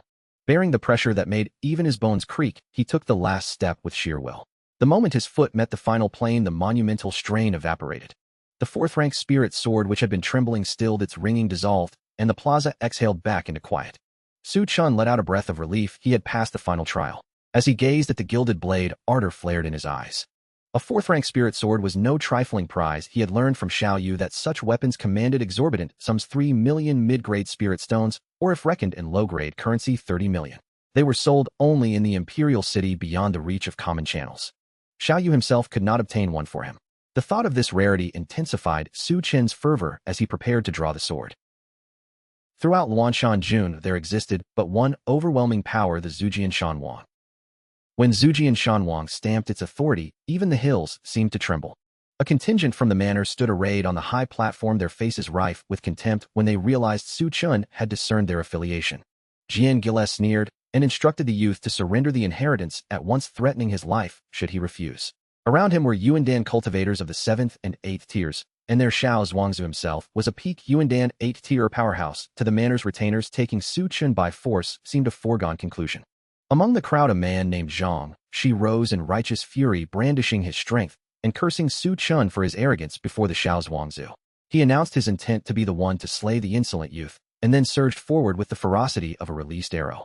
In an instant, she crossed the 9 steps to the platform and struck for Su Chen's throat with a clawed hand, determined to end him in a single decisive blow. The manor's followers watched with greedy anticipation. This was a chance to flatter Jian Gile and secure favor. They congratulated themselves as she lunged, convinced the youth would be dispatched. Yet the expected outcome evaporated in an instant. Instead of Su Chen, it was she who was hurled from the platform when an unseen force struck him with such violence that his body cartwheeled through the air and slammed to the ground, skidding for 10 meters before coming to rest. Su Chen's gaze narrowed as the hostile formation ascended the platform, faces contorted with bloodlust. He acknowledged the peril with the cool calculation of someone who had weighed the odds and found them unfavorable. At my present strength, killing you all would be difficult, he admitted softly, but I possess a war automaton that approaches the power of a peak Yuandan 9th tier. With those words, he produced an artifact from his spatial ring. A succession of thunderous detonations rent the air. In the span of heartbeats, 3 ill-fated cultivators of Yuandan's 7-realm stature were obliterated by the Zhan Kuei, their skulls rupturing as if under the strike of a butcher. Vermilion blood spattered the stone steps.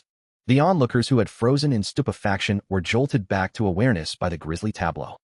Faces drained of color, they stared at the black-armored Zhan Kuei before them, aghast at the brute force it conveyed. The defenders, having been forewarned, marshaled a desperate resistance. Against the Zhan Kuei's tempestuous onslaught they held, but only barely. Many were grievously wounded and fell into disarray. From his high dais, Chen observed with a satisfied nod. The Zhan Kuei proved exceedingly serviceable, unyielding, to fear, untrammeled by mortality, and devastatingly efficacious. Had he engaged personally, the dispersion of so many adversaries at once would have presented considerable peril. Thus the automaton had been the prudent stratagem. While the mechanical sentinel occupied the multitude, Chen's gaze hardened upon the golden longsword embedded in the ground at his feet. Without hesitation, he closed upon the hilt and began to draw its essence inward. A tremendous devouring force surged through him, the sword's energy poured into his body like a dam burst open, a torrential deluge cascading into every vein.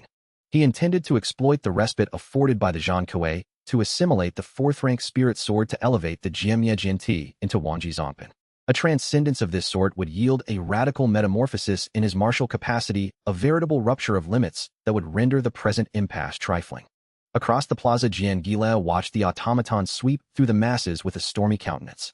So this insolent youth harbored such a formidable instrument, no wonder he had dared to swagger before me.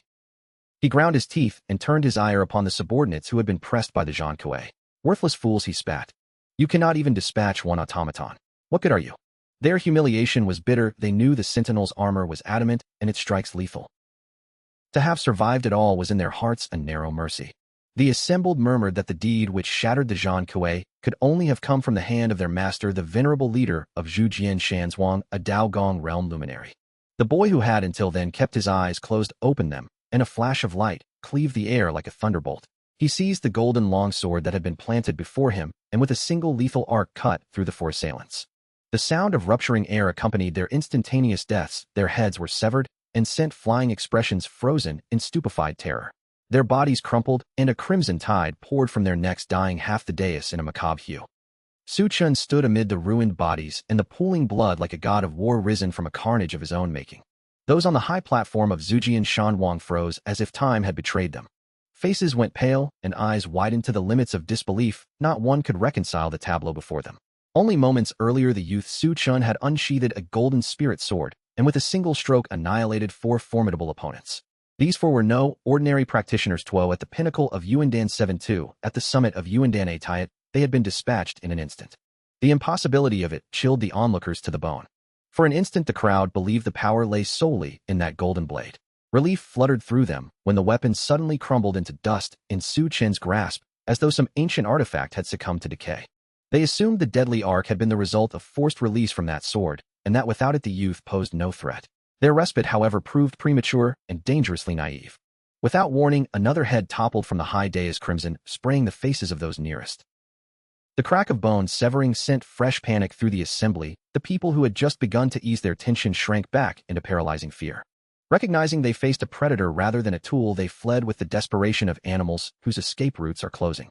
There was no courage left in them, only the single-minded urge to put distance between themselves and Chen. As the crowd scattered, Chen observed them with cold amusement and disdain. He reminded them aloud that any attempt to murder him and then flee was hopeless fantasy.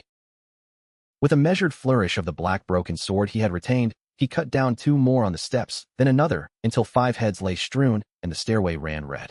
Each death seemed suffused with regret. Men departed the world haunted by the knowledge that they had challenged a consummate killer and lost. But regret is a hollow comfort to the living. Jian Gile, aroused into a rage born of desperation, erupted with raw power. He unleashed a tempest of spirit energy and drew a silver longsword from his spatial ring, chanting the blood rain sword technique. Countless sword energies fell like a torrential downpour, each syllable of his attack striking with the sound of ripping air. For a fleeting instant, it seemed Chen might be overwhelmed, yet the boy's single blade cleaved through those torrents as if they were mist. The final arc slid across Jian Gile's throat, and he collapsed, blood spurting as incredulity contorted his features. Even now he could not accept that his end came by so simple a stroke. Chen never intended to amass wealth by slaughtering the innocent. He was no sentimental pacifist, yet he was not a man given to wanton killing. If others did not provoke him, he would not take their lives. He measured his deeds with a scale only he could read. After tidying his possessions, he drew forth the jade slip that contained his sword transmission and prepared to study it. With a puissant guardian of the half-Trutaging stationed outside, there was no urgency to leave here. He could improve further. 20 days still remained before the outer gate tournament, so he settled in and accepted the inheritance contained within the jade slip. While Chen immersed himself in the transmission outside the inheritance chamber, a different drama unfolded. Dan Lao stared at the jade pendant in his hand, now cracked and dulled. That pendant was the life token of the young master of Zhujian Shan Wang. If the token was broken, it meant the young master had perished. Disbelief contorted his features. He could not conceive that Jian Gile, the proud young master of Zhujian Shanzhuang, would die within this place. Rumors of Ozhaizi described a man of measured temperament, not one to set lethal traps in his tests. If the inheritance had not slain him, then only those who had entered earlier could be responsible. Dan Wanzhan's expression flickered like a storm-dark sky, and his resolve hardened. He stationed himself at the stone gate, determined to intercept anyone who emerged and to seize the truth from them. Meanwhile, the vigil outside endured. Dan Wanzhan's features had grown darker with each passing day. Exhaustion rimmed his eyes. 11 days had become a slow torment. He could hardly believe no one had yet emerged until beneath the moonlight a ripple finally broke the surface of the silent space beyond the stone gate. A robed figure appeared in the gap. Dan Wanzhan stiffened at the sight and felt vindicated.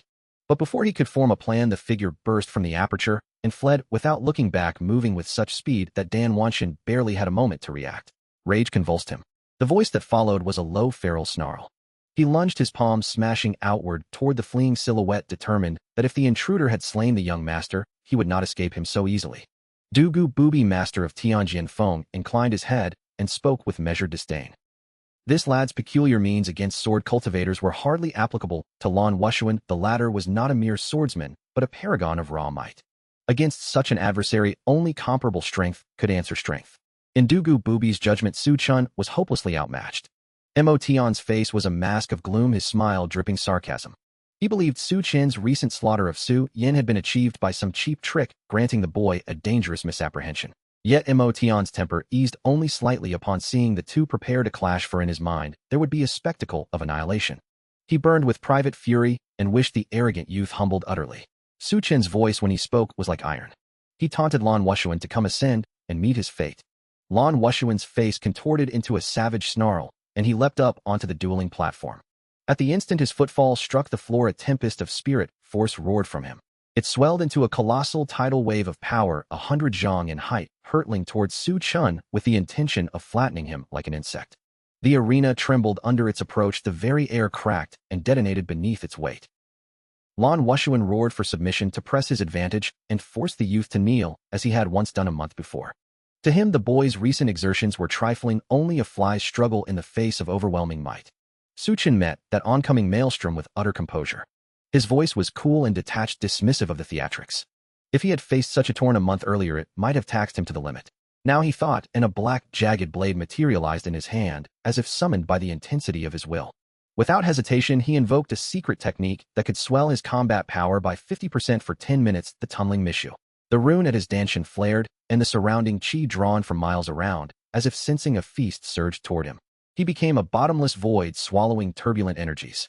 The influx transformed his aura into a volcanic eruption. His spirit force surged so prodigiously that it tore apart the incoming wave and reformed into a luminous gargantuan spirit sword that fell toward Lan Wushuan like an executioner's blade.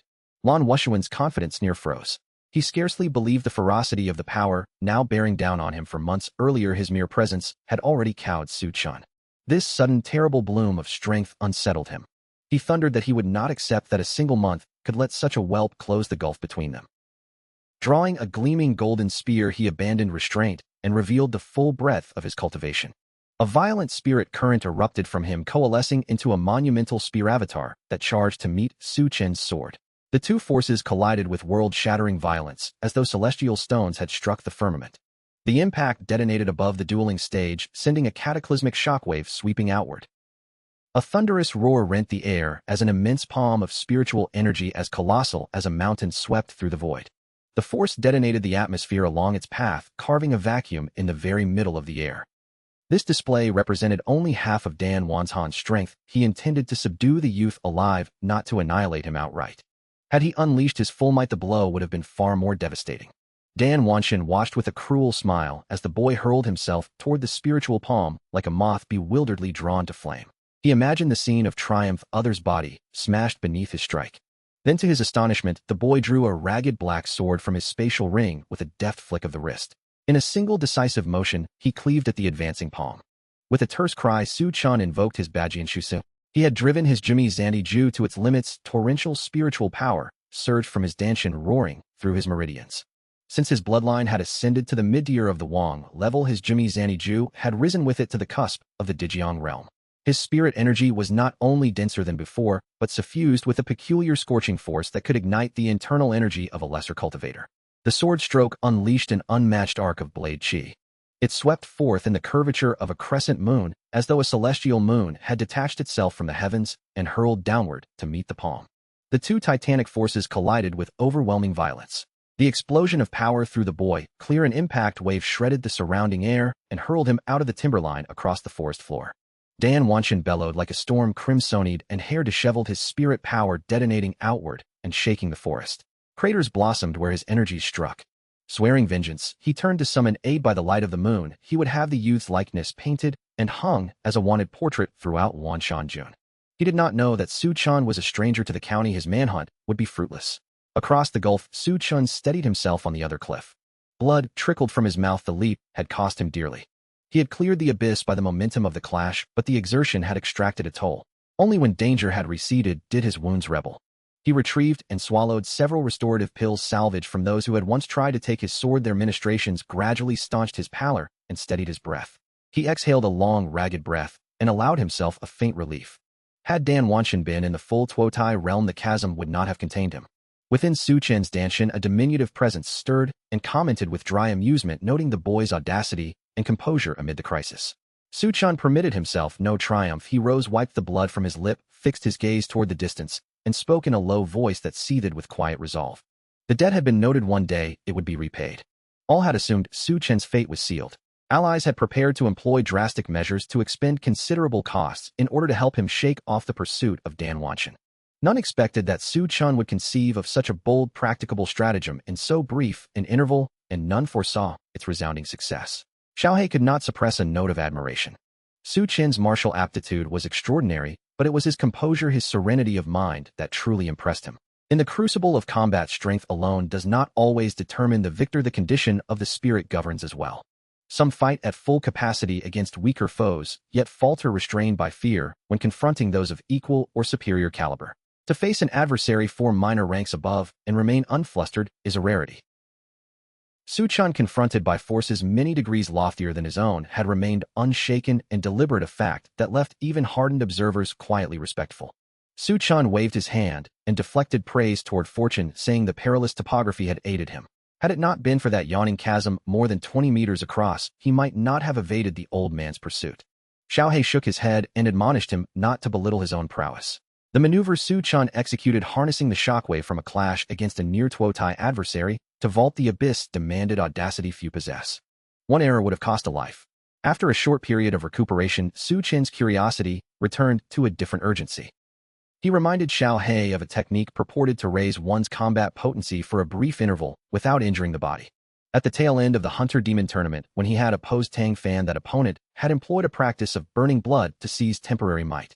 Xiaohe had dismissed that method as crude and claimed possession of a superior art. Now Chen wished to learn it.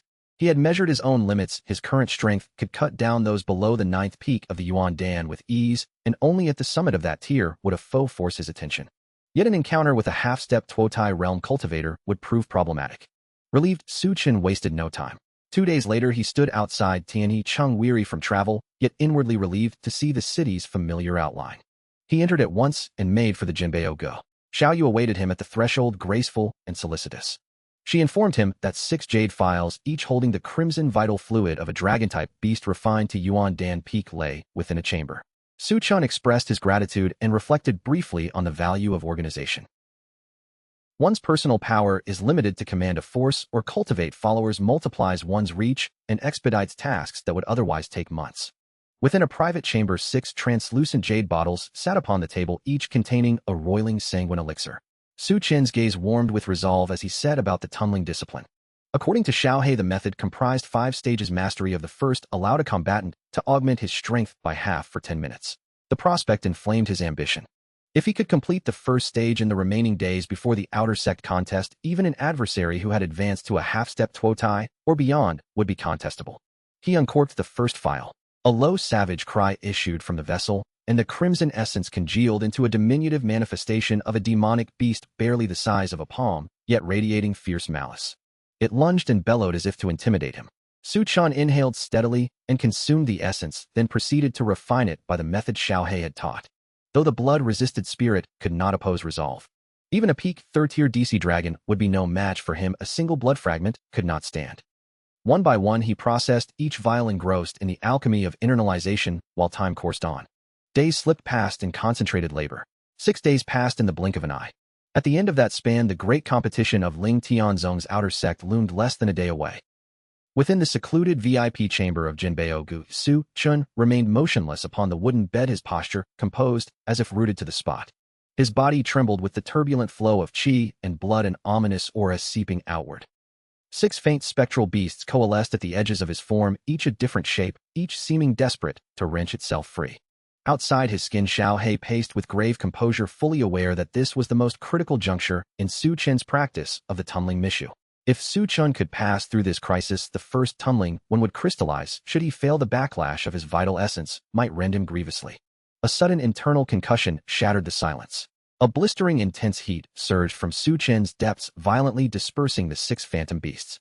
The force converged beneath his Dantian and gradually engraved itself into a complex sigil.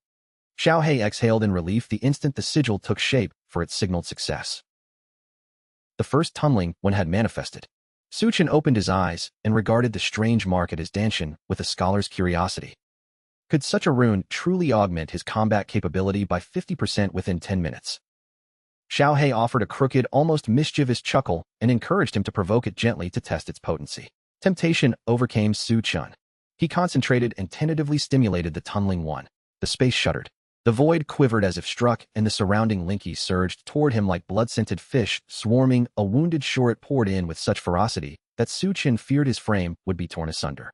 He immediately released his focus, and the onrushing energy ebbed back into the heavens. He stood stunned, the impression of thousands of miles of spiritual force converging upon him lingering in his chest. Only then did he fully grasp why the first tunneling one could so dramatically magnify his strength. Xiaohei's expression sobered. He warned Su Chen that the successive layers of the tunneling practice were exponentially more arduous than the first. Not only were the materials required for higher levels extraordinarily rare and unattainable in the Tianyi Jun, but Su Chen's young body remained too fragile. Forcing the second layer to awaken now might result in his corporeal destruction under the sheer weight of the engulfing linky. Su Chen acknowledged the danger with a measured nod. Prudence tempered his eagerness. He rose and turned his gaze toward the distant seat of Ling Tianzong. Tomorrow the outer sect competition would begin, and it was time to return. A month earlier, Lan Wushuan had interfered in Su Chen's duel with Tang Fan, preventing a finishing blow and publicly shaming him as if he were an insect. Su Chen's resolve crystallized into a cold vow. On the morrow, he would repay humiliation in equal measure and reveal who truly stood humbled. With that promise fixed in his mind, he departed without hesitation. After a night of travel, he arrived at the sprawling precincts of Ling Tianzong. The outer sect plaza was a sea of banners and lantern streets evacuated of ordinary traffic and throngs gathering wherever one looked. This yearly competition drew the gaze of the sect master and the 5 peak lords. For those who excelled, it was a rare stage upon which a single triumph could elevate a disciple to the inner sanctum, transforming their fate like a carp leaping the dragon gate. Yet only a select few could truly display their prowess today. The opportunity belonged to those who had placed among the top 100 in last month's hunter contest. Despite their scarcity, the presence of those elite few did little to dampen the crowd's fervor. Voices rose and fell in speculation and praise. Some predicted Lan Wushuan would claim the top prize without contest. Others hailed Su Yan for the resolution of his sword heart. As the announced contenders gathered in the inner arena, Su Chen positioned himself early, leaning against a stone pillar to rest and conserve his strength for the trials to come. The arrival of Lan Wushuan drew the crowd's attention. Many inhaled sharply at his approach, paying him deferential homage. Others glanced with puzzled recognition at Su Chen, asking who he was and expressing astonishment that anyone would provoke Lan Wushuan. The memory of Su Chen's dazzling performance at the hunter contest had faded in the month he had remained away. His absence had rendered him a distant name to many. Yet the affront he had suffered had not faded from his own mind. The stage was set for a confrontation that promised to expose pride and reveal true measure. Despite the month that had passed, the events surrounding Su Chen had not been few. His ascent and subsequent silence had been abrupt, leaving the majority with only a vague impression. A few, however, with keener memories began to whisper his name and recall the astonishing deeds he had once performed. Wait, someone muttered, I remember this youth, Su Chen. He took first place at the Liao Dawai a month ago. As the name spread, faces shifted and conversation sharpened the hall, filling with the recollection of his past exploits. Su Chen paid little heed to their conjectures. He did not glance at Lan Wushuan's followers, but fixed his eyes on Lan Wushuan alone, his expression a cold, measured stillness. Lan Wushuan, he said quietly, I will repay humiliation with humiliation. What you did to me a month ago, I will return 100-fold. The declaration rolled across the courtyard. Lan Wushuan first blinked, then curled his lip in scorn. Preposterous, he scoffed. Boast if you must, but you will have to defeat Tang Fan and the others before you can speak of me. He regarded the youth as beneath consideration, certain that even a month of advancement could not alter the disparity he had once demonstrated with a mere display of aura. Tang Fan, standing behind Lan Wushuan, fixed his teeth and answered with a vow. He had lost half a move to Su Chen once before and burned with the need for retribution. In a surge of fury, he erupted with a tremendous aura that rolled outward like a rising tide, and the crowd inhaled as one. Tang Fan's cultivation had leapt in that single month from the pinnacle of the 7th layer of Yuandan to the Yuandan 8th heaven, a progression that, though numerically small, represented a monumental leap in strength. The assembled faces turned with pity and apprehension towards Su Chen, convinced that he would find Tang Fan, much less Lan Wushuan, an impossible obstacle. Tang Fan's heart surged with an intoxicating fervor, his whole frame trembled as if stirred by a long-suppressed storm. Fortune had finally smiled upon him. He had encountered that odious wretch he had sworn to punish. Months of sleepless cultivation and relentless exertion had been devoted to this very moment. A feral grin contorted his features as he declared with venomous certainty that he would use his enemy's blood to wash clean the stain on his honor. Su Chen scarcely spared him more than a glance. With an expression of detached disdain, he leapt onto the adjacent martial dais and bade him icily to stop the theatrics and come if he wished to die. In Su Chen's estimation, Tang Fan was nothing more than a Yuandan 8 terror. Pretender to strike him down would be like taking a life of a mere fowl. Tang Fan's face darkened at this slight. He snarled that he need not be underestimated and then unleashed the latent power he had been hoarding. A violent aura erupted from Tang Fan in an instant. He surged upward to the dais where Su Chen stood and assaulted him with merciless force, invoking his ultimate martial technique Lai Kong, Fista, Swing grade lower rank art. Simultaneously, he invoked the secret transfusion method Ran Shui Shu, a desperate stratagem that transiently amplifies combat potency. His presence ballooned, his might surged toward the apogee of the Yuandan 8 terror. From the void he hammered forth countless monstrously clear fist imprints, each one a thunderous proclamation, hurtling towards Su Chen like a deluge of iron rain. The onlookers inhaled sharply. The sudden magnitude of Tang Fan's enhancement was undeniable. He had leapt from the brink of Yuandan 7 to the zenith of the 8th, however briefly. Sympathy and dread washed over the crowd. This youth looked doomed. Yet Su Chen remained composed, an unimpressed statue amid the storm. He did not draw his blade. With an inscrutable calm, he answered not with steel, but with a single devastating punch. A torrent of concentrated spiritual force erupted from Su Chen's core. Where Tang Fan's fist-marked barrage had cleaved the air with menace, Su Chen's blow met it and shattered it, as if swatting away brittle glass. The wreckage of those images did not merely dissipate, the residual impetus of Su Chen's strike rammed into Tang Fan's body, invading with the force of a rampaging herd.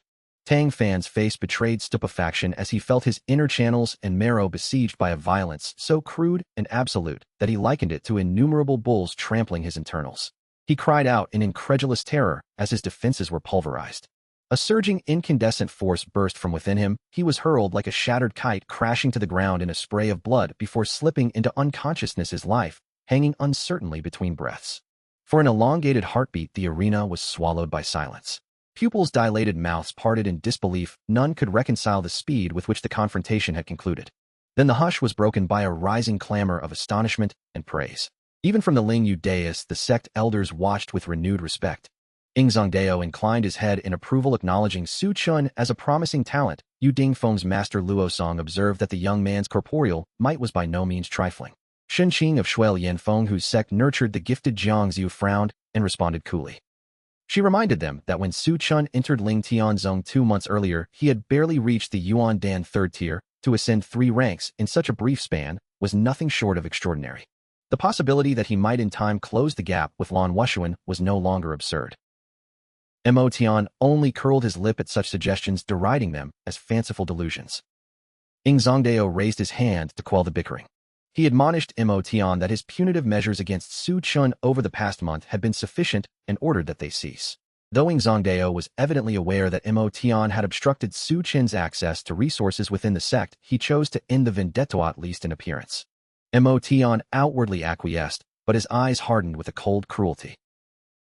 He muttered darkly that even if the open persecution stopped, what did it matter if Su Chun would be rendered useless on the morrow?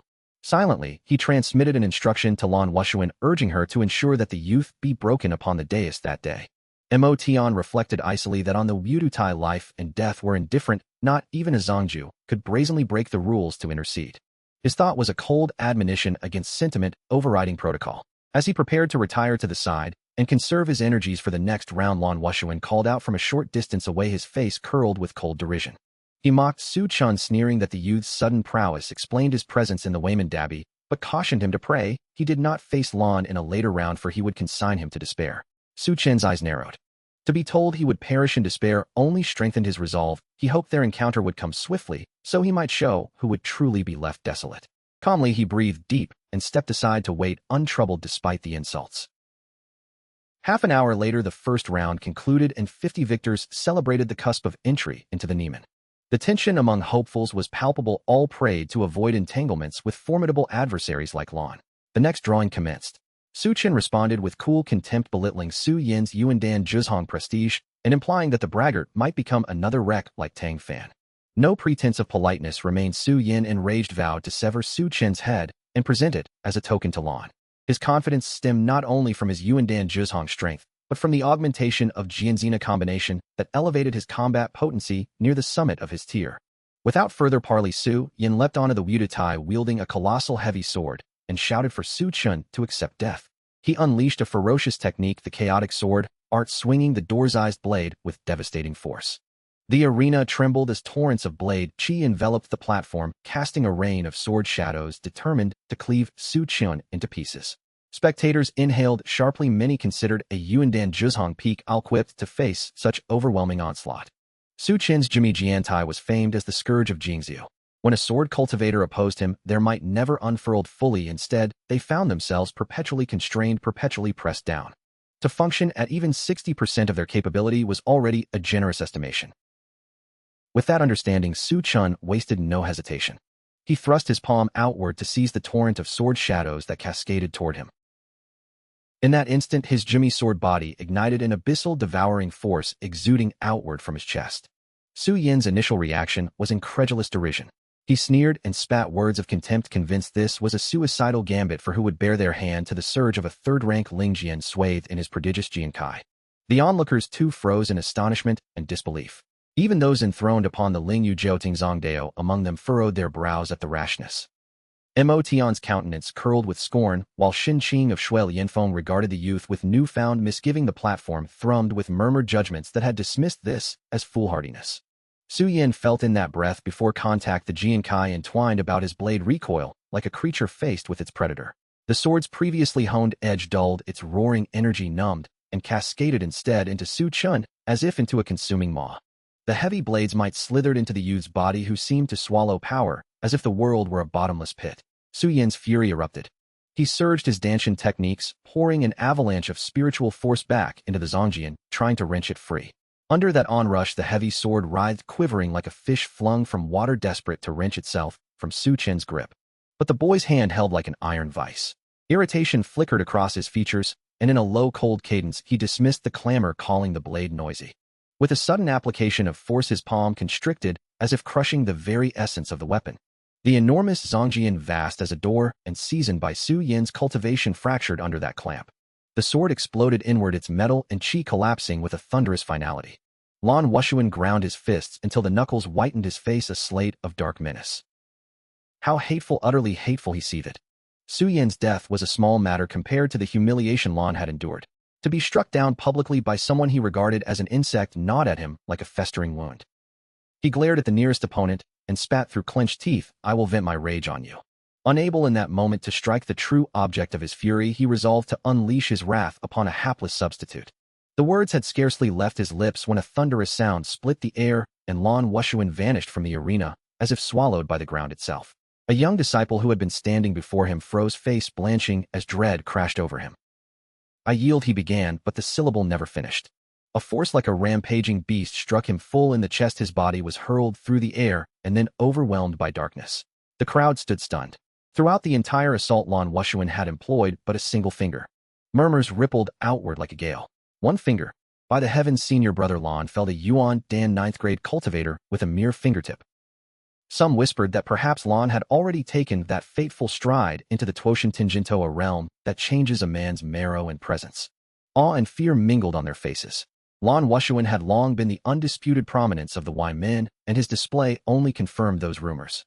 Calmer now, Lan allowed a measure of satisfaction to ease the rawness of his anger. He descended from the platform, his expression all storm clouds and promise of retribution.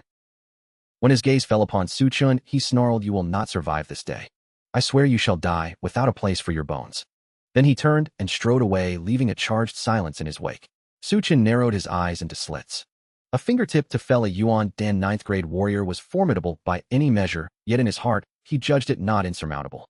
If he employed his Sordeo cultivation, that same feat would be within his grasp. More than that, he possessed the Tunling Secretart. Were he to call both strengths forth, even one who had taken half a step into Tuoshanting would not be an unassailable foe.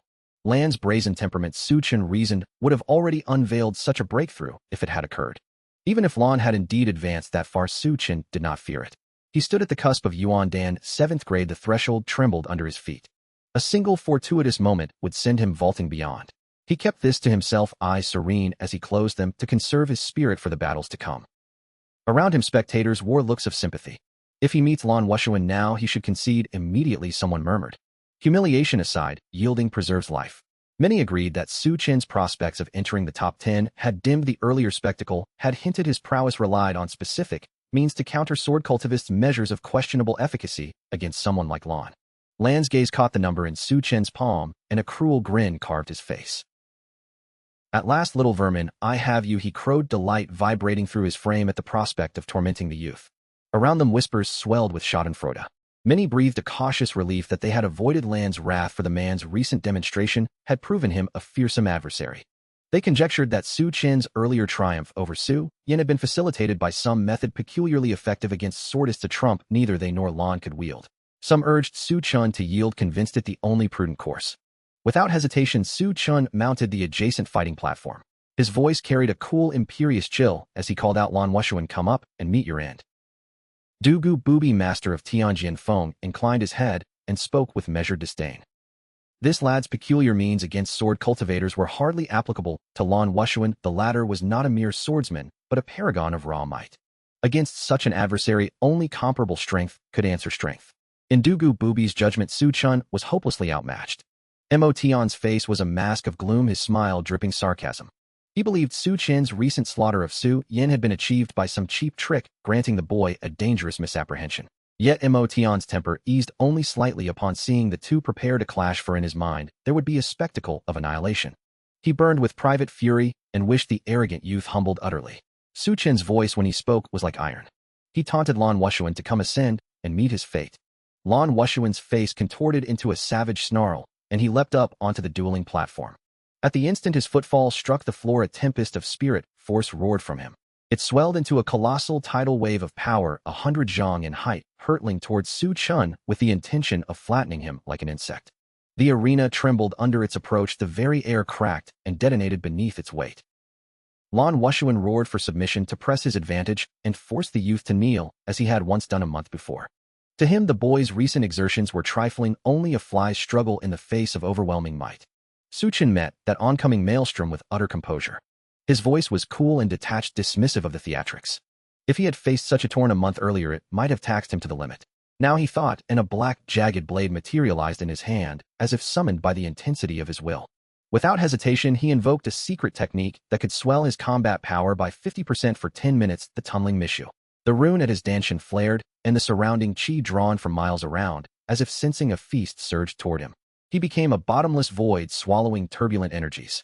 The influx transformed his aura into a volcanic eruption. His spirit force surged so prodigiously that it tore apart the incoming wave and reformed into a luminous gargantuan spirit sword that fell toward Lan Wushuan like an executioner's blade. Lan Wushuan's confidence near froze. He scarcely believed the ferocity of the power now bearing down on him. For months earlier, his mere presence had already cowed Su Chen. This sudden terrible bloom of strength unsettled him. He thundered that he would not accept that a single month could let such a whelp close the gulf between them. Drawing a gleaming golden spear, he abandoned restraint and revealed the full breadth of his cultivation. A violent spirit current erupted from him, coalescing into a monumental spear avatar that charged to meet Su Chen's sword. The two forces collided with world-shattering violence, as though celestial stones had struck the firmament. The impact detonated above the dueling stage, sending a cataclysmic shockwave sweeping outward.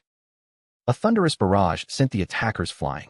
Blood spattered from their mouths, and their breath grew faint, yet none of them could spare attention for their injuries. One by one, they stared in stunned disbelief toward the martial stage not far away, unable to reconcile what they were witnessing. How could this be?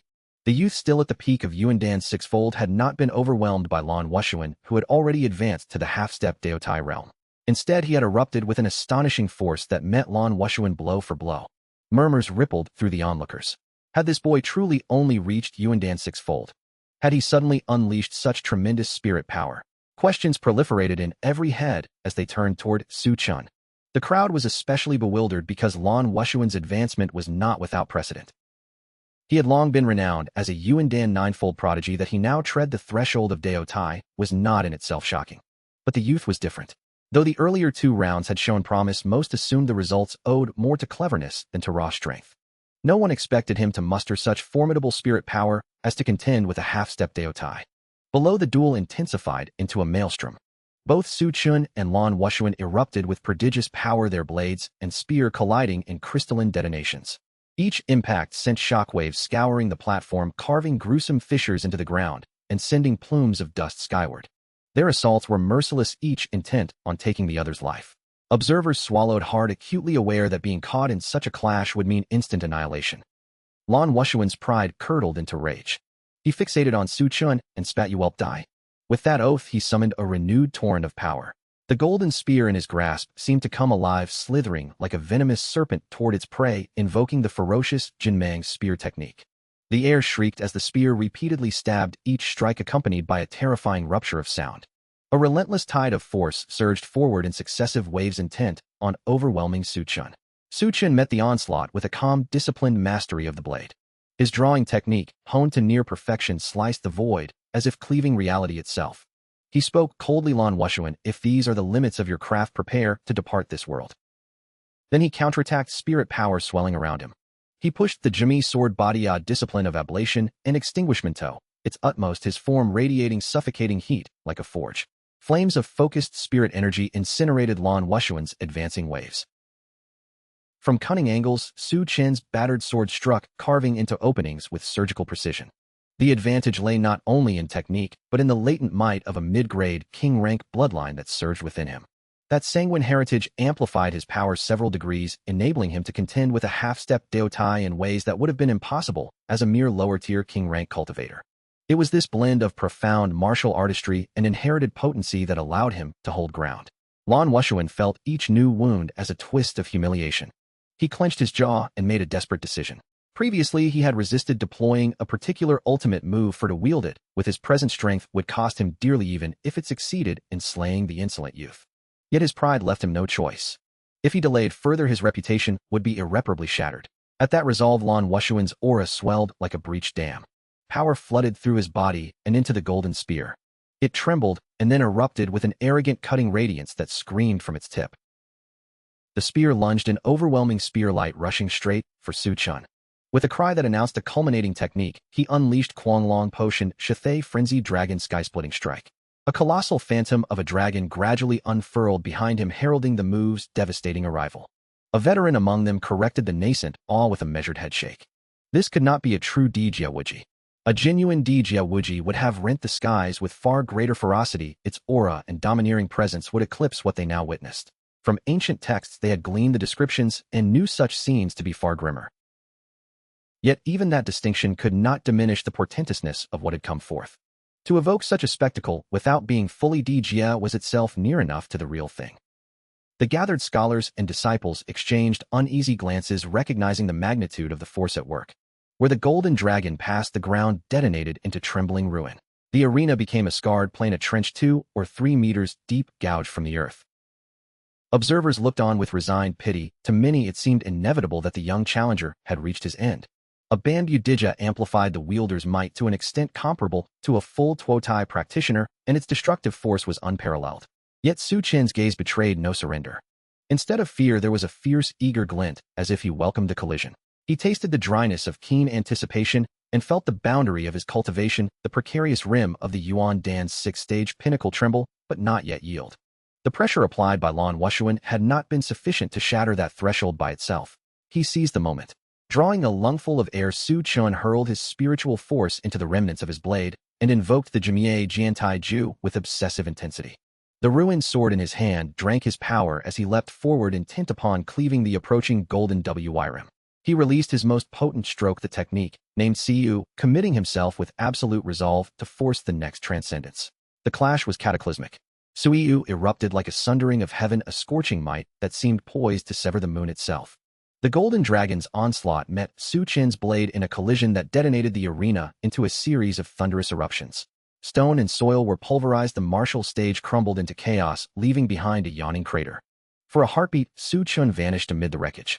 The crowd despaired and declared the duel over. Many concluded that Lan Wushuan had triumphed, his victory sealed by the overwhelming kata basis of his bamboo Dija. Lan Wushuan himself roared with vindictive triumph, visions of parading Su Chen's head before the cave's entrance to warn all who would oppose him. Exhaustion and pallor betrayed the cost of his forced exertion, yet pride drowned pain. Then from the midst of the shattered arena a sound cut through the hubbub. A derisive laugh issued from the ruins, followed by a voice that declared Lan Wushuan the one who would wear disgrace if he thought the affair concluded. Lan Wushuan's pupils constricted in disbelief. He could not accept that the boy had survived his devastating strike. Emerging from the debris, Su Chen stood battered, yet unbowed. A bleeding wound rose on his shoulder, yet his eyes burned with an inner radiance as if inhabited by stars. The onlookers recoiled anew, astonished that a youth at the Yuan Dan's 6th-stage pinnacle had borne a blow comparable to a full Tuotai assault. Even the elders on the Lingyu platform, among them Ingzongdao, exchanged incredulous glances. Murmurs shifted into grudging admiration. Su Chen's resourcefulness had upset every expectation. Lan Wushuan's face convulsed with rage. He would not accept a single repelled shot. Gathering his remaining force, he reeled to unleash again, teeth clenched as he vowed to crush the insolence that had thwarted him. The duel teetered on a razor's edge, the next exchange poised to decide who would truly fall into ruin. With the last of his reserves, Lan Wushuan poured the remainder of his power into the golden spear. The weapon trembled violently in his grip, emitting a keening resonance that made eardrums throb. Runes along its shaft writhed as if alive, contorting until they seemed to birth a celestial dragon. Lan Wushuan's face drained of color. He was sacrificing not only spirit energy, but a portion of his very life. Yet there was no intention of yielding in his gaze. He fixed Su Chen with a murderous resolve, determined that the next thrust would annihilate the boy. Su Chen moved with composed deliberation. His face betrayed no fear as he lifted the black, battered sword in his hand and spoke in an even tone. Lan Wushuan, your hour has come. At once an immense tide of spirit power surged from him, magnified beyond prior measure and interwoven with a hardened sword chi. He invoked too the third form of his drawsword art, yet its potency now eclipsed his earlier effort manifold. A vast sword shadow flashed through the air, and with surgical precision, it cleaved the golden spear dragon in two as if slicing soft silk. For a suspended heartbeat, the arena fell utterly silent, then astonishment erupted across every face. No one could deny what they had seen. The force that felled Lan Wushuan's second assault was not borrowed, but rooted in Su Chen himself. It became clear to the onlookers that the youth had broken through during the confrontation, ascending to the 7th tier of the Yuandan realm. The magnitude of his sudden augmentation left them reeling. Some whispered about an extraordinary bloodline for such exponential gains upon breakthrough, bespoke innate endowment. Ingzongdao, who had come merely to observe the externals of the contest, found himself unexpectedly impressed. He murmured admiration for this promising seedling whose breakthrough had gone unnoticed even by cultivators of his caliber. Meanwhile, Emotion's visage darkened into a storm of displeasure. His withered hands clenched beneath the folds of his sleeve. If his glare could slay Su Chen, would already be dust. How dare the boy seize such an opportunity in plain sight and was ordained to strike at Lan Wushuan. Emotion erupted, then rising from the spirit jade dais with a thunderous reproach. His voice low and condemning branded Su Chen audacious and insolent. Without further preamble, he unleashed a colossal palm of oppressive force intent on crushing the youth beneath in a way-inspiring weight. He proclaimed that a mere cultivator newly advanced to the Yuandan 7th tier remained in his eyes no more than an insect before a master of the Dao Palace. He demanded submission and sought to humiliate the boy into subservience.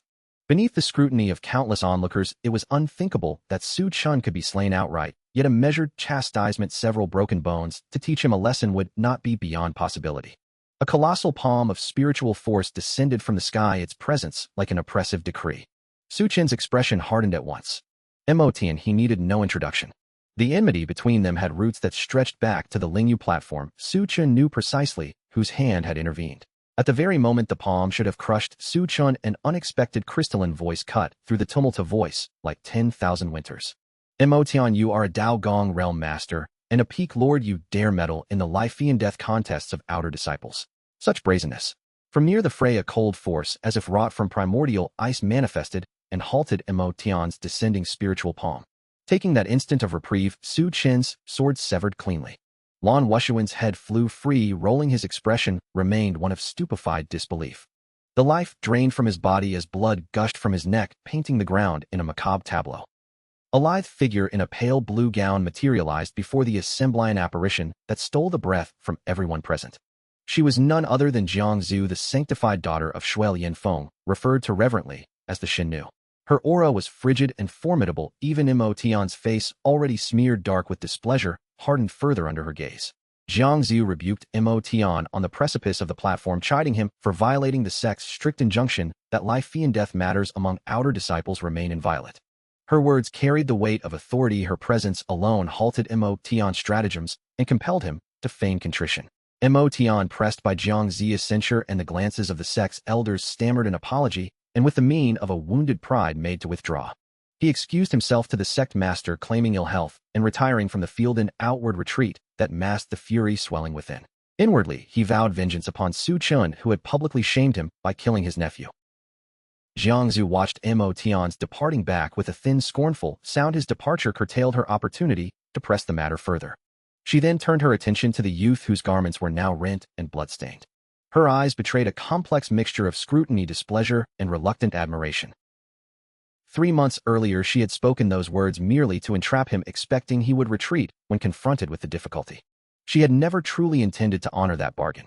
After all, how could a humble boy from a small city, still only at the Yuandan 2nd stratum, ever hope to outshine the venerable contestants of Lingtian Zone? Yet to her astonishment, he had come so far that such an outcome no longer seemed impossible. Meanwhile, Su Chen sheathed the shattered sword and stepped down from the ruined combat stage. Jiangzu's appearance did not surprise him. Since their peculiar encounter, a subtle link had formed between them. When they were nearby, he could vaguely sense her presence. That tenuous awareness had emboldened him to ignore Emotion's assault earlier and strike at Lan Wushuan without reservation, trusting that Jiangzu would intervene at the decisive moment. His trust had been justified. Turning his gaze toward Emotion's departing figure, an iciness flashed through Su Chen's eyes. The man had spent a month abusing his position as a peak master to bully him, preventing him from using contribution points in the outer halls to obtain resources for cultivation. Later, Emotion had brazenly violated the rules and sought to subdue him by force. Such humiliations would not go unanswered. Clenching his fist, Su Chen vowed within himself that he would one day attain the Dao Gong realm and repay the debt. He refused to be kept down. His progress in the past 3 months had been extraordinary. In that short span, he had climbed from the Yuandan 2nd stratum to the 7th, a leap of 5 minor stages. At the outset, his bloodline had been only at Tianji. In the 2nd month, it had advanced to the lower tier of Wangji, and by now his Jumi battle body had reached the mid-tier of Wangji. His cultivation now advanced at a pace that made a day worth several ordinary days before. If only he had possessed this bloodline earlier, he reflected, he might already be at the rebirth stage. When the match pairs were revealed, those who did not draw, Su Chen breathed relief. The unfortunate soul who did draw him trembled and voice shaking toward tears cried out his surrender as if fearing for his life. Su Chen found the surrender mortifying and even a little comical. He insisted quietly to himself that he was not a wanton killer and would not strike unless provoked.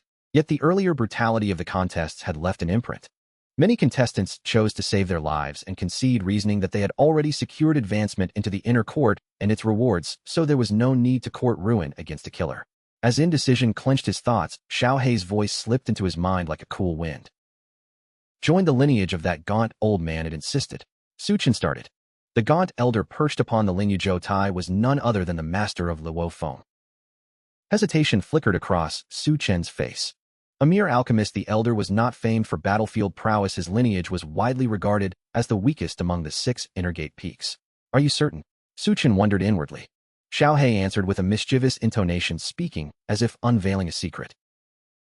Trust me, there is great advantage in joining him. The voice carried an inscrutable certainty that chased away the last of Su Chen's doubt. He rose and declared before Zhongdao, I wish to join Luo Feng. A ripple of surprise ran through the assembly. Zhongdao's brow contracted. He had anticipated the youth would choose Zhongzhu Feng or Tianjin Feng. To select the humble Luo Feng was unexpected. Zhou Tai, the peak master of Luo Feng, likewise stared aghast that this young prodigy would elect his comparatively meager lineage. Zhongdao asked once more with a furrowed frown, are you resolute? Su Chen answered without wavering. I am certain, sect lord. His conviction was anchored in an unshakable trust in Xiao Hei, whose fate was now entangled with his own. Over time their relationship had deepened into a quiet camaraderie, and Su Chen knew Xiao Hei would not betray him. Seeing such steadfast resolve, Zhongdao yielded. Very well. It shall be as you will. The youth's display had been remarkable, but in Zhongdao's estimation, he still lacked the distance that separated him from the Innergate's foremost geniuses, so no further force was exerted. The remaining novices were apportioned among the peaks until all were claimed. Then Zhongdao addressed them with the authority of the sect, granting a brief reprieve. You have 3 days to return, gather your belongings, and prepare your affairs. After 3 days you shall be admitted into the inner gate. As for the prizes awarded to the top 10, they will be conferred upon your identity tokens presently. A flicker of greed and triumph illuminated the faces of those who had placed in the top 10. The gifts were substantial: 100,000 merit points, a third-rank spiritual implement, and an advanced Xiantier martial technique. Such boons could have properly assimilated accelerated disciples' rise with frightening speed. Bowed in deference, the youngsters murmured their thanks, and the delegation departed. Thus the outer gate contest reached its conclusion. Many left with stunned expressions, not least because their expectations had been overturned. They had assumed Lan Wushuan would claim the championship without challenge. Instead, the victor was the boy who had emerged from obscurity only 1 month prior. Murmurs of disbelief threaded the crowd. In a single month his power rose so dramatically. Concern braided with curiosity among the onlookers. Some regarded Su Chen with a wary sympathy. He slew Lan Wushuan once within the inner gate, his days may be fraught. The Lan family will not forgive such a humiliation. The Lan family wielded considerable influence within Ling Tian zone.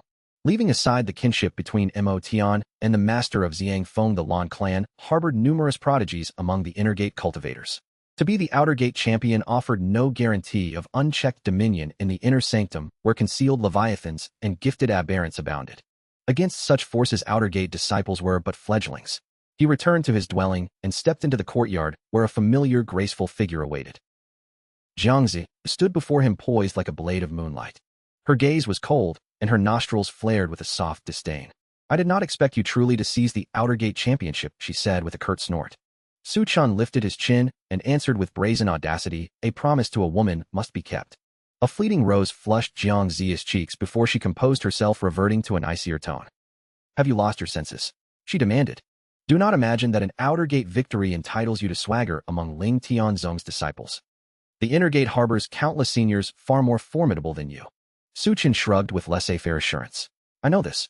3 months ago, I was at the 2nd layer of the Yuandan stage, now I stand at the 7th. Even a half-step toward transcendence would not be my match. Grant me time, and I shall close the gulf. I shall sweep through the inner gate and elevate myself to its summit. His conviction shone like tempered steel. Even Jiang Ziyu found herself momentarily beguiled by the clarity of his self-belief, though serenity returned quickly and disdain reasserted itself. It seems that an outer gate first prize has inflated your pride, she scoffed. You should not have slain Lan Wushuan. His family's retribution will be relentless. Su Chen's reply was implacable. There is no should or should not. He wronged me, and for that he paid with his life. I did not take the martial path to swallow humiliation. I chose it to stand here by my strength. When future affronts arise, I will repay them in kind. To reward kindness with kindness and vengeance with vengeance, that is my code. Kill without hesitation, that is who I am. Jiang Ziya's brow knit into a deep frown. She perceived in him a brazen audacity that verged on recklessness, a youth who overestimated his reach and misread the currents of power. From the Linky Gu, he moved to the Kangshu Gu with equal purpose. He intended to claim a Xian-grade advanced martial technique to replace techniques that no longer matched his rising realm. The elder lounging upon the woven chair rose with a stiff smile, sweating and tightly controlled. His physical discomfort mirrored that of the guardians. They were all wary of this young man, whose name had become dangerous to speak. Chen waved them off, insisting that he would select a volume by himself. Relieved, the elderly guardian retreated and allowed him to ascend to the library's deeper shelves. Chen did not hesitate long. His stepping and footwork held for now, but his sword art no longer revealed the breadth of his strength. The Bajian Shu, a low-tier drawing sword technique, had served him when his cultivation stood low. Now at the 7th layer of the Yuandan realm, it failed to coax his full potential. He recalled the legacy of Ozhaizi, the venerable master whose sword insights had once found a vessel in him. Ozhaizi had deliberately left no fixed sword manual. He taught that imitation would produce merely another Ozhaizi. Chen's ambition was different, did not seek mimicry, but transcendence. The newcomer's presence suffused the library with hostility. Chen measured him at a glance, and found in that gaze the sure trace of someone who delighted in concealed malice. The man's smile was thin and feline, his every motion bespoke a predator's patience. The tension tightened between them like a drawn blade. Around them, the elders and attendants watched with suppressed alarm, mindful of the consequences of any altercation involving Chen. The youth's lips curled, and the coldness in his voice betrayed a personal animus, as if a past grievance familiar to some, but unspoken, had finally found its opportunity to surface. Chen prepared himself quietly, whether in words or in steel confrontation was inevitable. He felt the weight of the scroll at his side, and the sting of clean, measured resolve in his chest. The library, once a refuge of solitude and study, narrowed into an arena where reputation and fate would clash anew. Those gathered could not conceal their sympathy for Chen.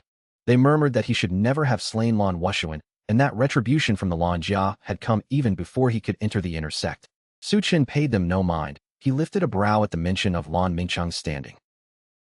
A second-rank alchemist at such an age was indeed arrogant, yet Chen knew his own progress. He had labored beside Xiao He to refine pills. Third-rank elixirs had become familiar to his hand. Were he to be tested now, he believed, he would be rated a high third-rank alchemist. He had not attempted the 4th rank, but whatever the case, he felt certain of being superior to this arrogant youth. Lan Mingcheng's face was ice. He fixed Chen with a cold stare and demanded accusingly whether he was the one who had slain Lan Wushuan. Chen met him with a languid squint and answered with chilling calm, asserting that even if he had, what of it? Lan Mingcheng sprang forward, fury twisting his features. He declared that a Lan Jia member might strike whom they pleased, while any who harmed their kin would be sentenced to death. His tone brooked no parley, his words dripped with the conviction of privilege. Chen's lips curled at the hypocrisy. How laughable he thought that Lan Wushuan might kill him, yet he was denied the same right. Lan Mingcheng scoffed, and with palpable disdain tossed a small blade from an inner ring, letting it fall at Chen's feet. He commanded Chen to end his own life, offering in exchange to spare the rest of his family. Otherwise their kin would be dragged into ruin alongside him. Outrage flashed in Chen's eyes. He laughed bitterly at such insolence, and deeming further parley beneath him, prepared to leave.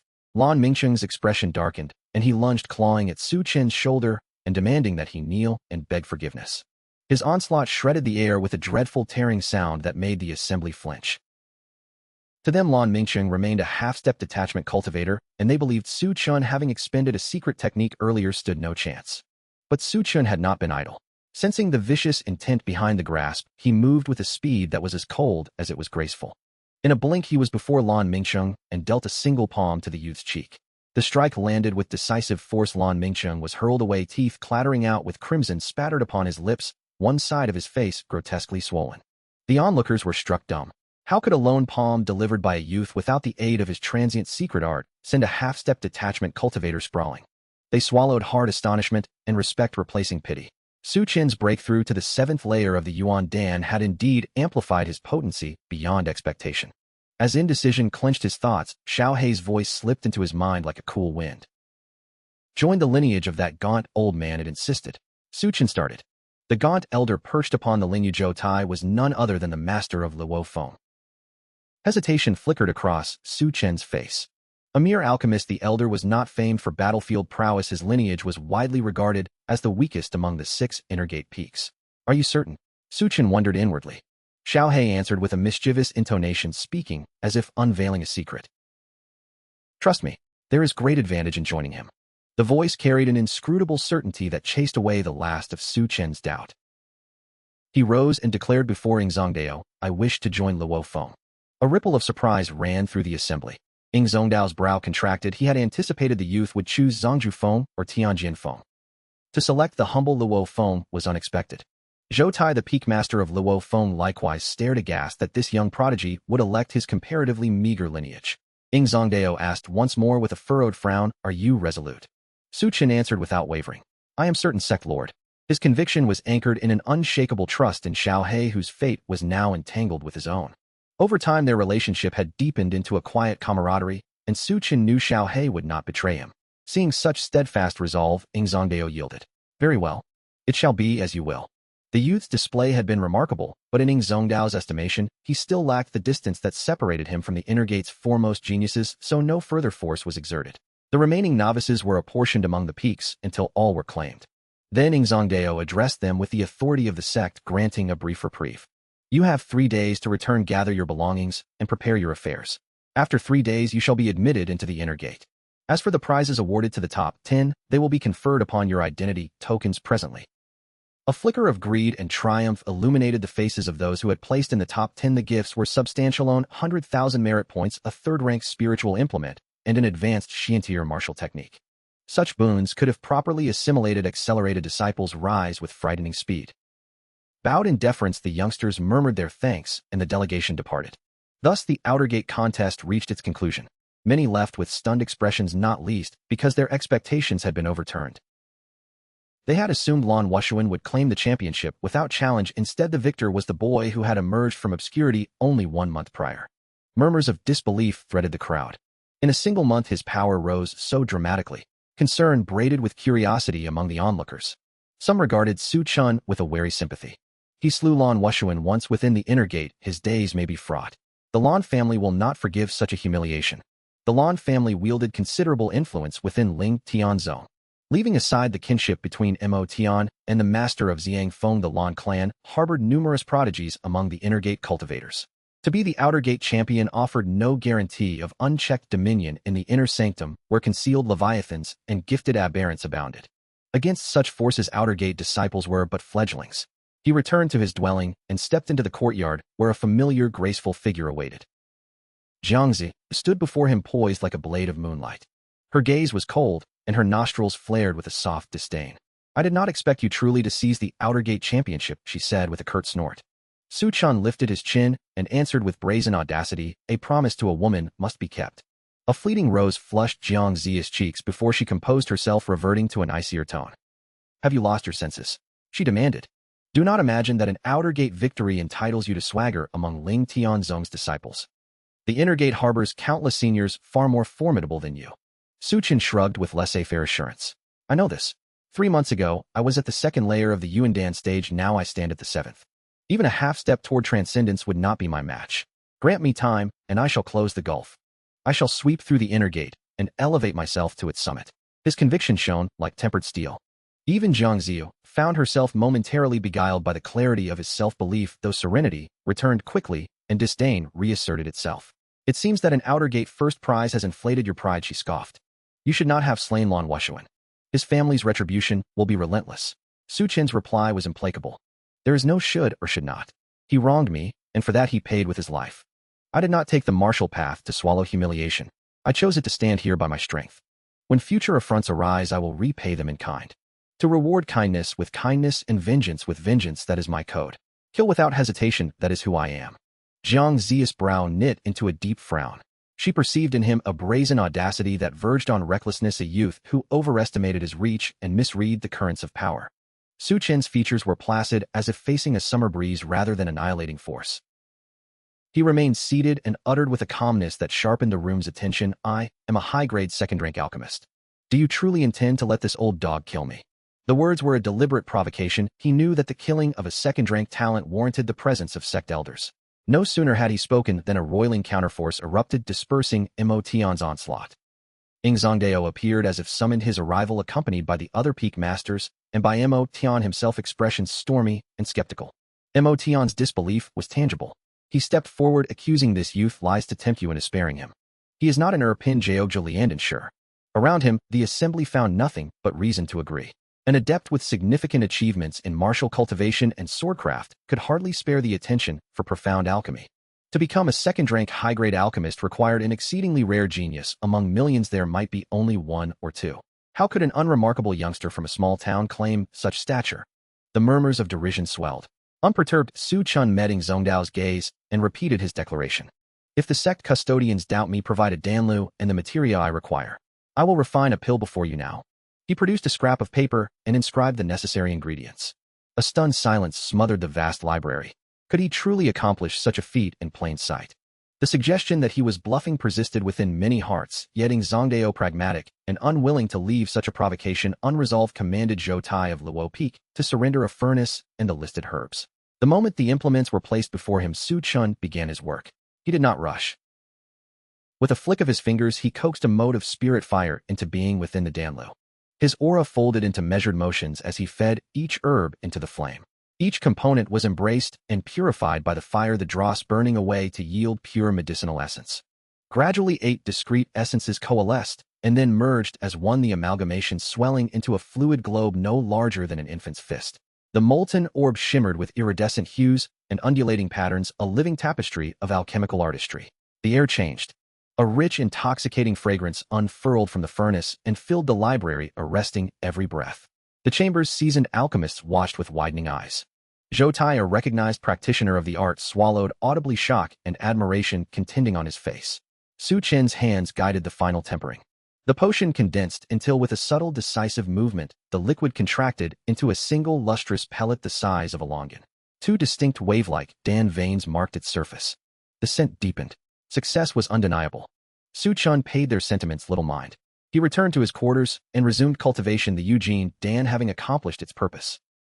For now, the Lan Jia would likely refrain from open provocation within Ling Tian's zone, and he could expect a brief interval of quiet. Yet he knew such respite was fragile. Beyond the sect walls, Lan Jia would not hesitate to strike with lethal resolve. Worse still was the specter of the unknown assassin who had slain Su Tinpo and King Shi Cheng after the recruitment contest at Dixian Zong'an apparition, who had slipped away even from the pursuit of an elder like Jiangzi. That figure had been the hand that severed Su Chen's past. If it had previously spared him for inscrutable reasons, there was no guarantee of future mercy. Outside the chamber, word of the day's events spread like wildfire through Ling Tian's zone. Su Chen, grateful and composed, bowed to Zongdao and accepted the instruction to return and prepare for entry into the inner gate 3 days hence. He left under a canopy of reverent gazes, knowing the sanctuary afforded by the sect was fleeting. As twilight sharpened the air, he returned to his solitary discipline, resolved to convert urgency into power. Threats loomed from Lan Jia and from the nameless assassin who once struck down Su Tinpo. He would not be surprised next time. He would become formidable enough that neither blade nor conspiracy could surprise him again. Zhou Tai's temper flared. Zongdao and the others hastily waved him off. Elder Zhou, let us speak calmly, they insisted. We had no such intention. It was all a misunderstanding. Under pressure from Zhou Tai, they one after another swore an oath promising not to seize Su Chen. Only then did the matter draw to a close. Zongdao cleared his throat and asked, on another matter, how shall we deal with the Lan Jia? He had summoned them chiefly to seek counsel on this. 2 prodigies of Tianhe Jun had died within a single day, one of them a high-tier second-grade alchemist. The blow to the Lan Jia was severe. More importantly, Lan Jia remained a near first-tier force in Tianhe Jun, only slightly weaker than Ling Tian's own, and it demanded a diplomatic resolution rather than petty reprisals. As Zhou Tai prepared to leave, Zongdao called after him, "Wait, Elder Zhou." Zhou Tai eyed him warily. Fearing a sudden change of heart, he bristled, but Zongdao merely produced a small verdant pill. "Examine this," he said. "Compare its craftsmanship to the pills the boy forged. Do you see any resemblance?" Zhou Tai's brow lifted at the sight. The pill bore 3 distinct medicinal rings. It was unmistakably a third-grade Su Ling Dan recently retailed at the Treasure Pavilion in Tianhe City. He had assumed it was the work of Yi Ming, who had announced his ascension to third-grade alchemist a month prior. Yet as he studied the pill in silence, a perplexity crept over him. Zhou Tai frowned and examined the pill under closer scrutiny. After a long moment, the venerable master admitted, "There is, if I am candid, a faint resemblance in technique. Yet such similarity alone proves little. Alchemical methods follow a common canon, so overlaps are natural. And besides, the boy is only 15 or 16. How could someone so young possibly forge a third-grade Su Ling Dan? He reflected bitterly on his own stalled ascent. He had reached high second grade before 40, but had been stranded there for decades. Ing Zongdao gently patted his shoulder and conceded, perhaps I am indulging a hunch. Your argument is sound. A 16-year-old third-grade alchemist would be a marvel beyond imagination even in the outer reaches of the Dayuan Wangchao. With reluctance, Zhou Tai pocketed the pill and departed, leaving the matter unresolved. Unaware of the suspicion swirling around him, Su Chen continued his relentless regimen. Time flowed in measured increments as he cultivated. When the day of induction into the inner gates arrived, he exhaled deeply and opened his eyes. A bright thread of light flickered through them. He rose from the courtyard, and a crackling like confined fireworks rippled across his frame. He marveled inwardly at the subtle increase in power within his annihilation sword body. The 10,000+ contribution points he had spent had not been squandered. Su Chen had not merely been absorbing spirit swords to bolster his bloodline rank in the past 3 days. He had also immersed himself in the no-name sword manual and advanced Xiantir treatise. Now he began to practice sword flashing in disciplined arcs. Each stroke erupted with sword chi that swept and billowed until the courtyard itself seemed a tempestuous sea threatening to upheave the heavens. Then abruptly Su Chen halted. A single torrent of sword chi surged outward and stilled the tumultuous air. He sheathed his long sword and exhaled with quiet regret. He had been attempting the manual's first form. 1 sword overturns the heavens. 3 days of study had brought him perilously close, but mastery remained just beyond his grasp. He murmured to himself that it was a pity that 3 days had not sufficed to perfect the initial form. Had others heard him, they would have fallen silent in astonishment. To have nearly mastered the first movement of an advanced Xiantir sword art in so short a time was a feat that would stun any seasoned swordsman. Martial techniques grow progressively more taxing as one ascends the ranks. Their mastery hinges upon the practitioner's insight.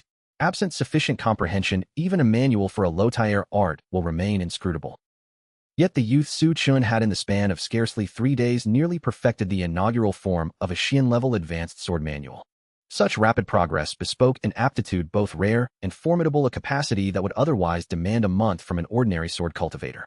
Su Chen ignored the stares and settled quietly in an unremarkable spot, patient and composed. 10 minutes later, the 25 finalists from the outer gate had assembled. Excitement buzzed in low clusters as they whispered about the coming passage into the inner sanctum, Ling Tianzong's crucible for forging true prodigies. Anticipation and speculation mingled. No one could predict what lay beyond. A hoary voice broke the murmurs. A robed elder, his countenance gentle and benign, addressed the group with a laugh and the assurance of one untroubled by haste. Then, without further ceremony, an immense surge of power erupted into being. The crowd felt it as a physical force, a concentrated steel-like aura that lifted them from the ground. Several present inhaled sharply, stunned by its density. Even Su Chen, who possessed a royal mid-grade bloodline that lent him unusually strong spirit force for his Yuandan peers, felt the elder's potency as something categorically superior. It was the difference, he thought, between ordinary iron and temper-hardened steel. The elder chuckled and modestly declared himself only a Tuotai, first year, suggesting that with proper cultivation some among them would soon attain his level. He then produced a black token from his sleeve and cast it into the air. The token swelled on the wind, suspending itself between 2 towering peaks. The elder began to perform hand seals, and a fierce current of spiritual energy surged into the black token, setting it ablaze with inner light. From that luminous core, jet-black filaments unfurled and wove a massive ancient gate in the void. The portal, 10 meters tall and aligned with the surrounding peaks, exuded an aura as if it had hung between heaven and earth since the dawn of time. The assembled disciples watched, transfixed by the display of artifice and power. A hush fell over the assembled crowd as they beheld a scene so exquisite it seemed stolen from legend. Every face was frozen in astonishment. Some bystanders gaped involuntarily, mouths wide enough to hold an apple, while even Su Chen found himself briefly overrun by awe. So this was the inner sanctum of Ling Tianzong. Its superiority over the outer gates was undeniable, a realm where cultivation, resources, and legacy converged to exalt its disciples. An elder watching nearby could not conceal his surprise. Year after year he shepherded outer disciples into the inner domain, and the usual reaction was prolonged reverence followed by a period of humbling submission. To recover composure so swiftly and to ignite such palpable battle fervor was unprecedented. The elder reflected inwardly on the boy's deeds. Su Chen had indeed cut down 2 signs of the Lanjia feats that had already granted him a fearsome reputation. Yet the elder tempered his admiration with realism. Although Su Chen's Yuandan cultivation at the 7th tier had felled Lan Wushuan, those victims had been but weaker half-step Tuotai practitioners, more precisely practitioners whose restraints had partially ruptured rather than true consummate Tuotaijing masters. A gulf remained between a fractured half-step and an authentic Tuotai breakthrough. Inner disciples could boast of such victories occasionally, but true prodigies, who could fell bona fide Tuotai adversaries, were rare, astonishing anomalies the sect revered as the choicest of children. The elder's gaze grew distant as he recalled those exalted figures within Ling Tian Zong, his expression folding into deep respect. Then, taking a breath to dispel his reverie, he summoned the group and urged them forward. With emotion, they were guided into the inner realm. The colossal gate that had opened for them silently dissolved into the void, restoring the tranquil stillness the place normally wore. At that moment, a thunderous surge manifested upon a nearby expanse as a vast spiritual array erupted into being, its formation roaring with violent energy. A brash, self-satisfied voice proclaimed dominion over the path and demanded tolls of passing disciples. The speaker styled himself the architect of the trap and gave his name only as Lu, boasting that his array and imposing contrivance he extolled as the apex of second-tier formations could hold even first-layer Tuotai practitioners at bay. His tone brimmed with vindication. He declared that he had labored since dawn to erect this lucrative impediment. He trusted Xiaohe to locate flaws in the array. If the ridge could be found, the formation might be circumvented. Moreover, Su Chen felt the recent days had strengthened him markedly. This would be an excellent occasion to assess how distant he remained from becoming a Tuotai, each own way. He resolved to test his mettle first by sheer force, summoning Xiaohe only if brute strength proved insufficient. Outside the array, the architect of the Lingjin Lu Yishao was thrown into panic. He had assumed the student who had just passed into the inner ranks would not dare breach his design. Seeing the youth charge in, Lu fumbled to dampen the formation's potency, fearful of bloodshed and of incurring the sect's harshest censure. The inner gate did not permit mortal combat among disciples within training grounds. A death here would spell ruin for him. Swords sliced through the oncoming energy, each parry producing a furious scatter of blade chi that coalesced into a draconic silhouette. The Lingjin itself thrummed as if assaulted by a sea monster. Liu's earlier certainty that this was merely a 7-layer Yuan Dan neophyte was shattered. The youth was a ferocious tiger in lamb's clothing. Had he perished, Lu would have been disgraced beyond measure. The escalation stirred something sanguine in Su Chen rather than dread. His eyes flamed with combative ardor. He had yearned for a true test and opportunity to refine the first form of his Yuming Jianju. To prepare, he invoked the tunneling Mishu, a secret method that surged his capabilities by half for a span of 10 minutes. Spirit flowed from his core like a rising torrent. The sword, Qi, grew vicious, gradually condensing into the phantom of a dragon. The conflict which had smoldered at the periphery suddenly ignited into blazing intensity. Within the spirit array, Su Chen wielded his blade without cease. His Jimie Zanti was driven to its utmost limit. A rich, searing tide of spiritual force erupted from him like a merciless sea. His eyes grew brighter with a fierce exhilaration. He was on the cusp of mastery, only a fraction away from fully apprehending the first form of the Yuming Jianju.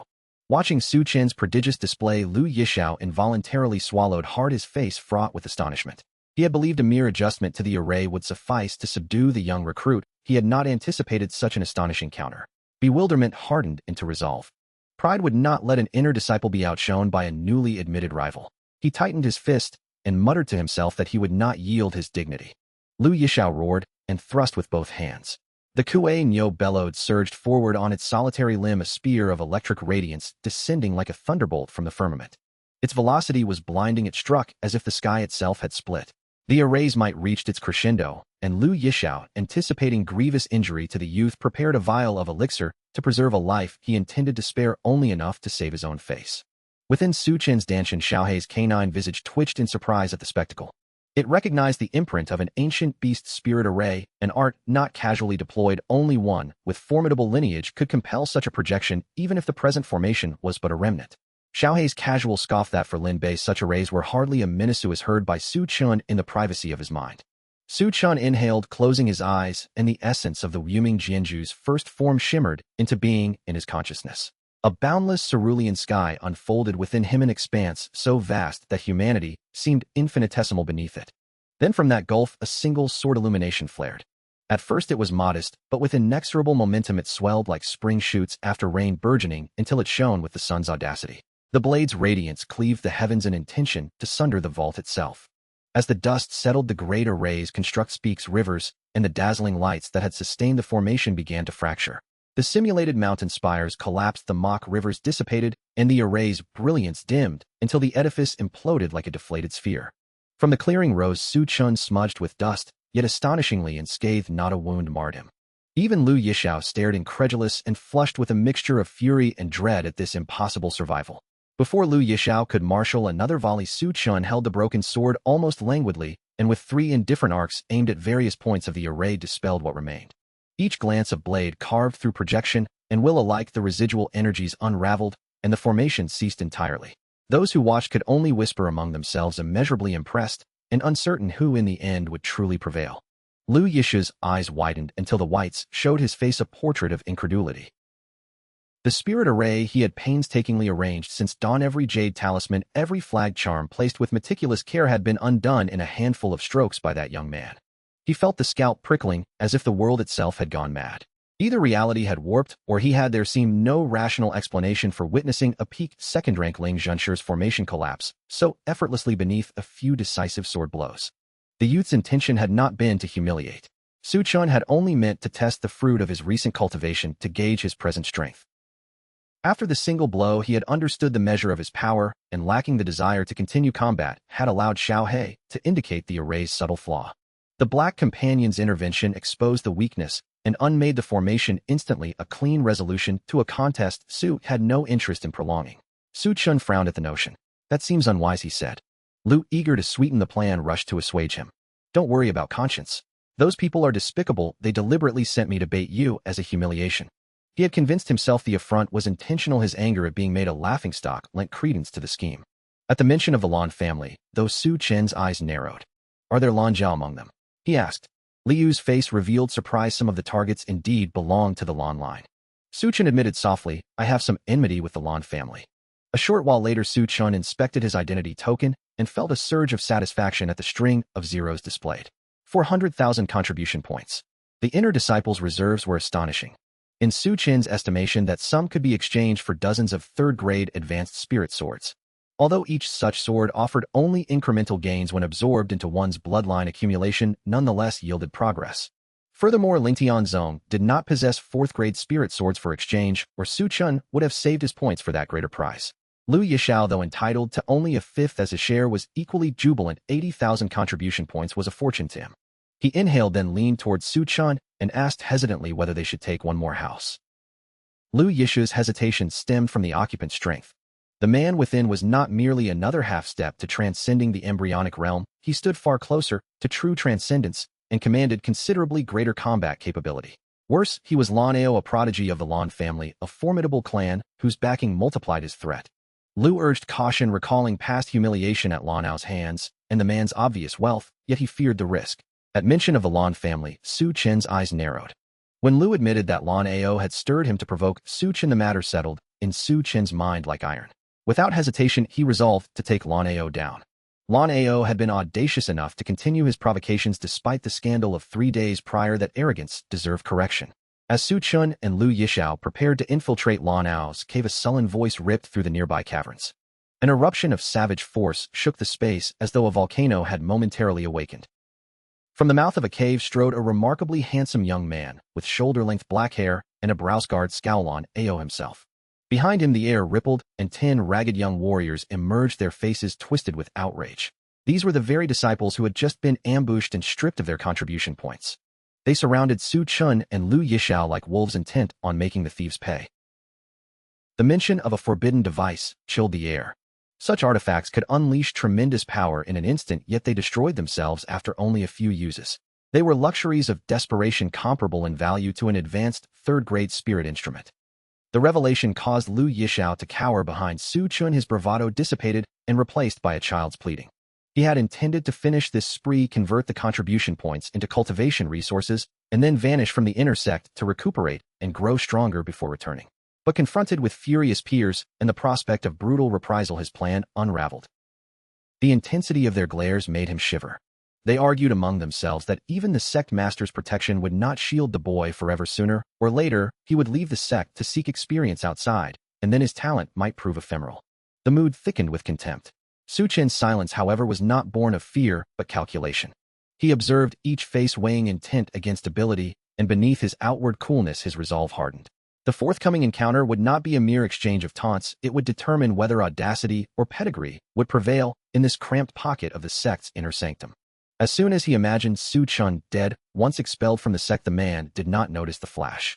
In an instant, Su Chen vanished from where he stood and reappeared directly before him. Without a moment's hesitation, Su Chen drew the fractured black sword and struck with a single decisive stroke, shouting Yujian Fantian. The assault erupted like a towering breaker's sword, chi and raw force surging outward in a violent crest that slammed toward his opponent. The man's face darkened. He had been subdued earlier by Su Chen and Lu Yishao, but he attributed that humiliation to being unprepared. Now he was determined to retaliate, certain that a mere Yuandan 7-that youth posed no real threat. Sneering at Su Chen's temerity, he activated his cultivation technique and launched a counterpunch proclaiming the Tianyin Quan. The air screamed as his fist cut forth like an eagle's cry, a torrent of power thrusting upward to meet the incoming blade. Steel against strength collided. In the span of a breath, the robust imprint of the man's punch was cleaved in twain by Su Chen's blade. The remainder of the sword stroke did not abate, it skewered through the gap and struck true. Horror and disbelief contorted the man's features. He could not comprehend how his crushing blow had been so effortlessly severed by a single sword. Before he could muster resistance, the violent sword chi descended and hurled him through the air. He spat blood mid-flight, a crimson arc painting the sky. Like a wounded bird, he plummeted and struck the ground with brutal force. The onlooker's pupils contracted to pinpoints at the sight of a man at the cusp of Tuotai, reduced to a bleeding ruin. The notion that a youth could wound a half-step Tuotai so grievously was almost inconceivable. For his part, Su Chen felt no surprise. His recent 3 days of cultivation had revealed to him the extent of his own ascendant strength. Ordinary half-step Tuotai opponents no longer challenged him, only those verging upon a true Tuotai could merit his earnest effort. Around Su Chen, the echo of his victory still reverberated when Lan Ao's voice cut through the tumult like a blade. He glared at Su Chen with murderous intensity, and the aura about him surged, shattering the rock beneath his feet. Yet his fury did not translate into action. Lan Ao understood that Su Chen's status as a second-grade advanced alchemist rendered any reckless assault punishable by the sect elders. Still, wounded pride tormented him, the humiliation of being so easily answered by a younger man gnawed at him. Zhou Tai listened and slowly pieced together the affair. He realized Lan Ao had attempted to use Lu Yishao as an instrument, expecting the latter to comply without scrutiny. The plan had backfired. Lu Yishao, foolish and reckless, yet possessing an unpredictable temper, had responded in a manner Zhou Tai had not anticipated. Moreover, Zhou Tai could not help but recall rumors of Lu Yisha's notoriously unreliable handiwork teleportation arrays that misplaced garments or transported clothes without their owners, incidents that had left the Li Huafeng both amused and embarrassed. The master sighed. The situation was messy and the peak's decorum had been severely compromised. Zhou Tai's leniency stemmed not from favoritism alone, but from a pragmatic calculation. The Lan Jia were no insignificant power. Their prestige and strength made confrontation costly. Moreover, recent incidents compelled Zhou Tai to minimize friction within the sect. He could have expelled Lan Ao had the boy been merely a commonplace disciple, but reality in the martial world favored the strong and the talented. Exceptional ability warranted exceptional privileges, and Su Chen's status as a rare second-rank advanced alchemist justified the indulgence. Su Chen received the news with genuine elation.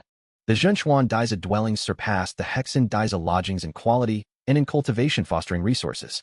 These abodes concentrated ambient spiritual energy and often contained unique formations that sharpened perception and accelerated progress. For a young practitioner of Su Chen's promise, such an upgrade was an invaluable boon.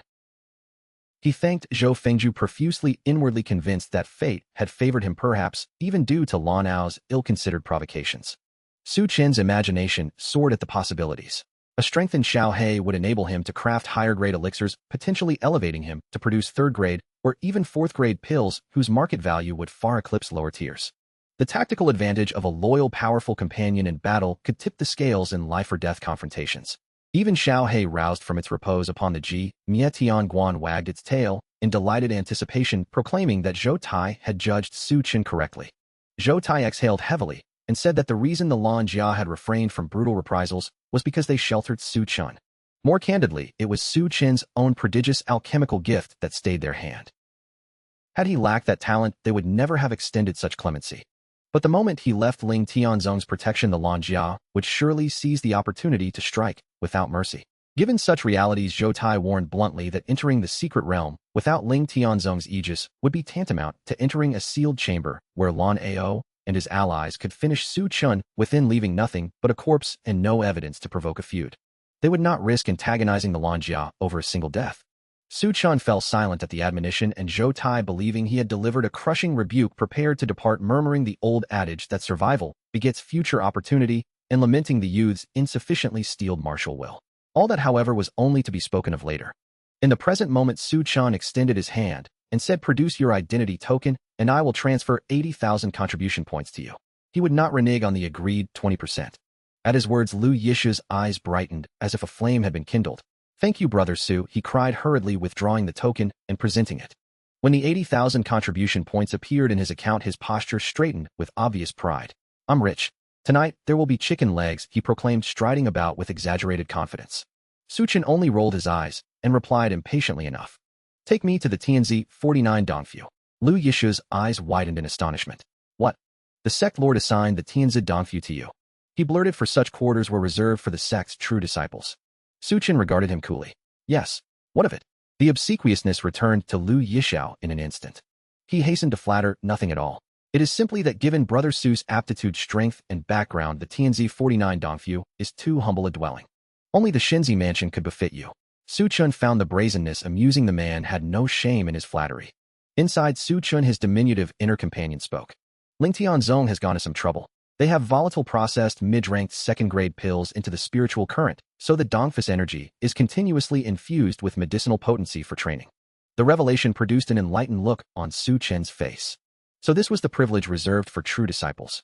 The energy issued continuously from a jade lotus pod at the center of the chamber, which meant those mid-ranked pills were being consumed without pause.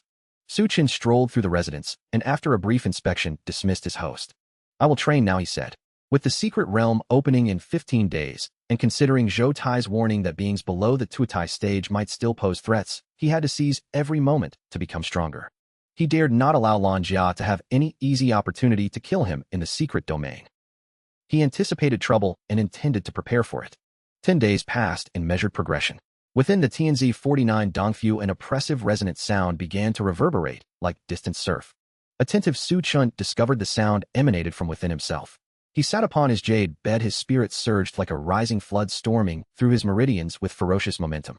His aura fluctuated violently, as though attempting to shatter a boundary. Then, with an explosive exertion, his cultivation broke through a barrier and ascended. He had reached Yuandan, the 8th layer. A breath escaped him. The tumult in his body gradually subsided, and clarity returned.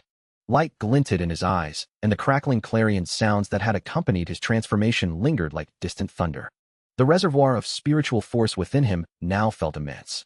Contentment curved his lips. Only 13 days had passed since his last breakthrough, yet he had again advanced by a small but decisive degree. To outsiders, this pace would have seemed astonishing. Su Chen soon arrived at a vast plaza girdling the waste of Huofeng. The place reverberated with a clamor of voices. The crowd before him was denser than he had imagined. He had assumed that Neiman disciples were few, yet this sight exceeded expectation. Most present bore the power of Yuandan at the 8th or 9th layer. Half-step Tuotai cultivators were scarce, perhaps 10 at most. He stood for a moment, admiration and calculation mingling across his face. At that moment, a familiar, delighted voice hailed him. Turning, Su Chen found Lu Yishu hurrying over. "Yes," Lu Yishu answered when questioned. "I heard the place is an ancient sect ruin. They say potent spirit arrays may still function within." Lu Yishu's interest lay squarely with such arrays. He lowered his voice conspiratorially and added that Liang Wangfu had already sent a small contingent inside the tiny space within, concealed the well-preserved remains of an ancient sect, and the spiritual formations there remained active, hence why some who entered were subdued. A hush took the crowd. Few wished to be the first to step up. There was danger in being conspicuous. Then, like a blade, Lan Ao surged from the throng and took a stand upon one platform. Power erupted from him in a savage wave, spiritual energy roaring outward until the very void trembled. The onlookers drew a collective breath. Beneath his proud, unbowed countenance was a cultivator who had shattered 2 shackles and entered the half-step Tuotai. He lifted his chin and pronounced coldly, "This place belongs to me, Lan Ao. If any dispute come forward." None dared meet his stare. With the Lan family at his back, his claim went unchallenged.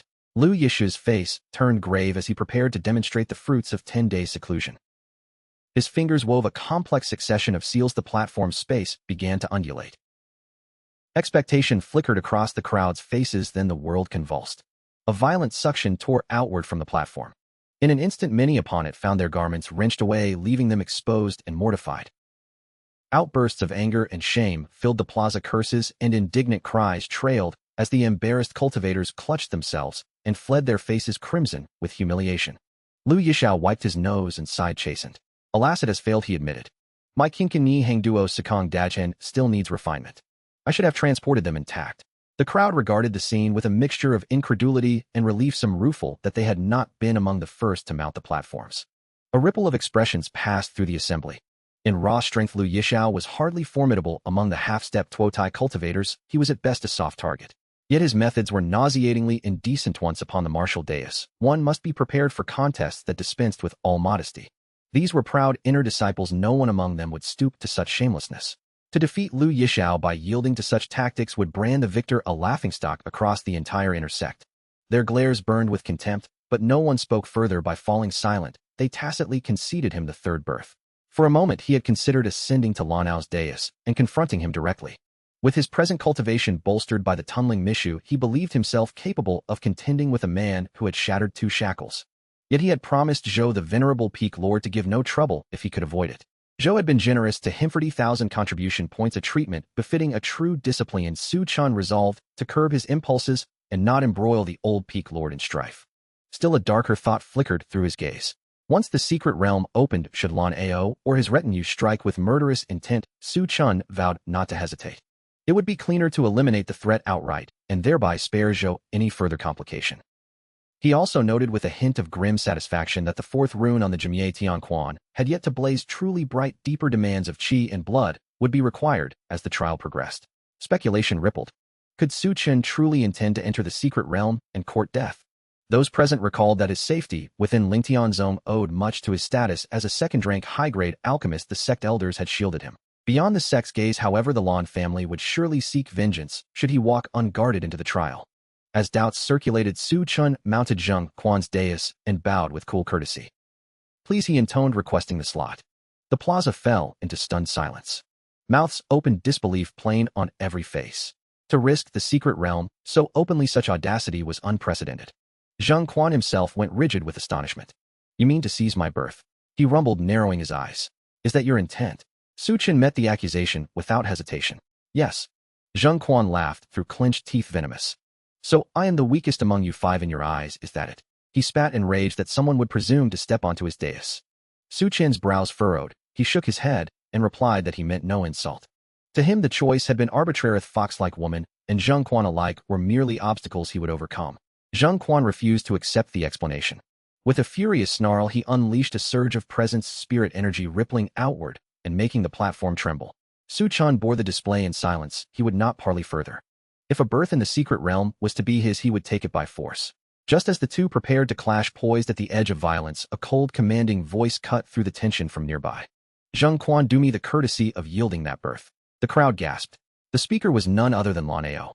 His intervention brought the square to a breathless stillness. A hush of incredulity swept the assembly as all eyes turned to Lan Ao. Could they have heard wrongly? To their astonishment, Lan Ao had just petitioned Zheng Quan for a favor to relinquish the coveted entrance into the Mijing to a young man. For a fleeting instant, disbelief reigned, but clarity soon followed. The audience pieced together Lan Ao's intention with a chill dawning upon them. Sympathy and vindictive certainty mingled on their faces as they looked towards Su Chen. The boy is doomed, some pronounced. To seek the Mijing's fortunes is to court oblivion, others scoffed, convinced he had been blinded by avarice. In their estimation, Su Chen's appetite for opportunity had become a reckless yearning for self-destruction. Even the Zhongzhu found himself helpless before the maneuvering of fate and faction. Zheng Quan's visage darkened. His eyes burned with a contempt that was half humiliation, half envy.